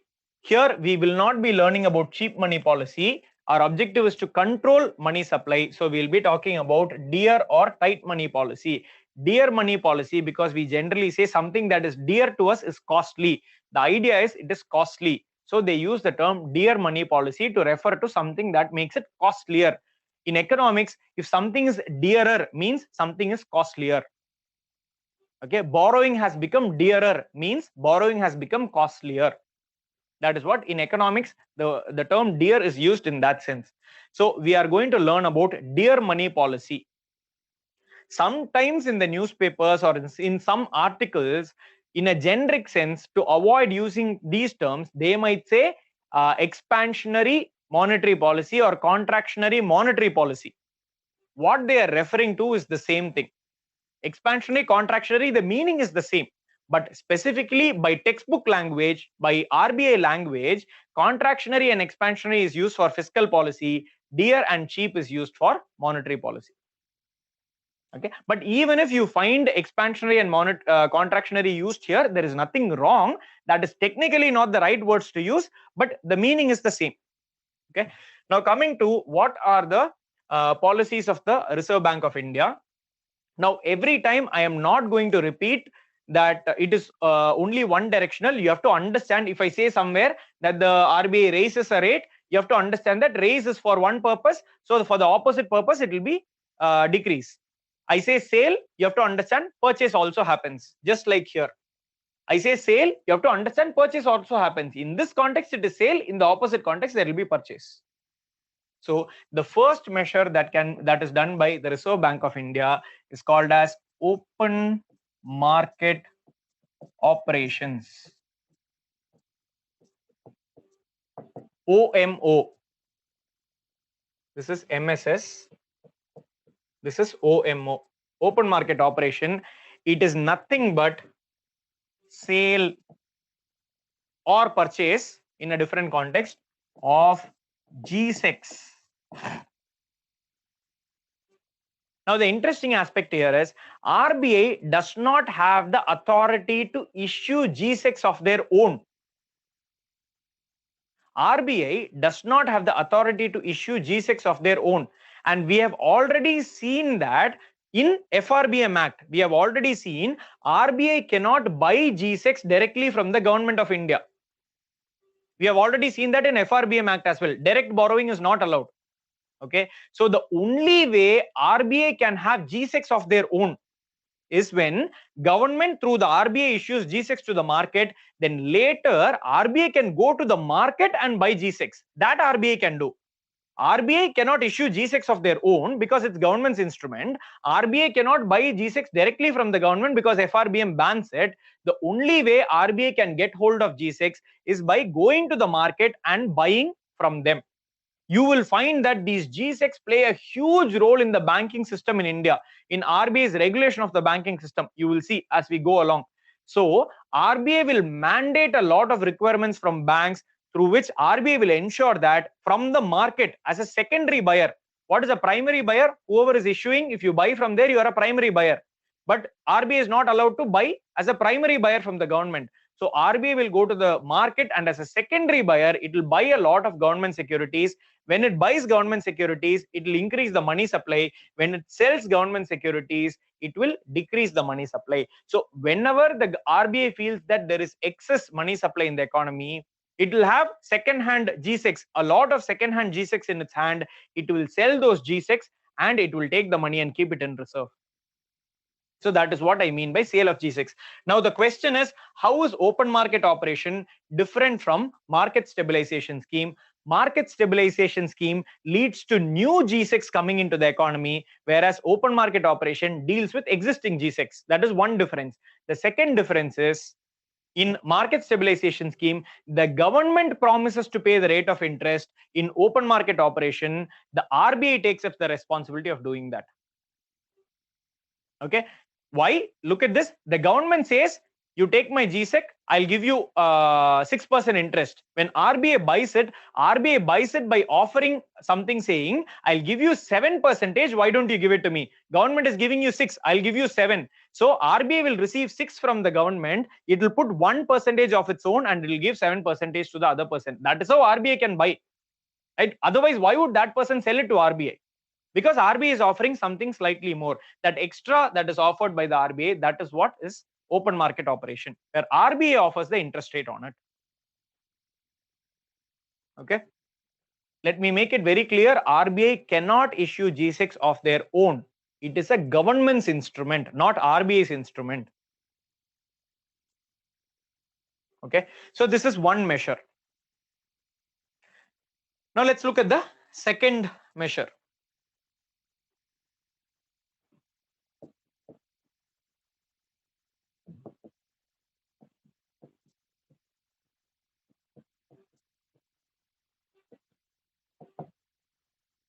There is something called as variable reserve ratios. Shivapriya, yes, contractionary monetary policy is dear money policy, correct. So variable reserve ratios. What are variable reserve ratios? There are two types of reserve ratios when it comes to the banking system in India. Okay, there is something called as cash reserve ratio, and there is something called as statutory liquidity ratio. There is something called as cash reserve ratio and statutory liquidity ratio. Okay, this is CRR, this is SLR. Okay, now both of these, the definition, the general definition is the same. It is a proportion of the total deposits that come into a banking system, which has to be maintained as a reserve with the bank itself. Okay, you can define both of these by a general definition. It is a proportion of NDTL, okay, that has to be maintained as reserves by the bank. What is NDTL? Net demand and time liabilities. I've already taught you during the money class what are demand liabilities of a bank, the demand deposits that they accept. What are time liabilities of a bank? The liabilities of a bank in which some timeline is associated. The timeline may be known, the timeline may be unknown. Both of those will come under the heading time liabilities. Net demand and time liabilities means total deposits that come into a banking system. That's all. Okay, total deposits that come into a banking system. A proportion of, let's say, 100 rupees comes into a banking system as deposit. A certain percentage of that has to be kept as a reserve. It could be either CRR or SLR. Both have the same definition. Now, what is the difference between the two? The difference here is that, one, the name itself says, so let me CRR, SLR. CRR has to be maintained in cash form, has to be maintained as cash, can be maintained in the form of non-cash form also, can be maintained as government securities, certain value. So let's say out of the 100 rupees, 20 rupees is to be maintained as SLR, those 20 rupees need not be maintained as cash. It can be maintained as GSEC. Means what? The bank can give 20 rupees loan to the government, get a GSEC and keep that as reserve. Okay, so that is what we mean by in the form of GSECs. It can be in the form of gold. Of course, GSECs means it can be in the form of T-bills also. Okay, G6 or T-bills, gold. If they want, they can keep it as cash also. Okay, and other accepted securities. RBI says, okay, these are the different forms in which you can maintain SLR. Whatever form RBI says, you can maintain it in that form. Okay, this is one major difference between CRR and SLR. Okay, second difference. CRR is to be maintained with the Reserve Bank of India. Maintained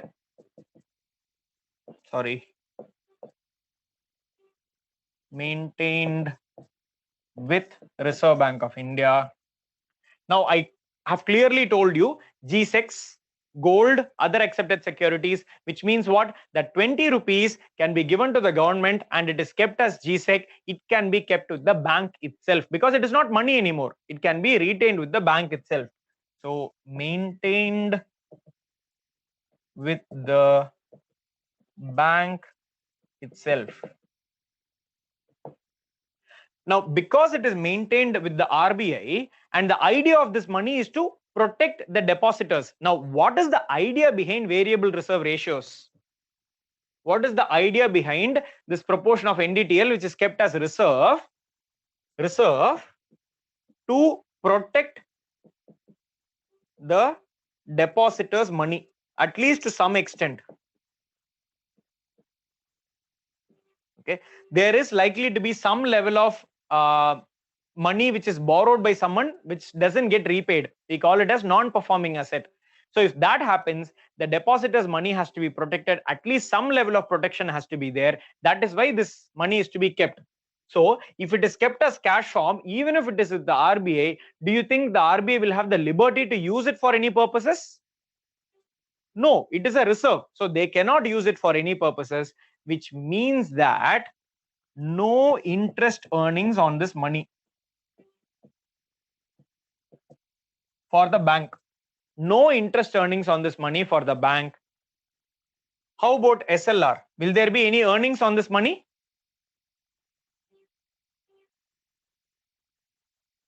There will be, because it is in the form of GSEC. GSEC earns interest. Gold, the valuation will change. Other securities, interest should be there. So there will be interest earnings.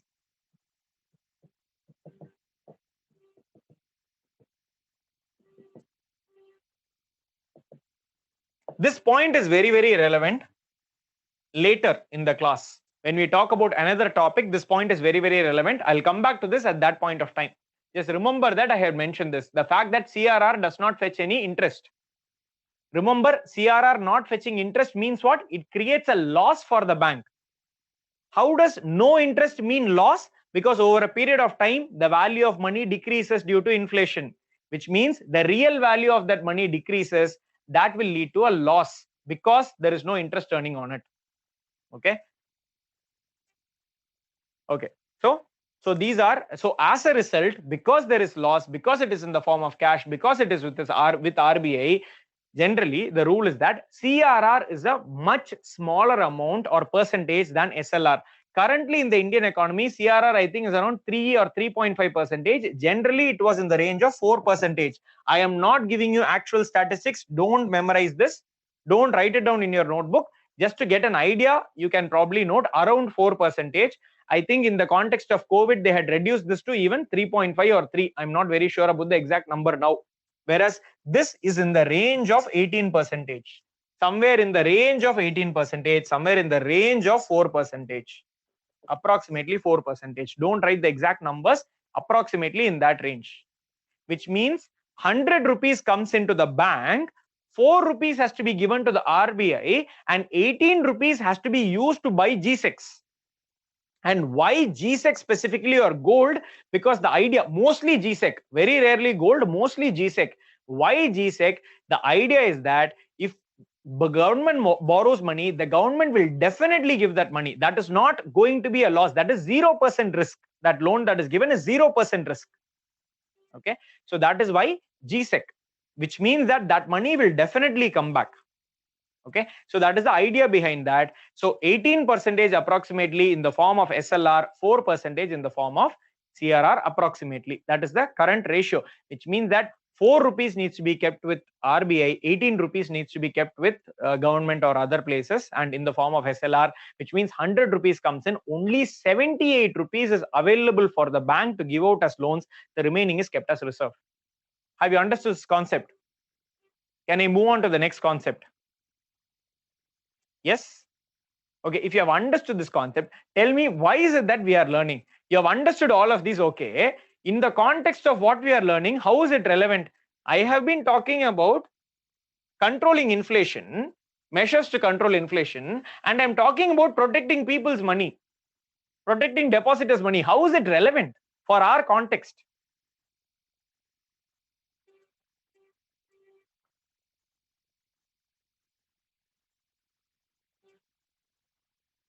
Okay, Rini says CRR and SLR is 3 and 18.5. I'll still say don't note it down in your notes because it may vary next month or the month after that. So how does it deal with money supply, Shivapriya? Tell me what exactly is done. Archana says increase or decrease in CRR or SLR will affect money supply. Correct. Okay, great. Increasing CRR. So I have got answers from Sri Lakshmi, Muhammad Shafiq. Government can increase. No, Muhammad Shafiq. Government cannot increase. RBI can increase. These are all regulatory measures of RBI. I clearly said measures by RBI. Don't say government here because we have clearly differentiated between government and RBI. Here, government does not act on this. RBI acts on this. RBI can increase the rates to keep the money supply within banks and avoid supply of money in the economy. Perfect, Sadiq. Yes, Rini has answered. Rahul has answered. Correct, Rahul, and Archana has answered. Everyone is correct. So when the CRR is increased, more money needs to be kept as reserve with the RBI. When SLR is increased, more money needs to be kept as reserve in the form of security. So it goes into the government. The bank has less money to lend. I told you 100 rupees comes in, only 78 rupees is available to lend. If that rate is increased from 22% to 25%, instead of 78, only 75 rupees is available. If it is increased to 30%, only 70 rupees is available. So as the rate increases, the money supply in the economy is likely to go down. So that is the idea here. As variable reserve ratios go up, money supply comes down. All of you have answered. You have given me the right answer. So it's very good understanding on your part.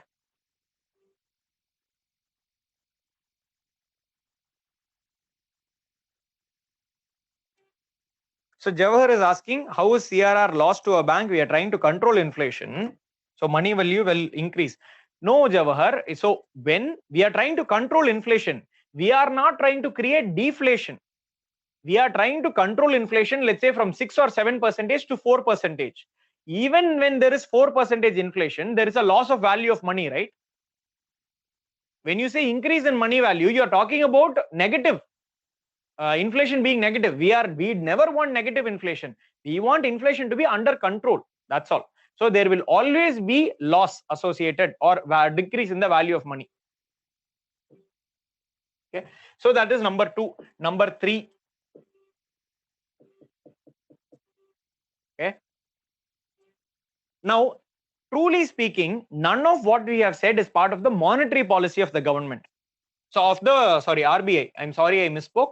None of this is actually part of the monetary policy of the Reserve Bank of India. Although we call it as monetary measures, when we purely speak about monetary policy, when we speak about dear money policy or cheap money policy, what the Reserve Bank of India is actually referring to is interest rates in the economy. And these things don't necessarily directly attack the interest rates in the economy. If you look at open market operation, it is not a regular feature.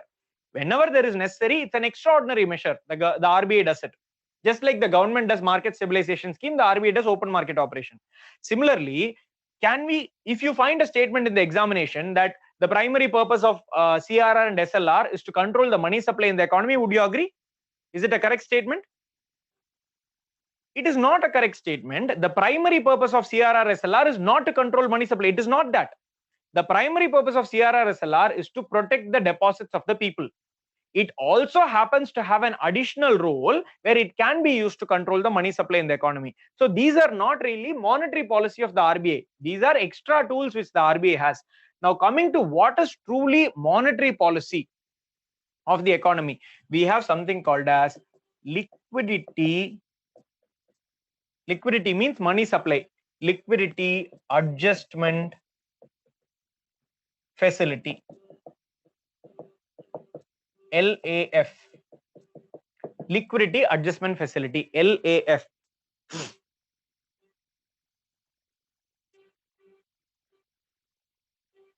Shivapriya, the difference between market stabilization scheme and open market operation. Number one, in market stabilization scheme, the government issues, if it is issuing, it issues new government securities.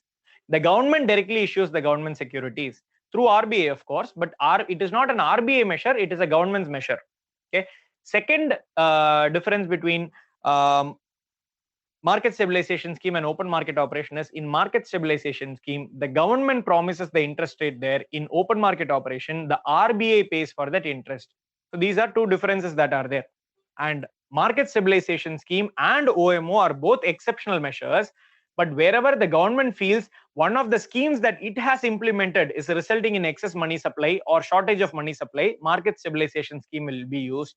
Whenever RBI feels there is a normal, without the government interference, as a result of normal measures, as a result of monetary policy, there is excess money supply, the RBI may resort to open market operations. Okay. All right. What is the primary purpose of open market operation? See, primary purpose is to control money supply, but it is not a regular measure. It is an exceptional measure. It is not a regular measure. It is only an exceptional measure. Be it, see, the open market operation or market stabilization scheme, the primary and the only objective is to control money supply in the economy. But that is not a regular feature. That is an exceptional measure, which is why we cannot treat that as part of monetary policy. RBI doesn't resort to OMO on a daily basis or on a monthly basis. Whenever it feels no other measure can immediately impact the money supply, only then it will resort to those measures. So what is the regular, more acceptable way of controlling money supply in the economy? It is liquidity adjustment facility. Shivapriya, I hope the difference that I told you is sufficient. Now, liquidity adjustment facility, we are talking about two things inside it. One is called as repo rate and the other is called as reverse repo rate. Welcome, Shivapriya. Okay. Repo rate, the definition for repo rate, I'll dictate you, right? Okay. Repo rate is the rate at which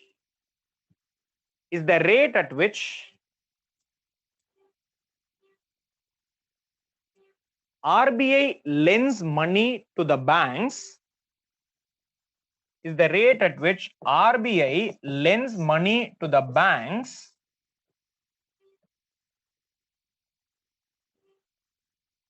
by mortgaging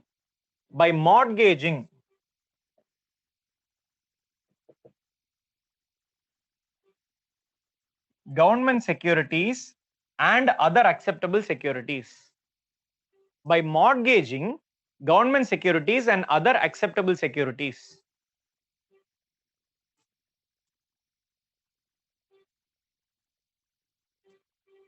It is the rate at which RBI lends to banks through a mortgage of government securities and other accepted securities. What are these other accepted securities? RBI will tell from time to time. In addition to government, some private securities may also be allowed by RBI. If they feel the private securities issued by some companies are trustworthy, they may agree. Okay. So let us go into the depth of this mortgaging concept. Mortgaging means what? You want to borrow some money from a bank. The bank will say, give me a mortgage. You might have to take your land document or house ownership document or registration certificate of your vehicle, give it to the bank and say, in case I default on my loan, you can take this. they will insist on that. Okay, that is called as mortgaging or providing a security. Okay, so what is repo? Repo is actually a short form of repurchase agreement, repurchase option, actually repurchase option. P for purchase, O for option, repurchase option. So what is meant by repurchase over here? When banks require money, banks will go to the RBI, banks will sell their government securities and get an equivalent amount of money, with a prior agreement that on a set date, the bank will repay the money and repurchase the government securities from the RBI. The idea is simple. Bank wants money, bank goes to RBI, says, take these G-Secs, give me money. But it is not a permanent sale. The idea is that after a fixed date, the bank will return the money and repurchase the government securities from them. We are calling that as mortgaging, because it is just a temporary setup. It is just a temporary transfer of G-Secs. So we call it as mortgaging. The RBI will not lend money without a security to any bank. So it is asking for G-Secs as security over here. Now, what is reverse repo rate? Reverse repo rate is the rate at which RBI accepts deposits from banks through a mortgage of government securities and other accepted securities. RBI accepts deposits from banks. So if the banks feel, I have a lot of excess money with me, I am not able to find lenders, where do I go? Because I need to make, as a bank, I need to make some money, right? RBI says, fine, you come and deposit it with me, I'll give you an interest. So that interest rate is called as reverse repo rate. In CRR, no interest. In this is also a deposit with the RBI by the banks, but there is an interest. What is the interest? Reverse repo rate. And funnily enough, even when the banks are giving money to the RBI as a security, the RBI will provide government securities. RBI will have some G-Secs in its hand. It will provide that as mortgage, just like an equal measure there. Bank needed money from RBI, bank had to provide G-Secs. RBI is taking money from banks, RBI has to provide G-Secs as mortgage. That reverse direction, this was between bank borrowing money from RBI. This is RBI in a way borrowing money from banks. So it is reversed.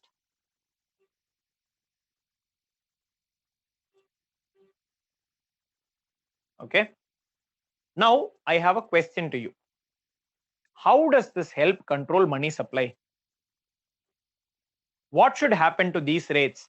Should the repo rate increase or decrease? Should the reverse repo rate increase or decrease? First, let's look at repo rate. Answer only repo rate. Should the repo rate increase or decrease? People on video, thumbs up, thumbs down. Other people, you can say increase or decrease. Okay, Rini says increase. Okay, Sri Lakshmi says increase. Archana says increase. Jawahar waiting for you. You are looking away. Okay, increase. Okay, fine. Other people, Vamshi, increase repo rate. Kishore says, yeah, okay, repo rate has to increase for inflation to decrease. Okay, fine. So 2 people have answered there. Others are not responding. Okay. So now coming to repo rate. When the repo rate increases, understand this, when the repo rate increases, what happens? The banks will have to pay more to borrow from RBI.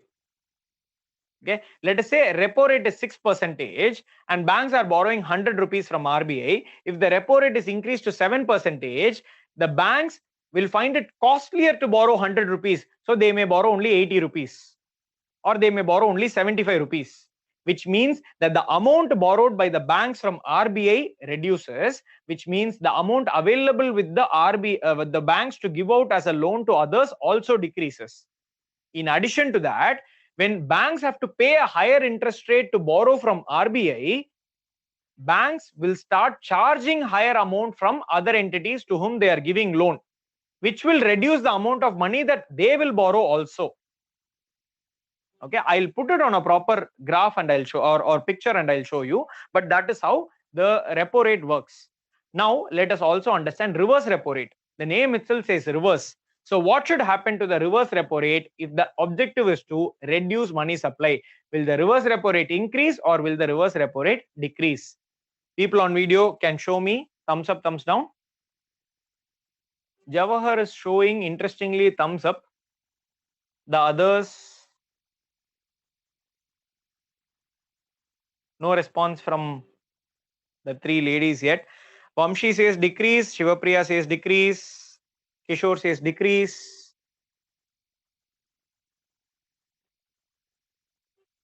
Video people looking at you, decrease, says Sri Lakshmi. What is it, Rini? Up or down? You have to show me with hand. I see you speaking, but I can't hear anything. Okay, you're still thinking. Okay, fine. Don't want to take the bait, I think, a couple of people. But anyway, no issues. The answer is, think logically. This also has to increase. Okay. Why so? Why so? RBI is offering some interest rate to the banks, saying you come and deposit with me. RBI is trying to reduce the money supply. If RBI is offering 6%, they are depositing 100 rupees. When RBI offers 5%, will they deposit more or less? When rate decreases, the bank will deposit less, which means more money in the hands of the banks, they lend more. When RBI is promising to offer 7%, our banks will come and deposit even more money. So less money in the hands of the banks, less money in the economy. So even this has to increase. Told you this to all those people who said decrease. This is the logic. That don't be misled by the term reverse. I intentionally laid a trap for you. Think of it logically. I said the word here is reverse, but that was a trap that I laid in which you conveniently came and fell. The reverse word here refers to the direction of flow of money. Conventional flow of money, RBI to banks, reverse, banks to RBI. That is why reverse. Reverse doesn't mean that the interest rate works in reverse direction. As a matter of fact, all the interest rates in the economy tend to work in the same direction. I'll give you an example now. How important is repo rate in the economy? Why is repo rate called as the monetary policy rate in the economy? You have to understand that this repo rate is also called as the monetary policy rate. So this is the monetary policy actually. Whatever is the repo rate is an indication of the monetary policy in the country. One second.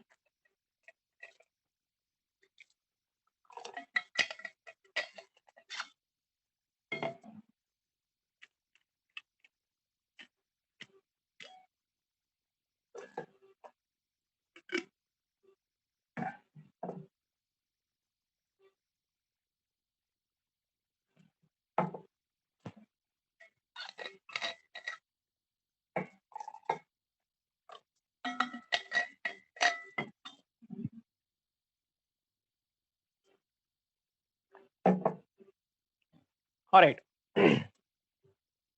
There is the Reserve Bank of India. There is the bank.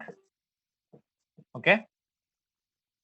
There are depositors. Then there are, okay, let me remove the arrow. Arrow, will use it based on convenience. There are depositors. Then there are lenders. Now, how am I differentiating between depositors and lenders? I am talking about, by depositors, households going and depositing. By lenders, you remember in the money chapter, I told you, banks tend to borrow money from other non-banking financial companies. That is why I'm differentiating between depositors and lenders. Okay. And then there are borrowers from the bank. Okay. These are the different entities that are there. Let us say, now let us talk only about the repo rate to begin with. Repo rate is the rate at which RBI lends money to banks. Okay, repo rate. Let us say repo rate is initially 6%. Initially it is 6%. When the repo rate is 6%, which means, see, if the repo rate is really low, okay, if the repo rate is really low, 6%, and let us say the depositors are charging depositors are saying, in order to deposit money, I require 7%. Lenders are saying 8%. So this is the rate at which bank borrows money.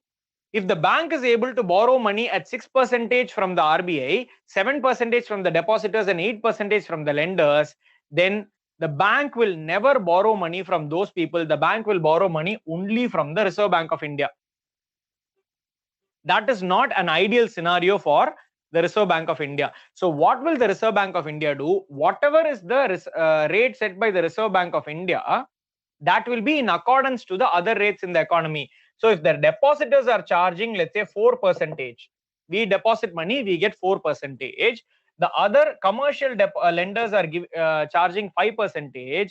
To ensure that the banks don't rely on the RBI for their money, the RBI will charge a higher percentage than that. Now what will happen? The bank will go to the depositors, try to get some money. The bank will go to the lenders, try to get some money. When it doesn't have enough money, only as a last measure, it will try to go to the RBI.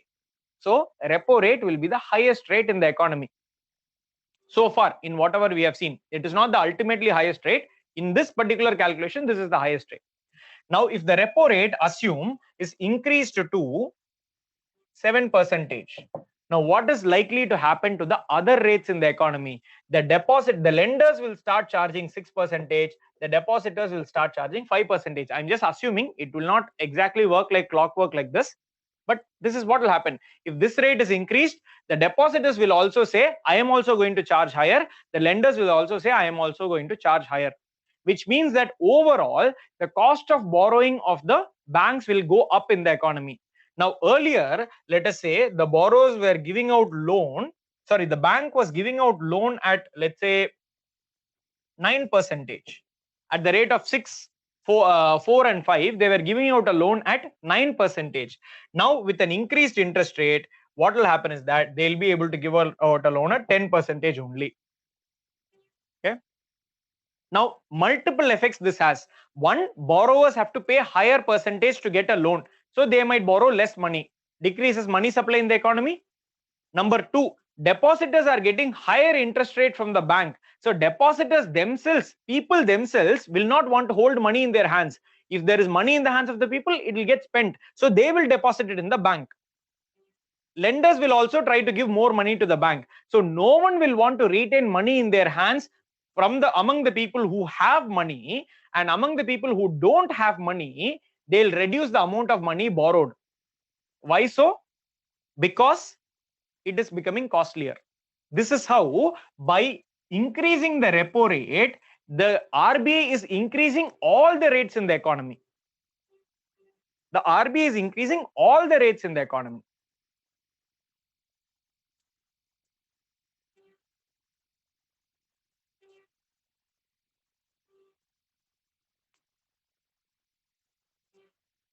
Okay. Similarly, now look at the other side of the scenario. Reverse repo rate.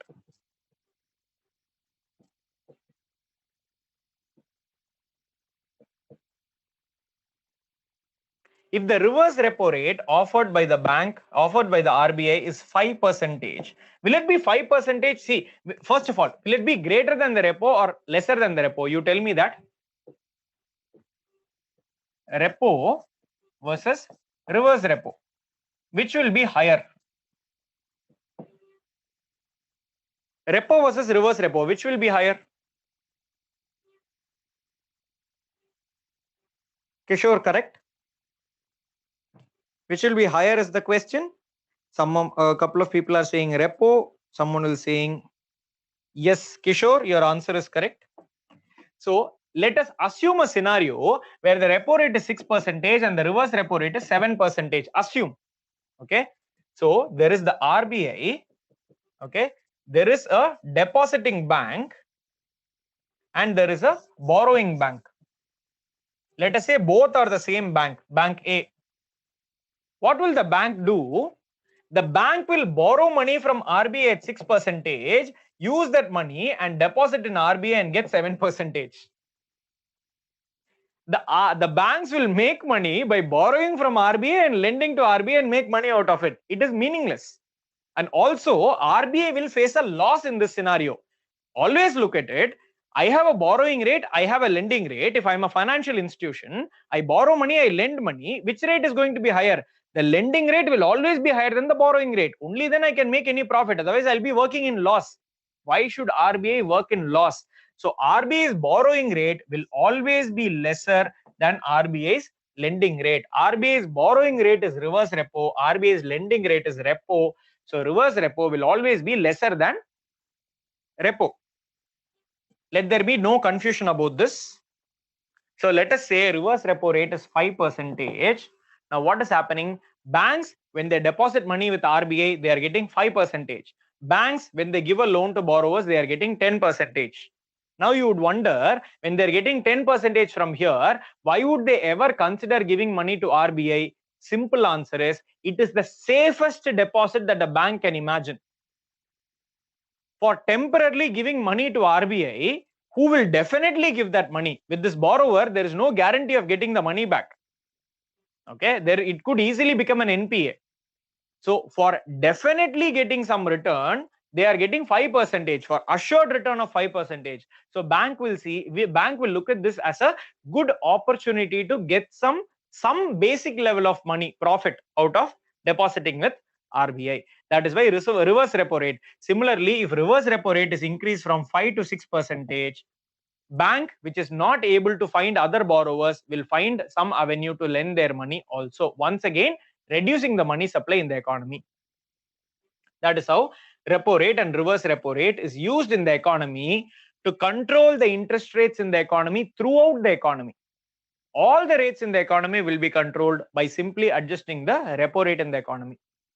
Repo rate will lead to the bank's lending rate, bank's borrowing rate, everything adjusting, everything changing in accordance with the repo rate. In theory, whatever I am saying is in theory. In practice, there is likely to be some mismatches about which we'll discuss later. In theory, this is how it is supposed to work. Okay. Having told you all these things, I also want to tell you one more thing.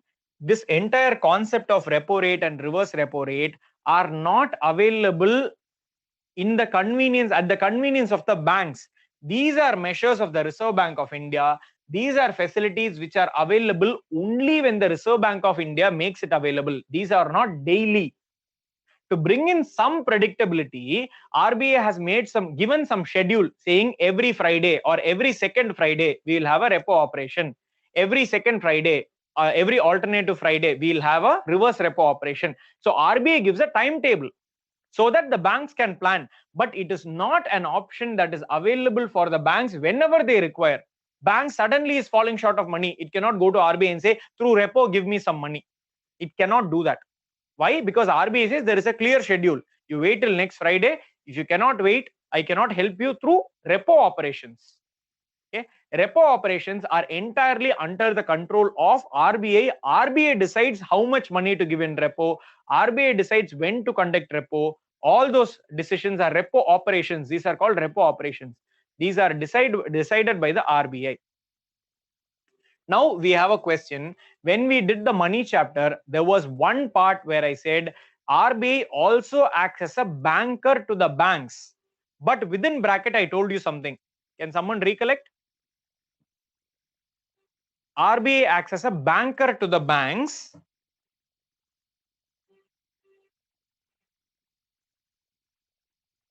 But I told you within bracket, there is something that I had written.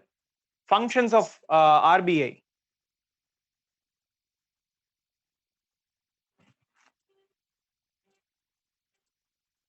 Correct. Archana, lender of last resort. I was talking about banker to the banks, not banker to the government. In its role as a banker to the banks, first of all, it is not a regular lender and depositor from a bank's perspective. The bank cannot depend on RBI for its banking activities. Only as a last resort, when the bank doesn't have any other alternatives, the bank can go to RBI and says, please help me out of the situation. Okay. So that is the only situation where they can do that, which means that the banker to the government has no role here. I am talking only its role as a banker to the reserve, banker to the banks. It acts as a lender of last resort. We'll discuss about that now. coming to one comment by Rini. Rini, you talk about bi-monthly operations. You're talking about monetary policy committee. I'm talking about repo operations, which is not necessarily the same as monetary policy committee. Monetary policy committee decides what the repo rate is going to be. Rate is what they decide, but these repo operations happen on a weekly basis or a bi-weekly basis. Okay, coming to the next part, which is number, what is the number? Number 4. Number 4. Okay, something called as SLR is okay. Marginal. For a second, I completely forgot the name. Marginal standing facility. MSF. Okay. I don't know if you are familiar, but there is something called as standing facility or standing instructions, which means that it is applicable under all circumstances unless any change is made. For example, let us say you have borrowed some money from a bank and you have to repay. Instead of going to the bank and repaying every month, you give a standing instruction to the bank saying that you can deduct this amount of money from my account every month. Those are called as standing instructions. You subscribe to Amazon or Netflix and all those, they'll have a provision by which they say every month or every year we'll automatically deduct money unless you come and give instruct us not to. Those are called as standing instructions to make it easier for you to do these payment activities. So that is called as standing facility. What is standing facility here? Marginal standing facility here. The RBI says to the banks, I have promised to be a lender of last resort to you. Okay. If you are ever in trouble where you feel that you have exhausted all other possibilities, you don't have anywhere else to go, you can come to me, I will help you out. That is what the RBI says as a standing facility. It is available at all times. Bank has tried getting money from depositors, it is not getting. Bank has tried getting money from other banks, it is not getting. Bank has tried getting money from other financial institutions, it is not getting. It is not getting enough money. Okay, it urgently needs money. So what the Reserve Bank of India says is that at the end of the day, to ensure that they come only as a last resort, two measures are adopted by the RBI. First of all, it will allow MSF transactions. MSF is also the same definition as repo. Whatever you have written as definition for repo rate, it's the same. It is the rate at which banks borrow money from RBI. Okay, banks borrow money from RBI by mortgaging government securities. Okay, the difference is repo was available only when the RBI made it available, which is why in the definition of repo, I told you it is the rate at which RBI lends money to banks. I didn't say banks borrow money from RBI. Both are the same meaning. I wanted to convey the fact that RBI is the one which is controlling. So I said RBI lends to banks. Here, MSF, I'll define it as it is the rate at which banks borrow money from RBI by mortgaging government securities, but only as a last resort measure. How to ensure that? Two measures. One, MSF facilities are offered daily, but only at the end of the day. End of the working day means 5 to 5:30 or 5:30 to 6, something like that, in the evening, which means end of a business day. You have seen this, right? In banks, bank shuts down at 2 or 2:30 or 3, and then after that also they sit inside. And I spoke about this in Call Money.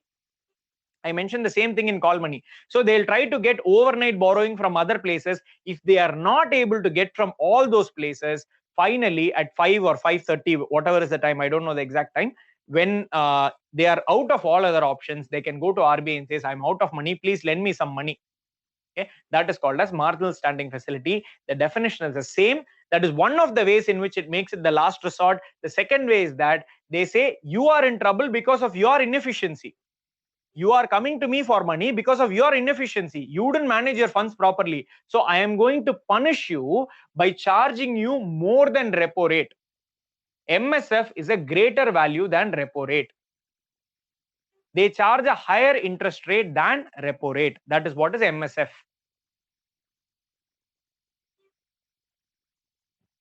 Okay, marginal standing facility.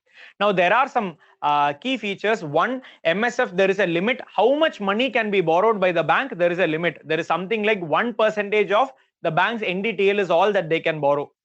There is something like that. And also they can use their SLR G6 in this mortgage. In repo mortgage, they cannot use their SLR securities. Here, they can even use their SLR securities because it's an urgent situation. In SLR, there are some securities, right, that can be used as mortgage over here. Okay. An interesting point of note here is that both repo, all three, repo, reverse repo, and MSF, the duration of these loans are generally overnight, 1 day. The borrowing happens for 1 day. Now, this is interesting. Why would a bank require for 1 day with repo operations and all those? Idea is, first of all, balancing mismatch. That is why they use. But more than that, when we say it is 1 day, it doesn't mean that the bank will return in 1 day. It means that the interest rate is calculated on a daily basis, just like I spoke about in call money operations. Interest rate is calculated on a daily basis.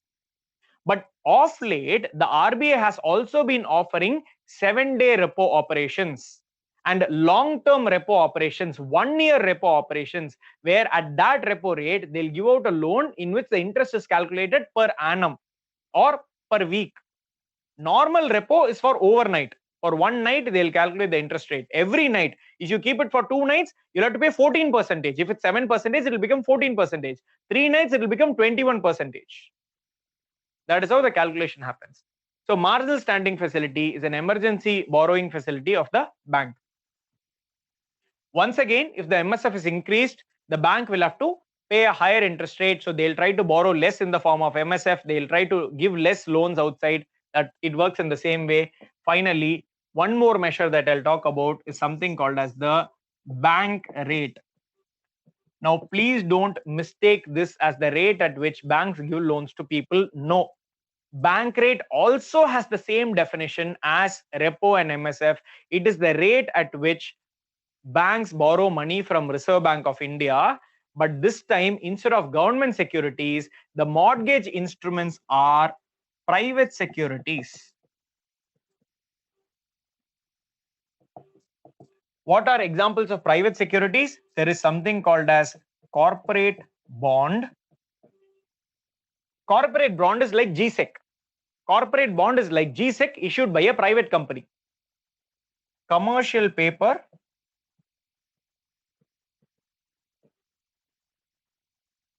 Commercial paper is like T-bill issued by a private company, short term. This is long term. This is short term. Okay, this is long term. This is short term. Like T-bill, less than 1 year duration. Or bills of exchange.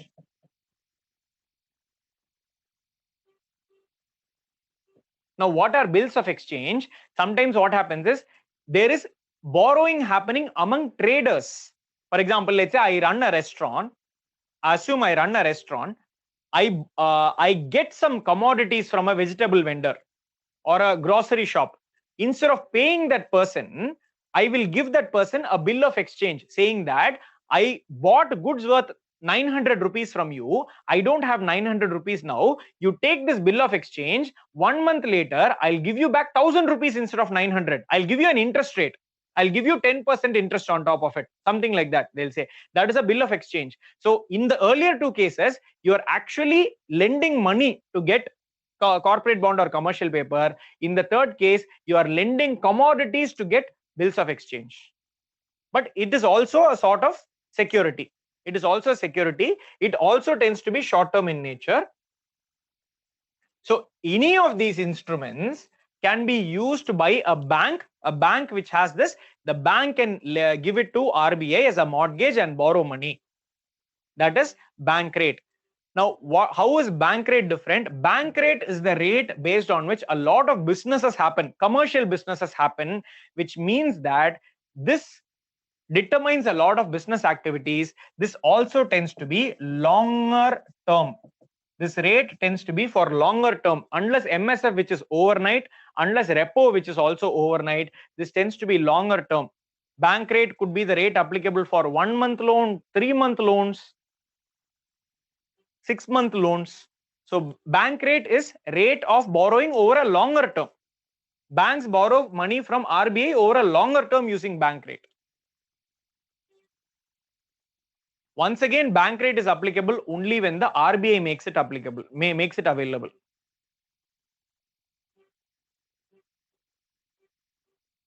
Okay. Now, let us look at how these rates stack up. There is something called as repo rate. Okay. There is something called as reverse repo rate, which is lesser than the repo rate. There is something called as marginal standing facility, which is higher than the repo rate. And there is also the bank rate, which is higher than the repo rate. And these two are equal. Normally, the bank rate is aligned with the MSF. Whatever is the MSF, that is the bank rate also. Till the COVID situation came and complicated everything, there was a clear pattern to all these. If the repo rate was 6%, the reverse repo rate would be 5.75%, and the MSF and bank rate would be 6.25%. There was a link that automatically the difference between this and this would be 0.25%. Okay, that prior this has been there for the last 1.5 2 years. Prior to that, there was a link that if this is 6, this will be 5, this will be 7. The difference was 1. They reduced it to 0.25 about a couple of years ago. So if you read a lot of textbooks, they'll say the difference between them is 1 percentage point. That is not true. It was 0.25, the difference between the two. But currently in the economy, because of COVID and all the situation, it has gone haywire. They are separately declaring all these things. Normally, what RBI would do is RBI will declare the repo rate. RBI will say we have increased the repo rate from 6% to 7%. What should we understand? We should understand that this has also increased to 6.75. This has also increased to 7.25. That is understood.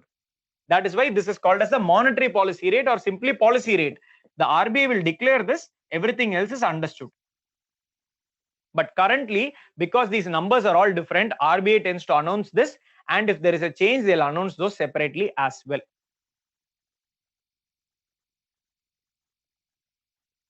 Okay.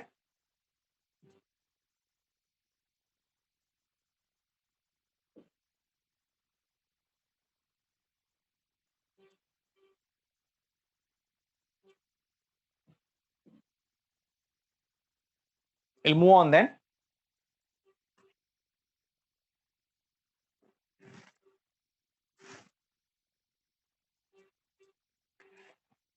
Whatever we have learned till now are the various measures of Reserve Bank of India in controlling the money supply in the economy. They are directly trying to control the quantity of money in the economy. So we can also refer to these as, all of these as quantitative measures. Because the quantity of money is what we are trying to counter. Quantitative measures to control money supply in the economy. Why I am telling you this is, subsequently, after say 5 minutes or after 10 minutes, we will be learning about qualitative measures also. But before we go to qualitative measures, there is one more heading that we'll have to learn about, something called as monetary policy transmission mechanism. It is also referred to as monetary transmission mechanism, MTM, monetary transmission mechanism.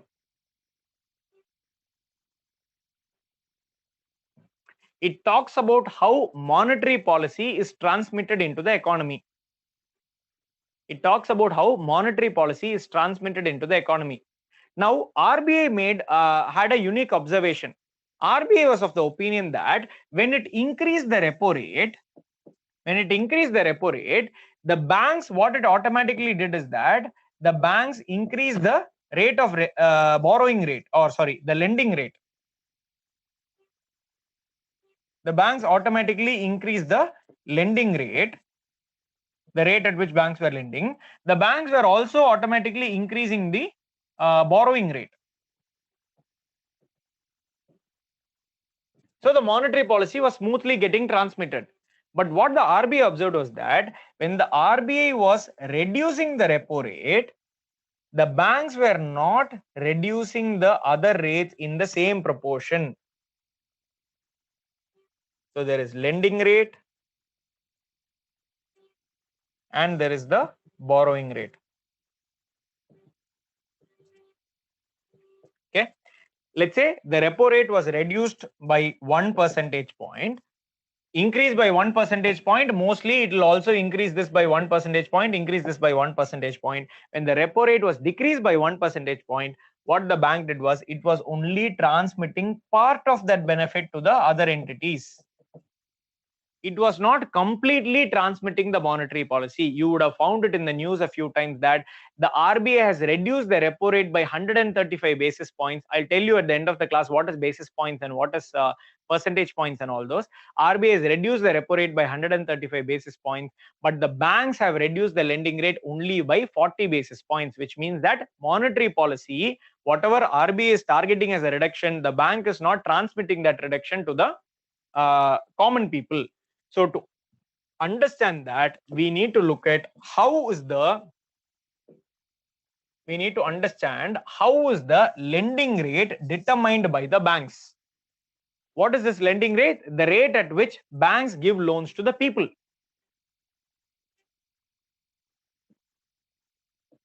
So lending rate of banks. Okay. First, we learn about something called as prime lending rate. Okay.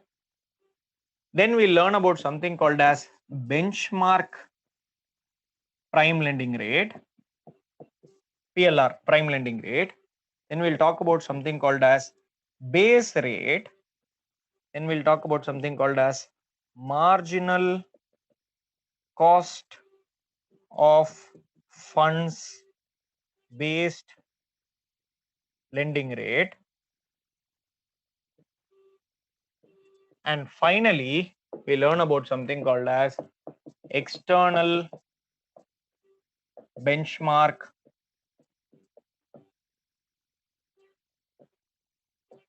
based lending rate.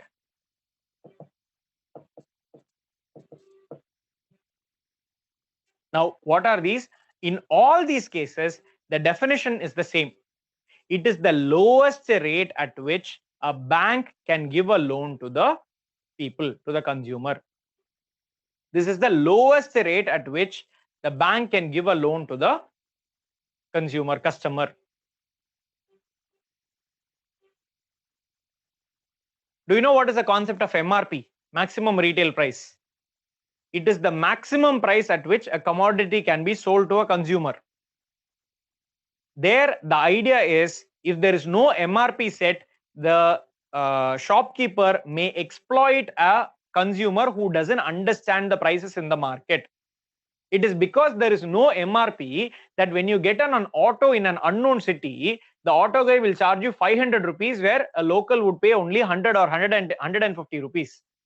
Because there is no MRP. If there is no MRP in the stores, the same exploitation will happen with respect to all the goods also. So to prevent that, there is something called as MRP. Now, while coming to the banking system, because of the existence of a lot of banks and because of heavy competition, what normally tends to happen in banks is they keep on competitively reducing the rates. They say, come to our bank, we'll give you loan at 10%. Someone will say, come to our bank, we'll give it 9, 8, 7, 6. The competition will go on. You already see that in Flipkart and Amazon, right? Normal stores are trying to make profit. Amazon and Flipkart are saying, we'll give you discount. You come to us. Now, Amazon and Flipkart give such discounts. Let's say they fail. There is nothing that the wider economy is going to suffer because it's a private business decision they take. Even there, the government is bringing in anti-competitive practices, saying unfair discounts should not be given and all those. But when it comes to the banking system, imagine a bank keeps on giving loans at extremely low interest rate, like 4%, 5%.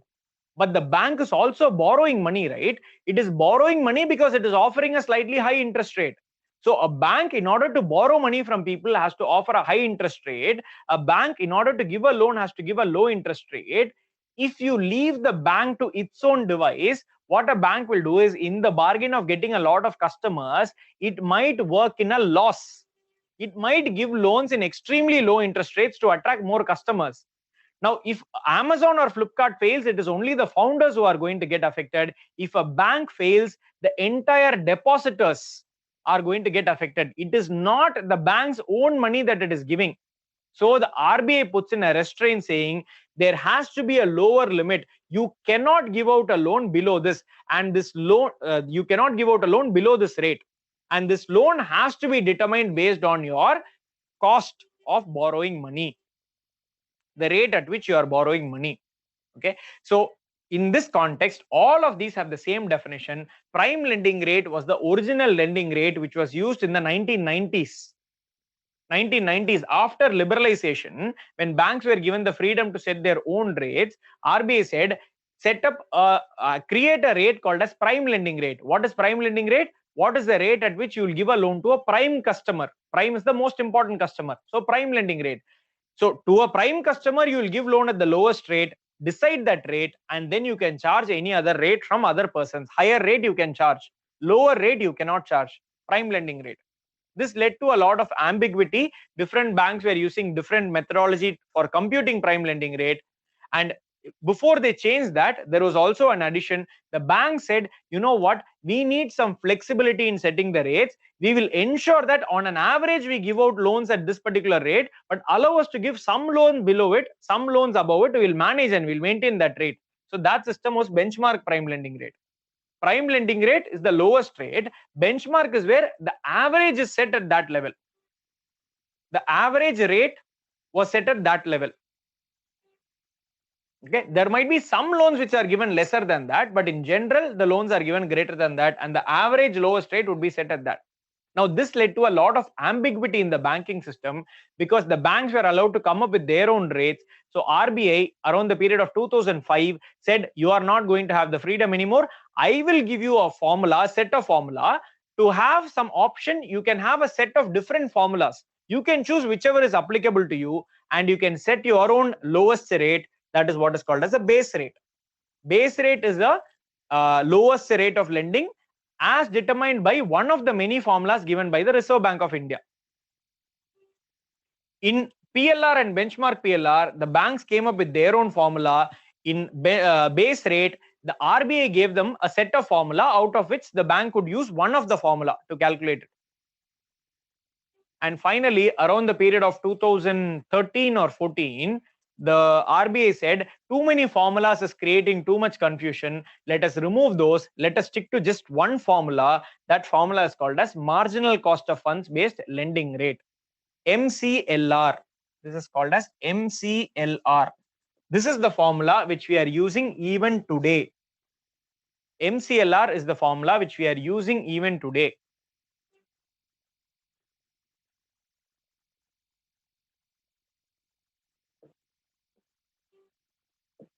What is MCLR? MCLR, I'll just give you an overview of the components inside MCLR. Number one component, see, lending rate has to be decided. The lowest lending rate has to be decided. What are the factors which go into it? Number one, marginal cost of funds. So, marginal cost of funds. Second one, operational costs. Third one, negative carry due to CRR. And number four, tenor premium. I'll explain each of these. Okay.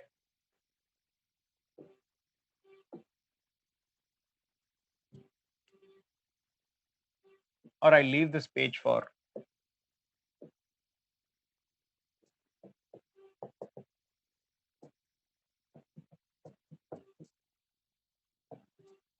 First, we need to understand what is meant by cost of funds. A bank receives money, the interest rate that it has to pay for that is what is called as the cost of fund.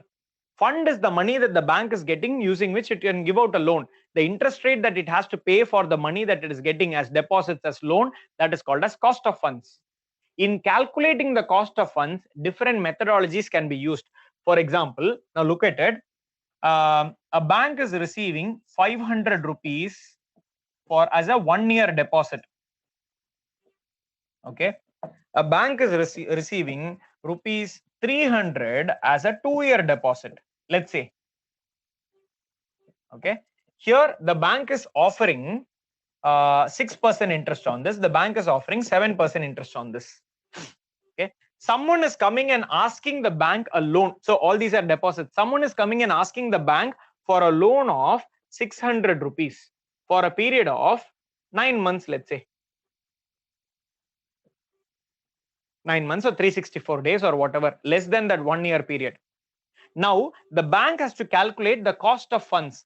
Out of the 600 rupees, 500 rupees it can take from the 1-year deposit, because with that 1-year deposit it can give out a 9-month loan, but 100 rupees it has to take from the 2-year deposit. Now there are different ways of calculating the cost of funds. In a conventional method, something called as the average cost of funds based method, what they'll do is they'll say 6 plus 7 is 13 by 2, 6.5. They'll say 6.5% is the interest rate. That is average cost of funds method, but that is not what is used here. They are saying out of the 600, 500 rupees can be obtained at 6%. Only 100 rupees needs to be obtained at 7%. So let's calculate separately 6% for 500 rupees and 7% for 100 rupees, and let us arrive at a rate. It will be something less than 6.5. It will be 6.2 or 6.3%, because out of the total money, only 100 rupees is coming at a rate of 7%. This calculation is called as marginal cost. Marginal cost means additional cost or cost of acquiring additional loans. Only the additional loans, whatever is the cost, that is marginal cost. Okay, that is what is marginal cost. So that is the concept of marginal cost of funds. So why am I explaining this to you? To understand the concept of marginal, but essentially the idea is cost of funds, based on the cost of funds. Okay, that has to be considered. So how much is being spent on getting the money? Number two, how much money is spent on managing this money, to the banking staff, to the security features, to the computers and all those overall operational expenditure in managing that money. How much money is the bank spending? So that is its operational cost. That should be considered. If 100 rupees comes into the banking system, 4 rupees needs to be kept as CRR, which is creating a negative value where there is a loss of value. Remember, I told you earlier, if you keep CRR, there is a loss of real value of that money. So whatever is the loss of that value, that can also be collected from the borrower. So that is negative carry due to CRR. Whatever is the negative, this is why I told you, later I'll come back to this topic. So there is a negative value because of that CRR being maintained. Whatever is the perceived loss of that value, that can be collected. This is in a way reflection of the inflation. Okay, based on these three, you can set the rate at which you are going to lend. But once again, one more option came into the picture. Think of this. Let us say you own a car. One friend of yours comes and says, can you lend your car for 1 day? You say, okay, fine. You take my car, be safe. Another person comes and says, can you lend your car for 1 month? Now you are thinking, okay, be very, very careful. Update me what's happening. Another person comes and says, can you give my car? Can you give your car to me for 1 year? Now, if you are giving your car for 1 day, the risk associated with it something. If you are giving your car for 1 week, or say let's say 1 month, the risk is something. For 1 year, the risk is something. Risk is lesser for lesser duration, higher for higher duration. Similarly with loans, when the bank is giving out a loan for lesser duration, tenor means term or duration. When the loan is being given for lesser duration, charge lesser interest because the risk is lesser. If the loan is for higher duration, charge higher because higher risk.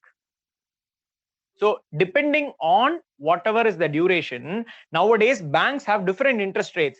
Banks have MCLR for 30-day loans. Banks have a different MCLR for 90-day loans. Banks have a different MCLR for a 1-year loan. So different MCLRs for different tenors have to be declared in the bank's website. There is no necessity that the bank has to give a loan at that particular rate. But you as a consumer can go and bargain with the loan at that low rate. You can say, this is your MCLR. If you don't give me, I'll go to that bank. They are giving me, offering me a loan at this particular rate. So that is why MCLR will come in handy. It brings some transparency.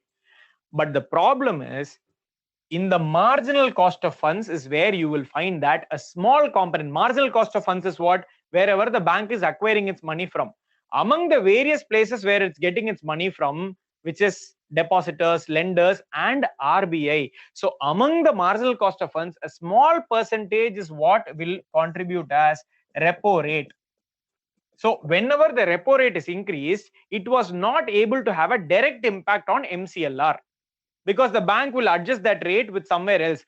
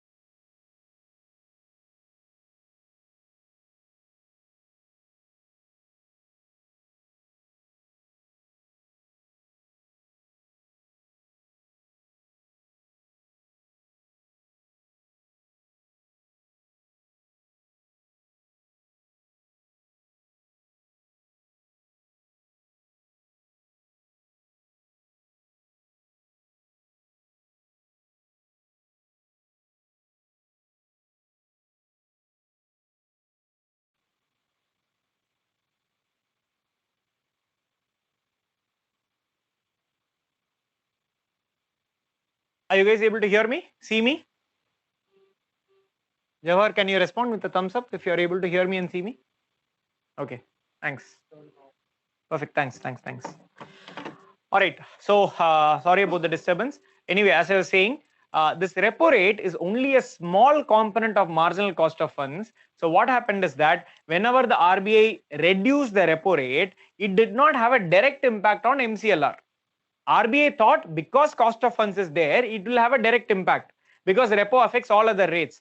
But the banks adjusted those rates by adjusting their operational cost or some other cost like that. So it was not, the monetary transmission mechanism was not happening effectively with MCLR. So as a countermeasure to that, RBI last year took a measure and said that, okay, let us continue with MCLR in general in the economy, but for certain types of loans, like loans towards MSMEs or infrastructure projects, specific loans, we will follow something called as external benchmark based lending rate. External benchmark based lending rate. Okay. So what is external benchmark rate? In external benchmark rate, if you look at the MCLR, in MCLR, all these are internal factors of the bank.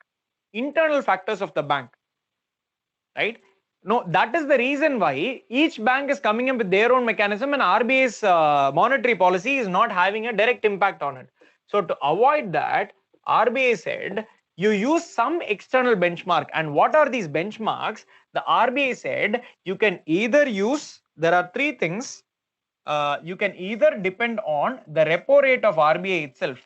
Whatever is the repo rate, in addition to that, you can add your operational expense or one small profit margin, not operational expenses, your profit margin that you want, and you can set your lending rate, your external benchmark based lending rate.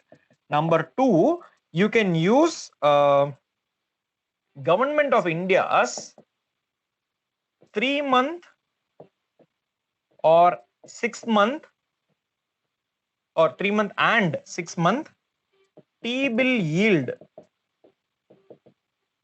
But T-bill, you already know, does not have an interest rate associated with it. It works on the concept of issued at discount, redeemed at par, which means that some organization has to, on an average, calculate what is the yield rate out of it. Now, what is this yield rate? It is calculating the interest based on the profit that is generated. So there is no interest associated, but it can be calculated based on how much is the auction price and all those. So yield as published by an organization called as Financial Benchmarks India Private Limited. FBIL, Financial Benchmarks India Private Limited, or third one, any other benchmark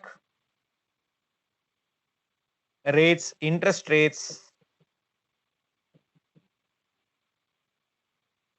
published by FBIL. Any other benchmark interest rate published by FBIL. So these are, repo rate is given by the RBI.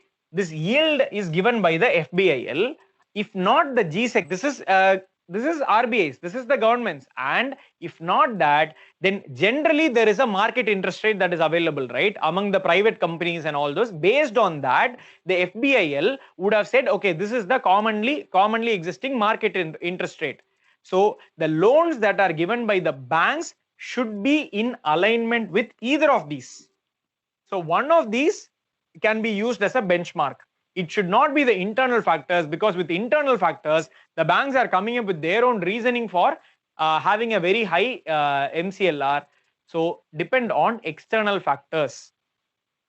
Initially, when it was launched, it was compulsory, but only for certain types of loans to MSMEs and infrastructure projects. Gradually, they gave the permission to banks to entirely move towards external benchmark loans. That, so if a bank chooses, it can choose not to use MCLR at all. MCLR has become optional in the banking system now, but it continues to exist. If a bank wants, for loans in which external benchmark is not mandated, the banks can continue to use MCLR if they want. It's up to the bank. Okay, so this is about monetary policy transmission mechanism.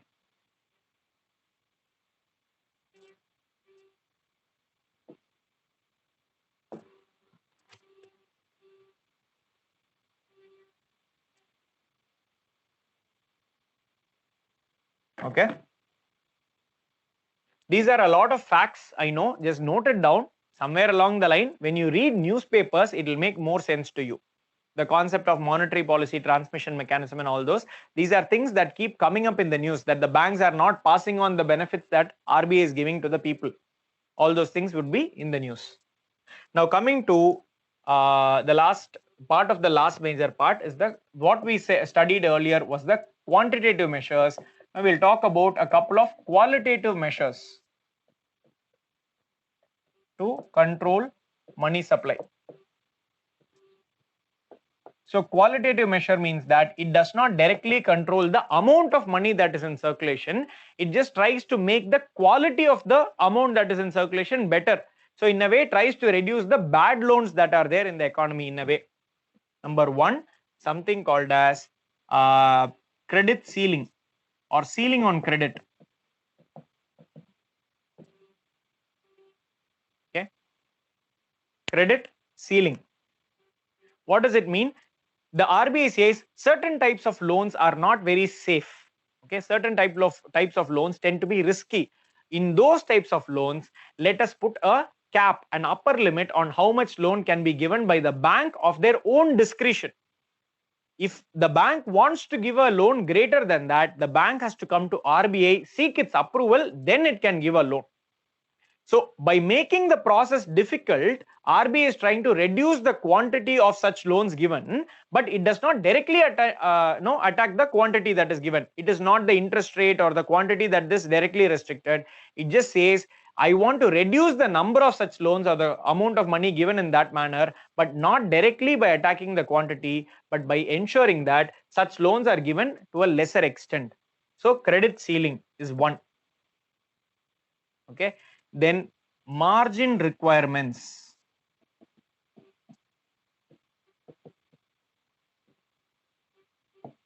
What is this margin? See, whenever you are applying for a loan, let's say you are buying a car. If the value of the car is 8 lakhs, the bank will say, we cannot give you a loan of 8 lakhs. We can only give you, let's say, 5 lakhs, or forget the exact amount. The bank might say, we'll give you 70% of this money as loan. 70% of this money as loan, which means 6.3 lakhs is what they can give us loan. The remaining you will have to put from your own, or is it 6.3? No, it's not 6.3. Sorry, my mathematics is actually very troublesome. It is 5.6 lakhs. Okay, sorry about that. 5.6 lakhs is what will be given by as a loan by the bank. Okay, so they will have conditions like only 70% can be given as loan. Why does the bank say so? The bank is of the opinion that even if the bank were to seize the car 1 year down the line, they will not be able to get the entire 8 lakhs because it is second hand. So they'll say maximum we'll give you this much. That is all that we'll give. The remaining you will have to put on your own. Similarly with houses. So here this margin may be decreased to 60%. We'll give you only 60%. Okay, will be 60%, or in other words, they'll say how much of a loan can be generated, the quantity of loan, the percentage of requirement would be less. Or look at it from another perspective, how exactly it is considered as margin requirement is, in order to get a loan of, let's say 10 lakh rupees, you need to provide a margin which is greater than this 10 lakh rupees. Let's say it will say 120%. 120% would be something like, you bring a land worth 12 lakh rupees, I'll give you a loan of 10 lakh rupees. Now, instead of this, they may say, you bring a land of 15 lakh rupees, 150%. And then I'll give you a loan of 10 lakh rupees. This is what is meant by margin requirement. Concept is the same, but this is how it works. Whatever is the value of the security that you bring in, they'll say, give a higher security for me to give you a loan of 10 lakh rupees. Okay, that is called as margin requirement. They may increase the margin requirement and they may say only with a higher security you will get the amount that you are asking for. There is something called as moral suasion, then moral suasion, where morally they are trying to persuade the banks by saying these are not the right things to do. Please follow these guidelines. These are the best practices. Please follow those. That is moral suasion. And finally, when the banks don't listen to any of these, direct action will be taken. If the bank is violating some norms of the RBI, when the bank is giving excess money than is required, the bank will go and immediately say, I am going to restrict your activities. I am going to put a moratorium on you because you have given a bad loan. Lakshmi Vilas Bank case and all those things. So that is an example of direct action of where it is not making a general economy-wise measure, it is directly going and attacking one particular bank for violating the norms. So all these are qualitative measures that are there. That is all that we have with respect to qualitative measures. Now coming to terms related to inflation.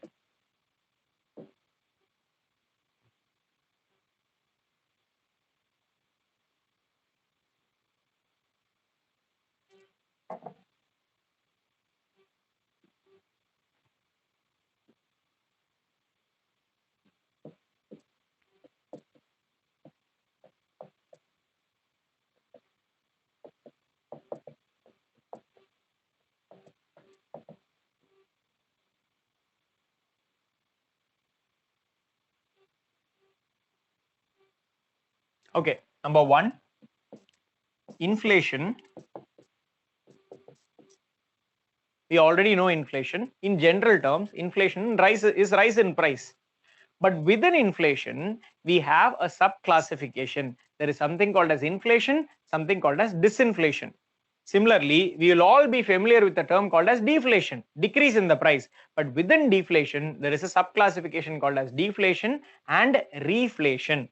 Now, I'll explain it in the form of a graph.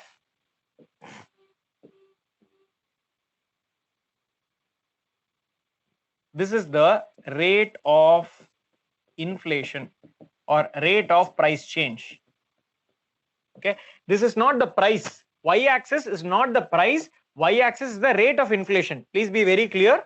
Y-axis is not the price. It is the rate of inflation. So on the x-axis, you have time, over time. Okay, this is the curve that I'm referring to. Okay, now what is this curve? Let's understand with some numbers. Okay, let us say the price of a product is rupees 100 to begin with. The price of a product increases to 105, 115, 130, 145. Okay, so the increase is 5, the increase is 10, the increase is 15, the increase is 15 again. Price increases to 155, increases 10, price increases to 160, increases 5, the price remains at 160, no increase. Okay, now let us say the price drops to 155. So from 160, I'm writing the 160 again here. So it is minus 5. From 155, it drops to 145 minus 10, 130 minus 15, 115 minus 15, 105 minus 10, 100 minus 5, remains at 100, 0. Now, why have I written this elaborate set of numbers? You will notice that in this entire scheme till here, the price of the product is increasing. The price of the product is increasing. This entire scheme can be called as inflation. 100 rupees, 105, 115, 30, 45, 55, 60. Everywhere the price is rising. But within this entire scheme can be called as, or activity can be called as inflation. But within this particular region is where the price is increasing at an increasing rate. So this we'll call as inflation. Here, although the price is increasing, it is increasing at a decreasing rate. The increase is was by 15. The increase is now only by 10. The increase is only by 5. In an economic sense, it is like saying growth and decrease in growth. Last year we grew by 8%. This year also we are growing, but only by 7%, which means there is a decrease in growth. So very similarly, this is inflation. This is disinflation. Inflation is showing a trend of decreasing. Price is not decreasing, inflation is decreasing. So in this graph that I have drawn here, the rate of inflation is increasing. This is inflation. The rate of inflation is decreasing. This is not the price. That is why I specifically say price is not decreasing. Rate of inflation is decreasing. This is disinflation.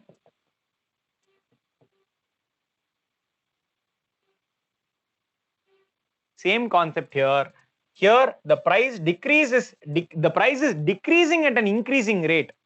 The price is decreasing at an increasing rate, or deflation is increasing. We call it as deflation itself. When the deflation is decreasing, we are saying that there is price is dropping. but price is dropping at a lesser extent. It is showing signs that maybe sometime later the price will start increasing. So it is showing signs of reflation. Price is rising, but is showing signs of probably in future dropping. Price is dropping, but is showing signs of in future it might increase. So this is zone 1, this is zone 2, zone 3 is deflation, and zone 4 is reflation.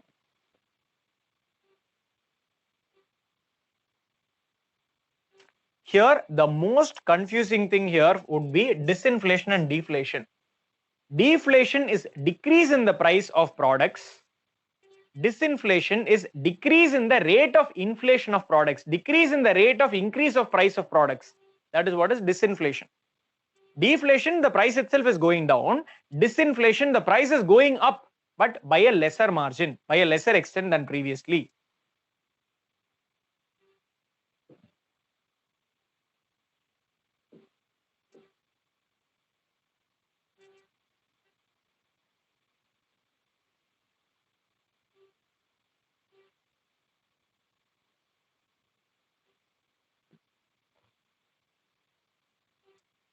Second terminology.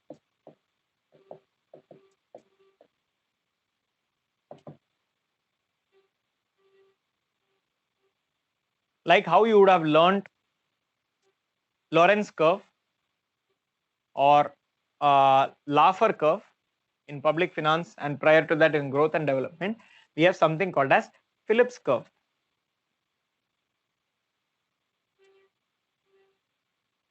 Phillips curve tries to bring a relationship between inflation and unemployment.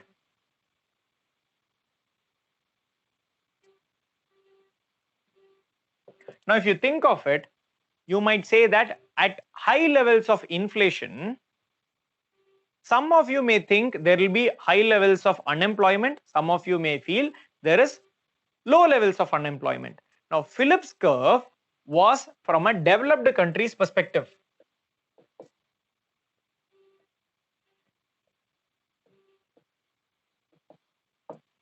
Phillips curve is from a developed country's perspective.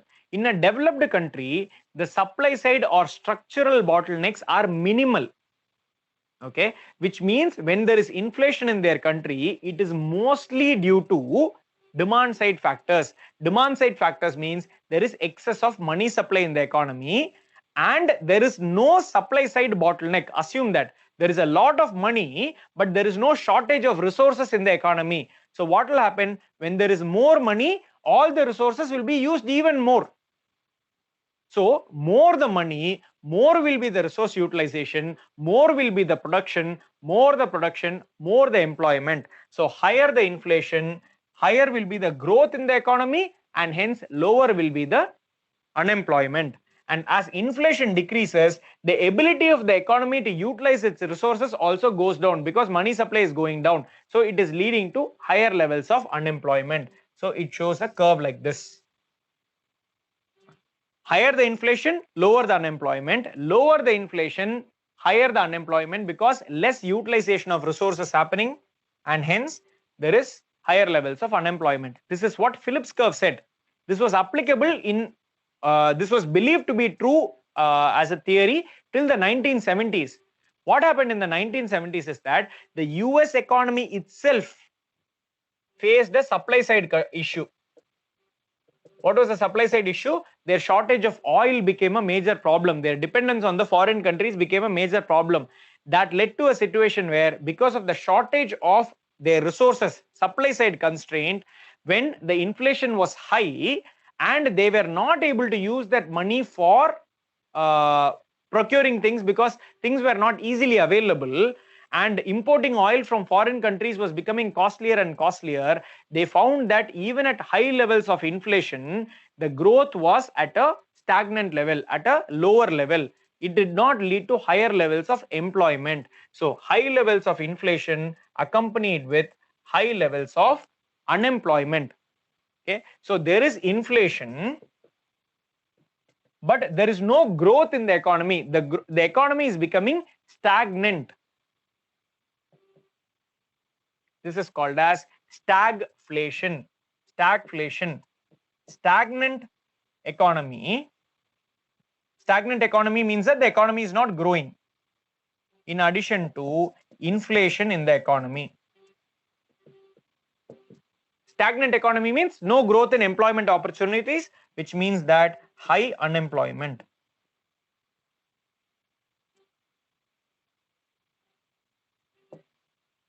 That is the concept of stagflation. I've taught you Phillips curve.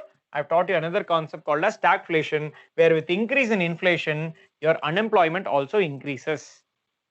So this became more of a truth for developing economies. Developing economies where the supply side factors are leading to the inflation, stagflation turned out to be a truth. Whereas in developed countries where supply side issues were lesser, Phillips curve turned out to be true. These are both theories. There is no absolute truth in any of this. These are observations or theories. That is all that is there with respect to Phillips curve and stagflation.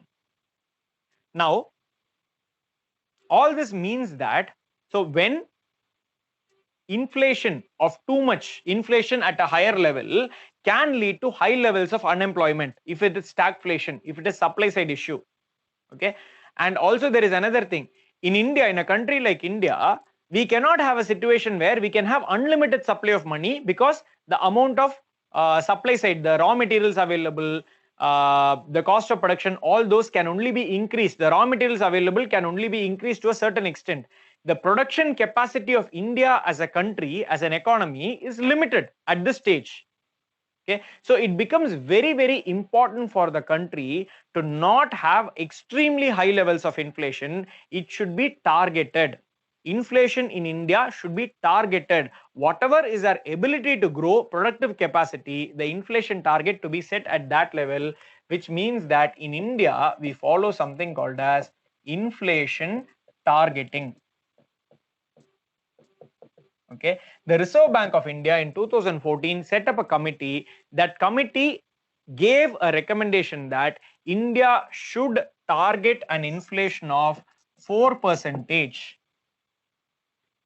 Now, you cannot have a rigid target where if it goes below 4%, it's trouble. If it goes above 4%, it's trouble. So they said with a tolerance of plus or minus 2%, which means the inflation can be say 3% or 2%, or it can be 5 or 6%. That is a tolerance. But ideally, the target is 4%. Okay. If for a continuous period of 2 quarters, if the target is not met, if the inflation is below 2% or greater than 6%, then the Reserve Bank of India governor has an obligation to go to the parliament and give an answer as to why they are not able to control the inflation. Okay, which is why if it is kept exactly at 4, it will become too much pressure on the RBI to maintain inflation at exactly that level. So there is a little bit of leeway given, but it is the RBI's priority that if it drops to 3, immediately they take measures to take it to 4. If it rises to 5, immediately they take measures to bring it down to 4. 4 is the target with a tolerance of 2%. 2% minus and plus is for them to play around with. That is inflation targeting. And how do they target this inflation? How do they do this? They set up something called as a monetary policy committee. Okay, monetary policy committee. Previously, monetary policy was entirely decided by the Reserve Bank of India. Now, after this, since 2015, monetary policy committee, which consists of 6 members, has participants from Reserve Bank of India, 3 people, and Government of India, 3 people. So the 3 people from Reserve Bank of India are: number 1, RBI governor; number 2, one of the RBI deputy governors. There are 4 deputy governors, one of them who's designated for the purpose, and 1 official of the Reserve Bank of India. So 3 people: 1 high-ranking official of the Reserve Bank of India, 1 deputy governor of RBI of India, RBI, and 1 the governor of the RBI. These 3 people are RBI's representatives. from the government of India, there will not be any minister. The government will appoint persons of eminence who are experts in the field of economics, policy making, finance, all those people. 3 people will be appointed by the government. Here, these 3 people will represent the government's view. The 3 people from RBI will represent the RBI's view. But ultimately, this is still an RBI body. Monetary policy is a RBI function. So if there is a situation where they have to decide all decisions based on a voting system, if there is a situation of a 3-3 tie, the RBI governor, who's the head of the monetary policy committee, this committee is headed by the RBI governor, the RBI governor gets to vote once more, called as a casting vote. If there is a tie, the tiebreaker is by the RBI governor, which means that the RBI is superior in this body. Okay, so that is called as inflation targeting in India.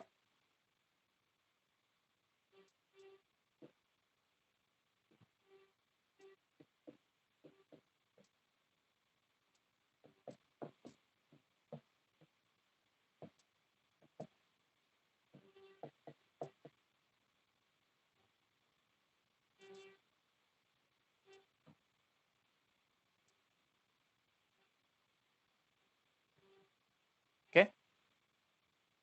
So the last topic, last small heading that we have under inflation is nominal GDP and real GDP. So what is the formula for calculating GDP? We simply say GDP is equal to Q into P. Okay, we say Q into P. Now consider this situation where in 2019, India's GDP is 100. In 2020, India's GDP is 120. Can we say there is growth in the country? Yes or no? Can we say there is growth in the country? Thumbs up, yes. Thumbs down, no.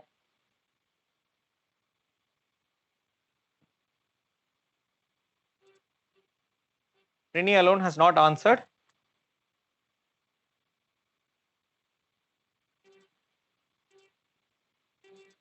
Okay, so I'm not got other answers in the chat either. Anyway, the answer is we cannot say with certainty, because why do I say so? Because when we say GDP has to increase, what we actually mean is that the quantity produced should increase. Why does the government want an increase in GDP? The government wants more commodities to be produced so that people's desires can be met. The government doesn't truly want an increase in GDP. The government truly wants an increase in quantity. But you cannot simply measure quantity alone. Why? I told you, you would have been told in the first chapter itself, if you look at only quantity, you look at one company which produces 1 car, another company which produces 10 cars, you will think 10 cars is greater than 1 car. But that 1 car may be worth, say, 1 crore rupees. This 10 car may be worth only 50 lakhs together. So that 1 crore is contributing greater to the GDP. So quantity alone will not give us an entire picture. We need a price also. But the problem is in this Q into P, it is good if we have a situation of 10 products produced at 10 rupees. It is good if this increases to 12 products being produced at 10 rupees. Then we say it is good in the economy. But what if it is a situation where 10 products continue to be produced at 12? So my answer is, okay, so my answer here is, so 10 products at 10 rupees will be 100, 10 products at 12 rupees will be 120. My question was, is there an increase in GDP? Yes, there is an increase in GDP. Is there no growth in GDP? You can also say, yes, there is no growth in GDP. Now, how do we bring in the distinction? That is where we say there is inflation here. We need to adjust for that inflation. When you calculate the GDP with current prices, whatever is the existing price, that is called as nominal GDP. So my earlier question, is there an increase in GDP? Your answer is yes, there is an increase in GDP. What GDP? There is an increase in nominal GDP. Nominally, if you look at it, If I don't mention anything else, is there an increase in GDP? Of course it is. That is the reason why people on the video and the others have answered that yes, there is an increase in GDP. It's completely understandable because Q into P, whether it is quantity or whether it is price, it doesn't matter. The GDP has increased. That is nominal GDP.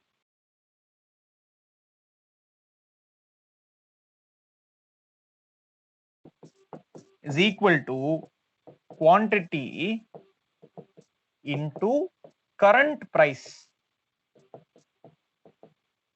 current year price.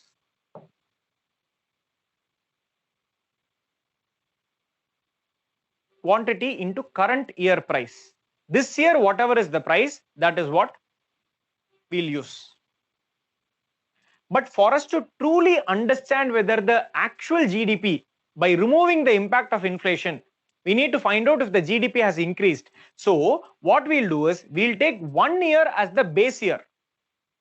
Okay, we'll take 1 year as the base year. We'll use that year's price as the constant price. So what we'll do, let us say 2021 is also there, where we say the GDP is 140.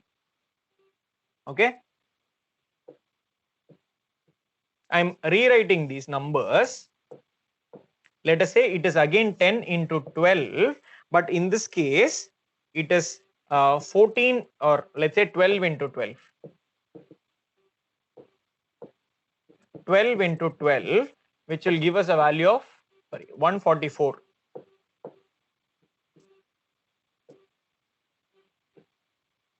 Okay, consider 3 years.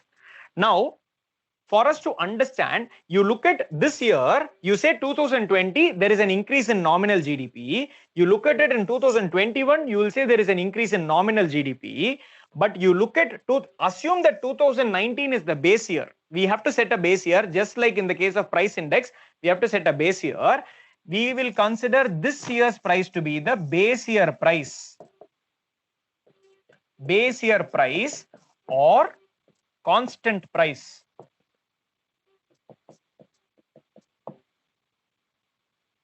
Okay, and then what we'll do is to understand the real GDP of the country in 2020, we'll calculate Q into P, but Q will be that year's Q, P will be the constant price 10.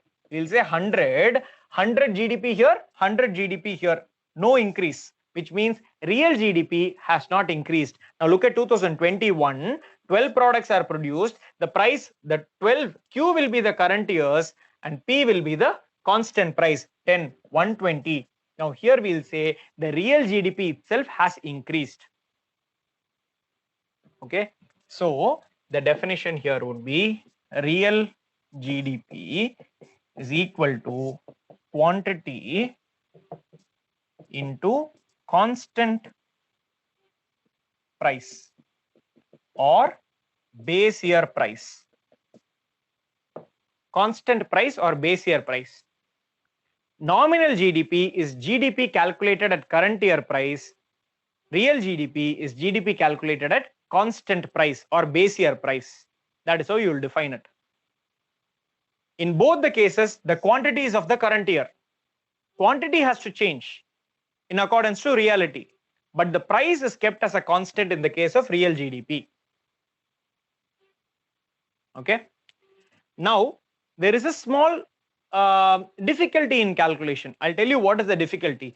Every time it is very difficult to go into this and say what is the constant price, what is the GDP. It is difficult. It is unnecessary also to calculate GDP at for each of the commodity to look at price. What is the constant price? What is the constant price? What is the constant price? As it is, calculating GDP is a difficult process. Now you have to calculate GDP twice, once nominally, once real. It is a challenge. So instead of calculating the real GDP separately like this, there is another method in which GDP is calculated. They said we will calculate nominal GDP first, which is the easiest one to calculate, quantity into current year price. Okay, and then what we'll do, we will use a deflator, something called as a deflator. There is inflation inside it. We need to remove the inflation. So we need to use a deflator to remove the inflation. So what is a deflator? There is something called as a GDP deflator. What is this? This is exactly like a price index. This is exactly like a price index, a basket of goods and services. Unlike consumer price index, where the basket of goods and services are goods and services that are consumed by the people. It may be imported good, it may be domestically produced, whatever it is, if it is consumed, it will be added. In wholesale price index, only whatever is relevant from the producer's perspective, no services, nothing will be included. But in GDP deflator, we will take a wide array of basket of goods and services, which is reflective of all the production activities in India. We define GDP as total value of all final goods and services, right? GDP deflator will be a representative of all goods and services which are produced in India. It will have a wide variety of goods inside it. Okay, and then what we'll do, just like we arrived at a price index, we'll say for this set of goods and services, if the price index during the base year is 100, this is where we set the base year. If the price index during the base year is 100, what is the price year? Let's say 2019 is the base year. What is the price index in 2020? What is the price index in 2021? Okay, this will give us an idea of price level increase, overall economy price level increase. Instead of going to each commodity and measuring what is the price rise, which would be what we have to do while if we are directly calculating real GDP. We are saying overall in the economy, how much is the inflation that is there. Let's say it is 120. Okay, let us say the price index is 120. So what we'll do, we'll say in 2019, nominal GDP is equal to 100. 2020 nominal GDP is equal to 120. Okay, now we'll say real GDP is equal to nominal GDP divided by GDP deflator into 100. What is this 100? It is very simple.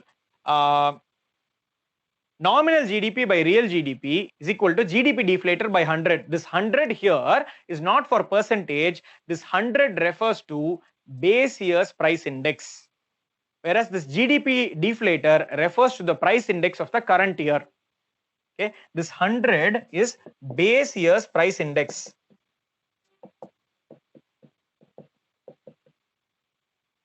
Whereas this GDP deflator is the current year's price index.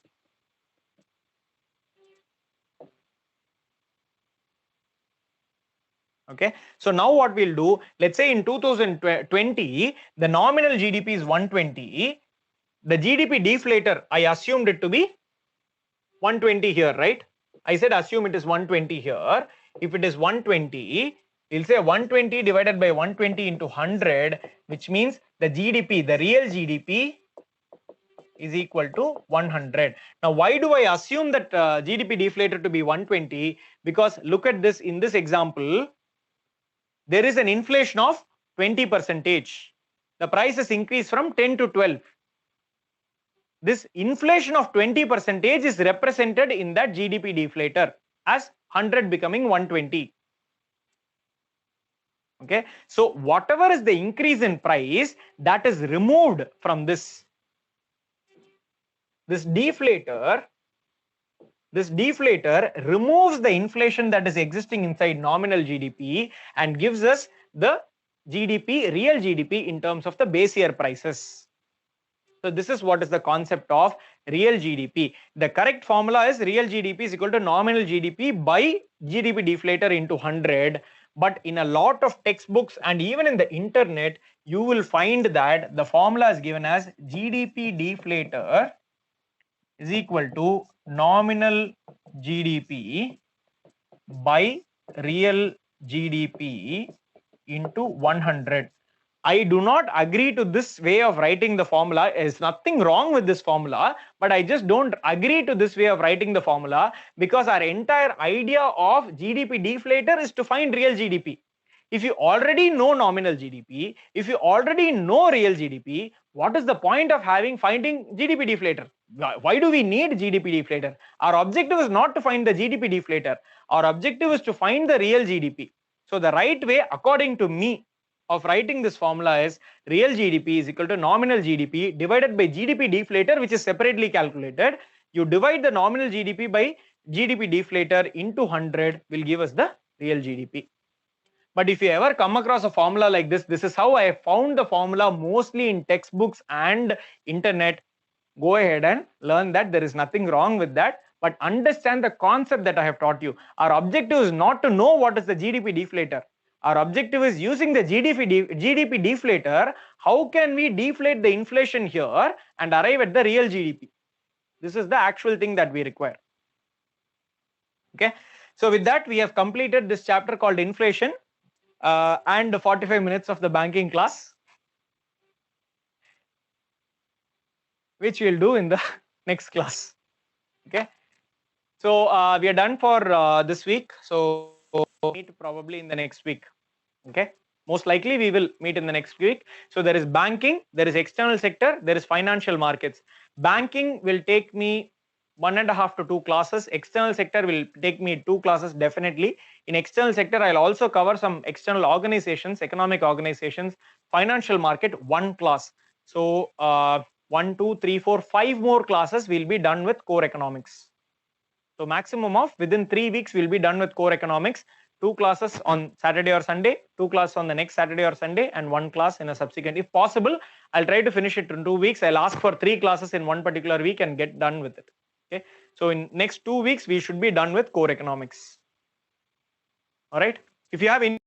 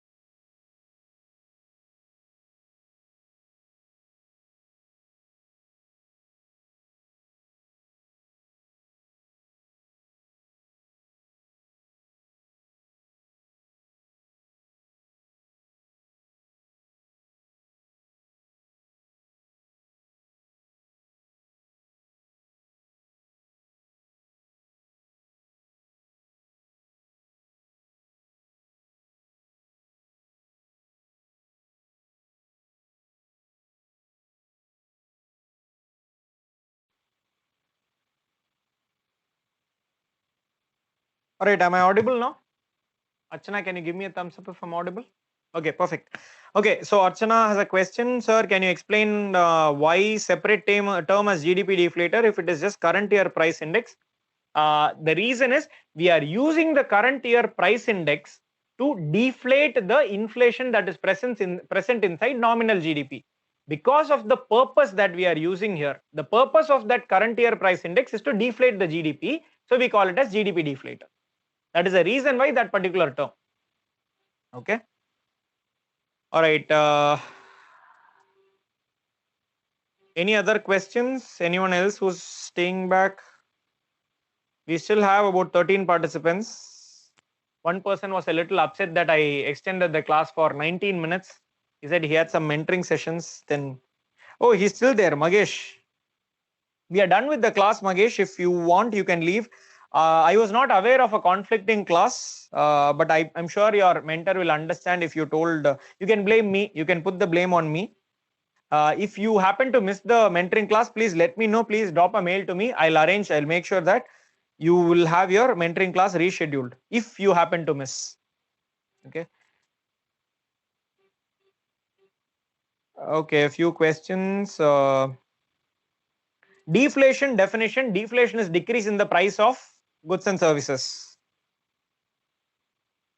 Sir, GDP deflator is with respect to base year. Yes, GDP deflator is with respect to a base year, which is a separate base year. It is also another price index which is calculated just like CPI, WPI. So there will be a separate base year for it. In the base year, the price index would be 100, and then subsequently with every year, according to increase in price, the price index will also go up. Okay. Yes, I'll explain cost of funds, but let me just take up questions with respect to deflator if there are any. Sir, exact definition for GDP deflator. GDP deflator is a price index which can be used for removing the impact of inflation while calculating GDP. It is a price index which is used for removing the impact of inflation in GDP. That is the definition of GDP deflator. Please don't ask me to repeat again. I just made it up. So, yeah. I hope you have written, Ashwin. Akash, reflation definition. Reflation is deflation which is showing a decreasing tendency. Decrease in the rate of deflation is called as reflation. Decrease in the rate of deflation is called as reflation.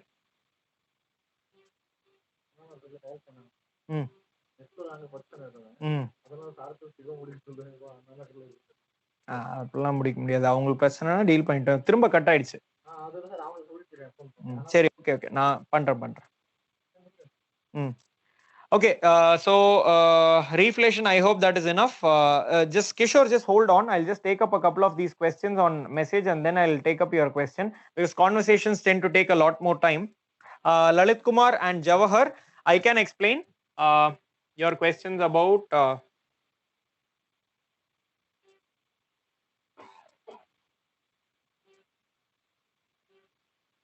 one is about external benchmark, the other is about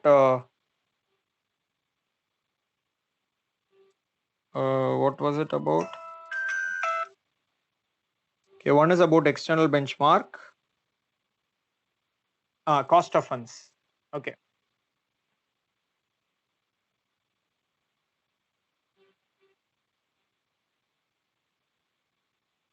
Okay. So Jawahar and Lalit, please stay online. I would want to have a discussion with you to arrive at the answer. I want to know what exactly you want me to explain. I'll first take up Kishore's question. Kishore, yeah, you can unmute yourself and you can talk. Yes, sir. Once again, good evening. Good evening. Yeah. Okay, sir. Now coming to my questions, as you said in the marginal standing facility, there will be a day interest, week interest, and the per annum interest, right? Correct. But does the bank with the same 7% or 4% interest they are allowing to multiply in a day or a weekly? No, you told I it will didn't be understand you. No, sir. Actually, if any bank lending, okay, they are getting per annum for 4%, right? If the Reserve Bank is, but if it is MSF, that will be 4 divided by 365 into 1, right? Per day. 4% per day. That 4% is not per annum interest. For MSF and repo, that 4 is per day interest. Does bank getting so, sir? Really, because it's very huge, if you are taking some 100 crores, you are supposed to pay. That is, banks will resort to it only when they don't have an option. Okay. When coming to the bank, rate also, will it be when coming to the bank rate? Bank rate would be longer term. So if the bank is taking a loan through bank rate, it will be longer term. It will be for 3 months or 6 months.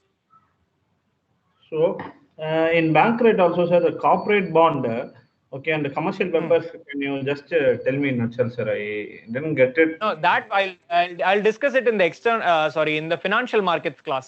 I'll discuss that in detail in the financial markets class because that is part of that class. Okay, sir. In simple terms, I private company wants to borrow money, like a government issues GSEC, a private company will issue corporate bond. Like a government issues T-bills, a private company will issue commercial paper. Okay, sir. Okay, and one more last query, sir. As I asked in the earlier, there is a purchasing manager index, right? There is one more index. Is there? Correct. Yeah. What is the significance where we are using it, sir? Did you read up about it somewhere? Sir, Did you try actually, reading about it? no, I used to read in that I got in economic terms the purchasing managing power index got reduced in the recent days. I'm not Okay. sure from what value it reduced. But try reading about it. Did you Google to find out what is purchasing managers index? I understand it about it. It's almost related to the manufacturing industries, how it's maintaining their inventories related to that. But okay, I didn't exactly get it. That's why I brought my query here. All right. So what is purchasing managers index is? So there are people designations called as purchasing managers in a lot of companies, manufacturing as well as service companies. So they have an idea of how much of purchase their company is going to make in the near future for their production purposes. Okay. So based on their perception of how much would be the price in the economy, how much would be the quantity that they buy, they'll create an index saying this much quantity at this much price we will be buying in the future. That is an expectation from all these purchasing managers. Based on their expectation of economic activity, an index is created with respect to the price levels in the economy or with respect to the quantity that is consumed in the economy. Producer's perspective. That is called as purchasing managers index. It is applicable to both manufacturing as well as service sector. It is not a very clear method of calculation like CPI or WPI. It is based on the expectations of these people. Okay, it's like almost almost. Called as purchasing managers. Okay, can I put it pitch point in some other way? For example, any sourcing and supply chain engineer making some kind of statement that, for example, my company is going to procure these many raw materials from these many companies that would cost this much to the economy. Will it be the same or will it be different? Yeah, it will be very similar to that. Yes. Okay, sir. Okay. Thanks, sir. Thanks, sir. All right. Yeah, welcome. Okay, Lalit Kumar and Jawahar, one of you can raise hands or both of you can raise hands depending on who raises first. Yeah, Jawahar has raised first. Lalit, you can also raise your hand. I'll take up Jawahar's question and then I'll come to you. Yes, Jawahar. Hello, sir. So regarding this external benchmark based lending rate, actually what I understood is since the repo rate increase or decrease is not reflecting on the bank's lending rate to the customers, correct. External benchmark is used, sir. So correct. RBI is asking the banks to use external benchmarking. So where I understood repo rate, what is the other two, sir? So other two are just two different ways of arriving at an external rate. So they are giving the option. The RBI is giving an option to the bank and they are saying you can directly link your lending rate to the repo rate, or you can link your lending rate to some other rates in the economy. What are the other rates? So there are some things called as T-bills, right?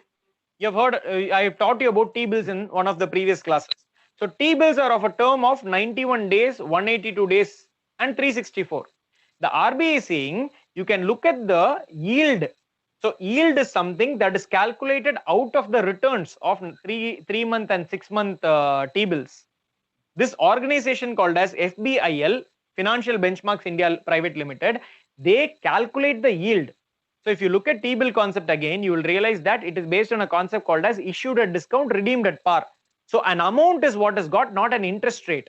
But that amount also, an interest can be calculated out of that amount. That interest is called as yield. So based on that, so that is reflective of the lending rate, the rate at which people are giving loans to the government, because T-bill is what? Government borrowing. What is the rate at which government is borrowing, or any other rate? What is the rate at which some private companies are borrowing? These are called as market interest rates. This is one market interest rate. This is another market interest rate. This is RBI determined interest rate. The RBI is telling the banks, either you can follow repo rate, or you can follow a government borrowing rate, or you can follow any other private borrowing rate which is approved by this organization called as FBIL. One of these can be used by the banks. That is what it means. But still, the banks have the operational cost and the negative carry due to CRR. No, it is not a part. They said, the RBI says, in addition to this, they can add a small margin, whatever they want as profit. So that margin can be there. So what happens is that margin, once they fix it, they cannot keep changing it at regular intervals. If they say to the repo rate, we are going to add 4% and give out a loan as set as MCLR, let's say. So if the repo rate is 6% and they say 4% is their margin that they want, they'll have to give a loan at 10%. Now, if RBI reduces this to 5, then suddenly they cannot alter this 4. This 4 will remain the 4, which means that they will be compelled to give it at 9%. So whenever there is an alteration in repo, this rate will automatically change accordingly. This can be set at the discretion of the bank, but once it is set, they cannot keep changing it accordingly. Whereas in the earlier internal benchmarking, because it was internal, they used to keep changing the cost of funds according to their requirements. They used to keep changing the operational costs according to their requirement. So this cannot be changed. That is the significant factor here. Okay, sir. And one more thing. All sir. right. Yes, sir. Yeah. Actually, what is bad bank, sir?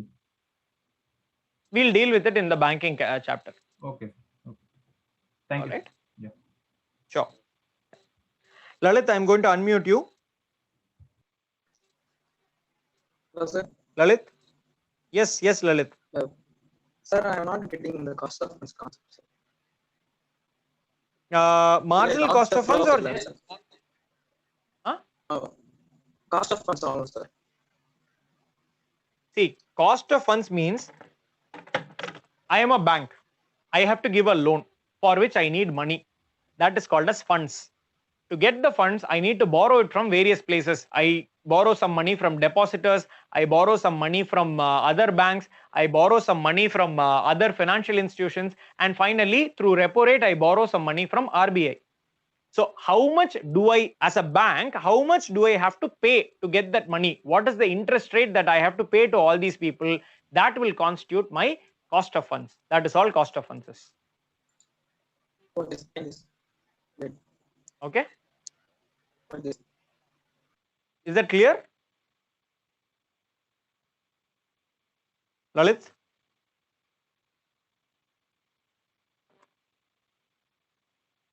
Okay, I assume it's clear, Lalit. Can you send a message if it's clear? Yeah, clear. Okay, great.